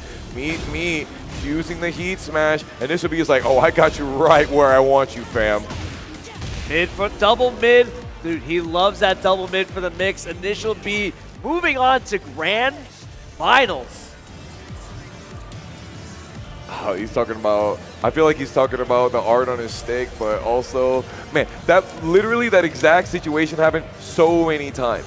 Heat smash, quarter circle forward 2-1, down forward 1. I can think of at least 4 times that it was used, and 3 out of those 4 times, it was the game-winning option.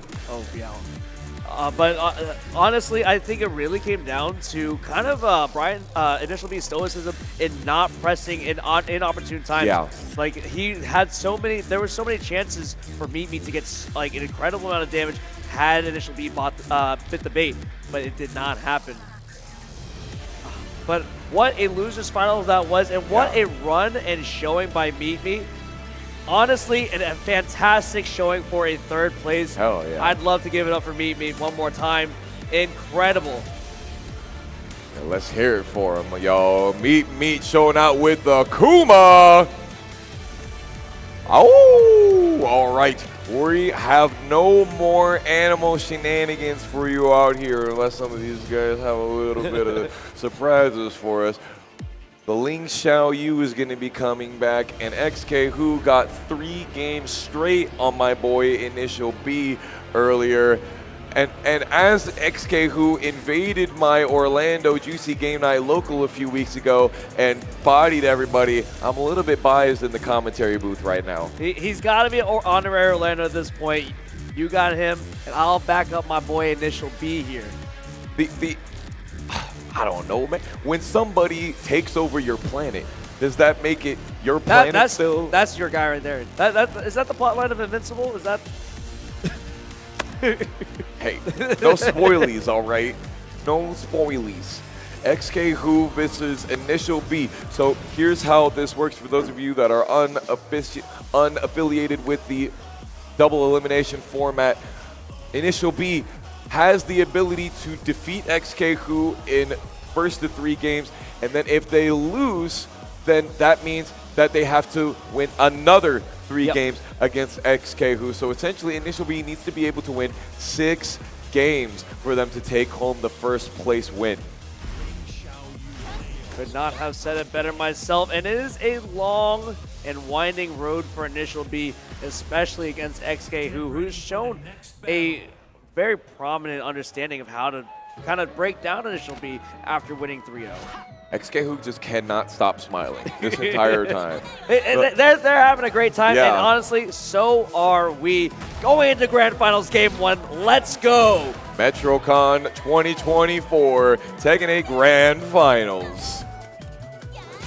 Starting off with Ortiz Farms, can we finally see it? Can we finally see the last iteration of this stage? Initial B really being discerning on their button choicing and really trying to move a lot. XK Who starting to use some of the homing moves and not getting launch punished for these launch punishable tools. But that's okay. I'm going to get my heat engager. I'm going to launch you because I know you're ducking for some reason in the very first round after my first heat engager, and we're going to send this solid. Yeah, you do see Initial B loves the mid-mix, and honestly, good for him, because those lows are going to be a little bit unsafer and get him punished a little bit harder. Ooh, the box stance almost evaded that entire string. And you know what? Didn't need it. Gets this great K&K cancel into a high wall splat. 50% damage on the combo. Those alpacas are getting it, and so is Initial B. Stuck in a corner. Can he fight his way out of here? And he can. Perfect. A double. Do it again. Plus on here, can we get the balcony break? Wall runs out, but gets the jab anyway. Ooh, that almost whip punish. Heat burst actually recovered very quickly because they're meant to be used in combos quite often. Oh no, is he gonna go through the wall? He is. Look at the sheer amount of red on that screen already, Bowie. Still have the tornado, gets the Oki. One more mix is gonna do. Wall run into the launch, gets the full combo, taking 2 rounds. Holy! That's what I'm talking about, Brian. Make it a spectacle for these people of METROCON. If they don't know what Tekken's about, show them. This is the #1 spectator game that we got out here. Let's get it! Initial B 1 round off a match point here and has a strong advantage going on. Floor break is an option once either player gets a launch here. Okay. It's still the small game until the AOP double palm comes up on you, and they still have Tornado to spend, and they're gonna spend it right. The 4-4-4 whips, unfortunate. We are the center stage. This could be the wall burst we're looking for. Excellent. Money abound. We are getting this damage. Heat dash does not get a follow back. But the down for it too. When you're right, you're right. No round. Brown game 1. He did what he could not in 3 games of that winners final set. And again, I think it's all a ploy for these professional top players of our Florida scene. They just wanted to go into losers so that they could get on stream more. That's what it is. It's all about fame at this point. Yeah, it's all about the Twitter clips. Oh, we are going to the ballroom though. We're having a little dance off here. And we're in the Elegant Palace right now. Initial B feeling pretty good about this, I gotta imagine. Shooting star into the sidestep back turn. Initial B still having a hard time punishing that move. It is very launch punishable, but it's so fast on startup, it can be really difficult to get the launch. And it's really scary against, being on the defense against Leo because not only is she constantly going for the mid-low mix-up and those stance shifts, but also the way she's able to delay the timing on it makes it really hard to block. 100%. The heat smash you knew was coming right there because of the armor getting used earlier on. Initial B gets another one of the wall jumps. That's 3 that we've seen tonight already. And he shouts out the homie as he does it. Let's get some more of that. Woo, boy. The low parry, all right, very nice. XK Hood showing has a really good showing with these low parries in the past, actually. Oh, Initial B is in a trouble spot right here in this corner. XK who does exactly what they need to do, goes into that hypnosis. Somehow that elbow whiffs, and Initial B still got a huge amount of chip. Way he does it the 4th time! He waited for it, but unfortunately, perhaps he waited too long. XK who had themselves in a back turn situation, and that's why they couldn't pick up the combo properly. That's a damn shame. The hubris punished and getting full comboed. We're all the way downstairs. Nice. 1 round apiece. This will be getting a good start here, though. Very lucky for Initial B that XK who did not throw the second hit of that back 2 string. Sure, you got exploded, and you get an entire combo off of that. Honestly, if Initial B has the right one here, I think he can close it out. That sidewall is going to steal a little bit. That heat smash, though, gets the 7 golden letters. Match point again for Initial B. Let's get it. Hey, XK who's dancing, trying to mix up the timing, trying to make it so that their approach, their button presses are not as predictable. Nice punish, again the heat. Yeah, Initial B is like, you know what, you could go and do all of that right there. And then when you decide you want to come to me, how about you come meet my fist? That's my assistant, you could talk to them first. Using up the heat dash and all the gauge just to press the advantage, and it's looking fantastic for Initial B. XK Hood making the approach though, getting the heat of his own. Ooh, got to get out from that wall right there. You do not want to be in that situation, but unfortunately the hop kick, not the right time for it. Oh no, not the unblockable. You was not watching that one with enough time. Great break on the throw. 10 seconds remaining. They tried to get the turnaround throw. 8 seconds left. What could happen with the fan blades? XK Hood with the advantage in health here. 2 seconds left. There's got to be a mix. He gets 3% over him. That's exactly what he needed, that mid. You know, you always expect in those small bits of last seconds, oh, they're going to go low. They're going to try and greed out of me. And so I'm going to duck. Oh, no, they didn't do it. He did guess mid. He got the first mid block and then got hit with the second mid. That right there is great long set play that we're getting right here because they already have played 3 games with each other. So now this is already the 6th game that they played with each other today. So they might as well be playing like a 1st to 10 out here. And it's a very different thing when you're playing a 1st to 2 versus when you're playing a 1st to 6 or a 1st to 7. For sure. XK Hood with the advantage this time around, getting him against the wall. Another one of those down back 2-4s. He's finally found a move that is going to be really good for when XK Who tries to go so far away from him. We've seen so many of those heat engages already. XK Who is really not afraid of him though. I don't care if you've got your oven on. We're finally getting on the board here. XK Hood with a round up. Both of them swinging out of the gate on the round start. Nice stuck off under that heat engage.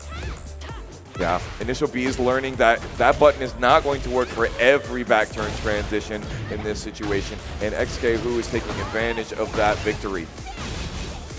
It's a lot of scary stuff. Heat Smash is going to end the heat life there. Oh, we have an opportunity for a balcony break. I think that was a float too, so you see it's not as much damage, but in Tekken, it's not about what damage you do, it's about the amount of control that your combo can get you. But unfortunately, we're back at that nooch, and Initial B is in heat. He does have rage. He's got all the resources that he needs. Can he close it out? Breaks the throw, has a little bit of recoverable health. Oh, does not break the second throw though. XK Who up 2 rounds in game 3. Ooh, the back turn low. That one is an immediate combo starter. XK Who just went for some small buttons, tried to keep the combo going as much as they could, and then the back 1+2 launcher, the double rising fan flames. The pendulum does swing. XK Hood with a ton of momentum right now. Unfortunately, eating a lot of hits on the ground here. Ooh, yep, just sit there, stay nice and tight. Backdash, one of her shortest range back turn moves that she did right there was evaded, and that's what gave Initial B the opportunity to run up, get this grab, and say, no, you're not getting this game. I'm gonna get this reset right now. We're gonna finish this one speedy style. Yeah, we're seeing a lot of these rounds come down to throws. It's all throw breaking, and it's just, do you have the reaction? Do you have the knowledge? How are we finishing this? Not a clean wall splat right there, but a clean amount of damage.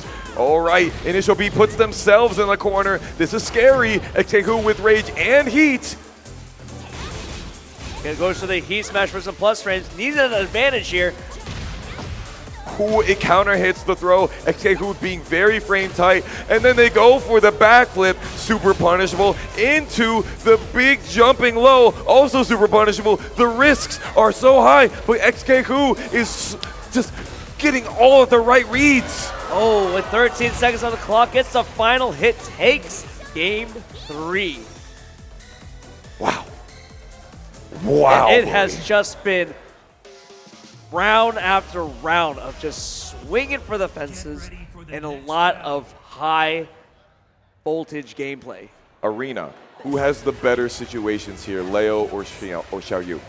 It's got to be Xiao Yu. She's got the walls are super close, and she's a mixed monster, right? And she's already walking around you. If you're not up against the wall, she's gonna put you up against the wall. Yeah, it's really good for her to lock you down. XK Who is doing a great job of it. These throws are just landing so much. Initial B stays on the ground. It doesn't get hit by that previous backflip, but tries to go for the mid-high string, and XK Who saw it coming a mile away. Honestly, I will say, despite characters, this might be a stage for Initial B as he's running off of these walls. Sheesh, that's true, but only if he's on his feet. He keeps getting himself on the ground. He keeps getting knocked down by XK Who, trying to return the favor. Finally, that very quick recovery kip up that we saw is getting launch punished. All right, 50% health left for XK Who, and gets another launch. He's just running these down forward. I'm telling you, this is how he's winning most of his matches today, is he just goes, you know what, let's get rid of the small stuff. I don't sweat the small stuff. How about you sweat this right hand up into the sky? And once again, he gets yet another launch. He's like, I don't need small hits. 2 launches is all it takes, and then I'm taking you to the cleaners. You're right. Okay, goes for the hypnotist, but very risky in this matchup because while most characters can't punish that very well, Initial B has a character that does, and he gets heat engaged, and he got another launcher at the end of it. So much damage come from Leo when she gets that wall splat. Going for the low there, trying to get the heat to get out of that corner. She's trying to walk out, but eats the low. The low dab. We are on reset point right here. XK Who needs to throw out some of those tricks that we know that they have in that bag. All right, slowly but surely, XK Who forcing Initial B back in the corner. Gets the wall run, but does not get the full launch on the combo. They got hella damage for it though, regardless. The down forward 2 not working right there. Initial B in rage, so he does have the 20% extra damage for every hit that he gets, and he gets the double left foot right to your face. The Tims, he is hims. Honestly, after the 5th wall run hit, I'm getting psychic damage. And there's some toxicity on the side of XK Who right here. Some poison going on. We got ourselves set point versus survival point right now. XK Who really trying to go for these really high risk options. And Initial B says, you know what? Hold this right punch again. And once again, going for the heat engage and not the huge punish. But XK Who chooses to get the big launch off of the snake edge.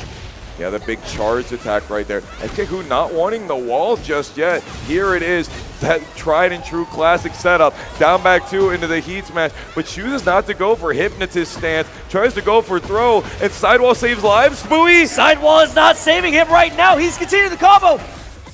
Ooh, he got up. Here's the heat smash into the sway. Quarter circle 4-2-1. Are we gonna get these lows? The hop kick does not work, and we got ourselves a reset. What a beautiful backdash away from the hop kick, getting the whip punish. It all comes down to this. The final set of the night. Initial B versus XK Who. You know my man Initial B is feeling good about some of these reads that he's been doing, man. It's been working out. But what the thorn in his side and not keeping him consistent is that XK Who is seeing that heat engager and getting the big ducks. Yeah, that's true. But also you got to remember, all of the decisions that Initial B has gotten correct, he's going to have to do that again 3 times. And XK Who was like, all right, that beat me this time. I'm going to remember that for later. I had the ability, I had the advantage in the set to be able to lose those games. Those games were nothing to me. I can still win this bracket. Absolutely. It all comes down to those micro adjustments, that adaptation that we are going to see live here today. That data acquisition. Now, if XK Who would have done the shoulder there, the elbow, he would have been able to launch, or rather get the wall splat into a side wall, but Initial B got away with murder there and is getting so much damage off of that. Ooh, the timing delay, Timing. Very nice on the heat smash, and you can see a little bit of that down. You see what XK Who did that last round? He did a wall run. He's like, oh, me too. You saw the key charge at the end by Initial B as well. I don't want to pretend that we didn't see that little mark of disrespect right there. Speaking of which, ducking and launching the jab, very difficult thing to do, but Initial B is on one right now. I mean, it does look like Initial B has some room to flex, but I would not get too confident against XK Who. I think we saw in the first set that he played that it took a little bit to get his engines running. Just ducked under that one with the box stance, and that's one of the most damaging launchers that Leo can even do. The Death Fist is putting in that work. Nice job not trying to whip punish because they were definitely way too far away to get a whip punish. You have 10 seconds. I don't know what you could even do to be able to get this damage left. Oh, maybe that's it. He doesn't get the rage art. Oh my God. Oh my goodness, that was some of the fastest action that I have seen all day, and we have been just nitrous. Complete Formula 1 happened today. Initial B on match point here. XK Who with the life advantage in round 3. We are heat engaged, facing the wall. XK Who once again getting hit by that heat engager in the back turn, and again Initial B not getting the launch. But honestly, what you want is this. You want this, the break on the wall. You want to go through this other wall as well. Can he finish the combo off and get this final one? No, the kip up not letting him do it. He blocks it and not able to punish, and a nice pickup getting him on the back turn. Now, that was just game 1. That's just game 1 of our second set. Now, it does come into the conversation of how stamina comes into play here, as we've seen Initial B have to run through 2 previous sets before this one. Ready for the next battle. Now, devil's advocate, maybe that warmed him up. Maybe that just made him stronger. You know what I mean? You go and you do a little bit of stretching before you go and do your big lifts and workouts here. It's all Cole the engine here. Yeah, 100%. That's the way I feel about it. I feel like Initial B is primed, like the lawnmower in the morning on 7 o'clock a Saturday. The down 4-2s are whiffing now. Oh, yeah. We do have Wall Blast here. This is Arena, just a little bit bigger than Arena, but with Wall Blast as well. XK Who with the life advantage once again. Heat starting to run out here. Going for the Heat Dash. Great option. Love that. Really difficult to punish that move from Leo, but the forward, doing lots of work for him, and he chose not to do 4-4-4-3. He was like, I'm going to do the one that gives me even more guarantee. Yeah, Initial B has been all launches all day in this set. He, again, running out. He's not taking the bait Going out for two here. again. Again, we're going down to the final seconds as well. Our first time, and there's the Lightning Glare Hell Sweep and the Death Fist from Leo. 5 seconds left on the clock. Initial B keeps it together. XK Who really needs to pull something out of the bag here to make a difference. Doing a lot of movement now, trying to stay in the back turn stance and maybe make Initial B think twice, but Initial B is already on layer 3. Honestly, I think XK Who needs to tighten it up a little bit. He's missing a lot of moves. He's creating a lot of whips, which is giving Initial B a lot of opportunities to get those launches. XK Who does have the ability for Initial B to get blown up at this wall right here, and there's the throw. We've seen that throw specifically hit so many times. The hit throw happening. Oh no, not the Wang's waning moon. That is a launching throw. First time that we've seen that this evening. Backs against the wall. Wall Blast is an option. Cancels the heat. It gets thrown into the Wall Blast. Tornado still an option here. There it is. Going into heat. More damage on damage. That's a damn shame right there that grab did that to you. I feel all sorts of bad for you. XK Who and Initial B basically have the same amount of heat. Never mind. Initial B spends it on this heat dash and gets a lot of reward for it. Absolutely. Heat is already out. Last hit. Wall run to get out of the wall situation. Wall Blast. We still have Tornado online as well. Getting it. Finishing up the combo. Gets the Yoki. Goes for the AOP stance, just the first hit. XK Who and Initial B again with 6 seconds remaining. He didn't have Lightning Glare that time, so he couldn't finish him off. And XK Who gets that very last little chip in that back turn low. We have an opportunity to even up the set count here. XK Who on match point, unfortunately gets launched by Initial B. Do you think we're going to see a heat burst here? I guess not. Perfect punish. Environmental resources are also dwindling as we are seeing these wall bursts eliminated one by one.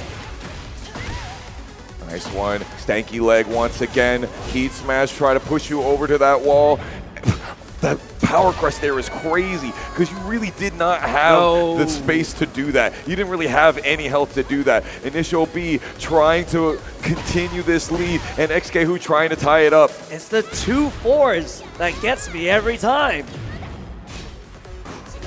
Yeah, those 2 kicks, he just continues to do them at the beginning, and they just keep working out, just like this heat engager. Down 4-2 not working, and XK Who not getting a punish and spending their heat instead of getting a punish. And the launch, this could be it. We have Lightning Glare, but we don't have heat. Oh, and they actually realign themselves to be away from that blowing up screen. He goes for 5 down forward ones in a row, and then says, you know what? I guess you don't like those toes as much as you thought you did. I've got one more game for you, and then I'm going home with all this money. But I think that XK Who has a little bit of a different plot of the script tonight. Get ready for the next battle. Ortiz Farms, Initial B up 2-0 in our final set. Ortiz Farms, the very beginning of this stage is very small, but both of these characters have really good ways to realign and to go through that balcony. Just the first hit of that string a couple of times, very interesting. You know what? I think I see what it is. It took a while, but you're talking about that back turn into the down back to retreat. But as Leo's making that advance, she has a really easy time. She has the reach from the down forward too. She has the natural advance in her stance shift to punish it. Speaking of punish, what a whiff punish right there from XK, who gonna get the splat and the extra damage on the end of it. If you try to wake up, you get hit by all of that. That's a damn shame. You try to stay on the ground. If you had stayed on the ground, you wouldn't get hit by any of that. All right, making that space and then launch again. Perfect spacing, gets the great wall splat. Gonna go ahead and send them downstairs. Not quite just yet. They do get this duck. That duck is the difference maker. He wants that heat engage. You can smell it in the air. But the duck and punish super clean. Nice. Good job. It catches the sidestep that initial B was trying to do. Down back two in a heat smash once again. Basically, the only thing that you can do to get out of that is the sidewalk left, and it's very difficult to do when you're on the player two side as initial B is currently. Oh, these ducks on initial B's part is like, oh, ducking is an option, huh? We're ducking now. With all this rage. There it is. Yep. The rage buff, increasing the amount of damage, and finally finishing into that rage art. We can see a finish here. It is a little late into the combo. And they had the wall scaling as well. 10 seconds remaining. He's going to go for down forward ones. And XK, who went for the jabs because he's like, all right, you want to do down forward ones over and over again? Fine, I'll do some jabs to be able to interrupt you and get some of that space, but nothing doing. Initial B also starting off this round with a great wall combo again. It's deja vu all over. Oh my God, the spring kick getting punished by the death fist. Getting the wall combo here in heat. He's going to go for the heat smash. I know it here. Oh, he goes for the heat dash. I've never been so wrong. Look at how calm and collected initial B is in this spacing. Again, getting that punishment is so very strong. XK who's trying to play the death of 1,000 cuts because, as you can see, every hit that gets blocked, they get all that recoverable health back. They were on the brink of death. Ooh, getting just that as I grab, said. getting them, turning them around, put them against the wall. Set point. Tournament point for initial B. One more round to take first place.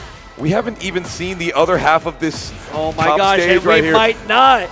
He's cleaning it up. He's taking them to the cleaners. One more hit's gonna do it. A perfect to finish it off. Initial B is your METROCON 2024 Tekken 8 first place. Whoa, my God. METROCON, did you love that one or what? Our homie Initial B and XK, who there's nothing but smiles up on this stage right now and out in the crowd. METROCON 2024. I hope you guys, if you've never seen Tekken 8 before, you get a chance to say, this is the kind of stuff that we get to see all the time. Join our community. We love to have new players. And Initial B would love to have more people to beat up and take money from. But what an amazing run that was. Initial B taking it, going down 3-0 against XK, who initially, but taking 2 sets in a row with such a flourish as well. Those wall runs, those punishes, the shimmies against the wall. Just absolutely clean Tekken play. Yeah. But again, shout out to all of our other players. We had Raid XR, we had Meet Me, we had JLR. We had so many amazing players come out today, and we love the hell out of them. I've got to say specifically, there was a conversation that I had with one of my proteges earlier. He said, you know what I think it is? I think if you play confident, you just play better. Exactly. You're just, if you want to win, you just play confident. And I really feel like that's what happened today for Initial B, that he just played so confidently that he couldn't be wrong. And even in the situation where he was like, you know what? I'm just going to take it off the shoulder. It is what it is. Oh my gosh, there's nothing but smiles up here on the top 3 medal stage. So that means that he has now 2 medals from METROCON right now. He's got the 3rd place finish from Guilty Gear Strive and the 1st place finish for Tekken 8. That has got to be your METROCADE Gamer of the Year right there. 2 top 3s.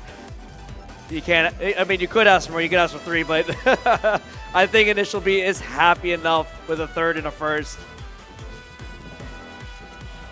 Thank you all so much for joining us for our Tekken Top 8 and the rest of our pools. I hope you all enjoyed it. I've been Foxhound. And I've been Bowie. And we thank you so much for joining us. Stop by again sometime.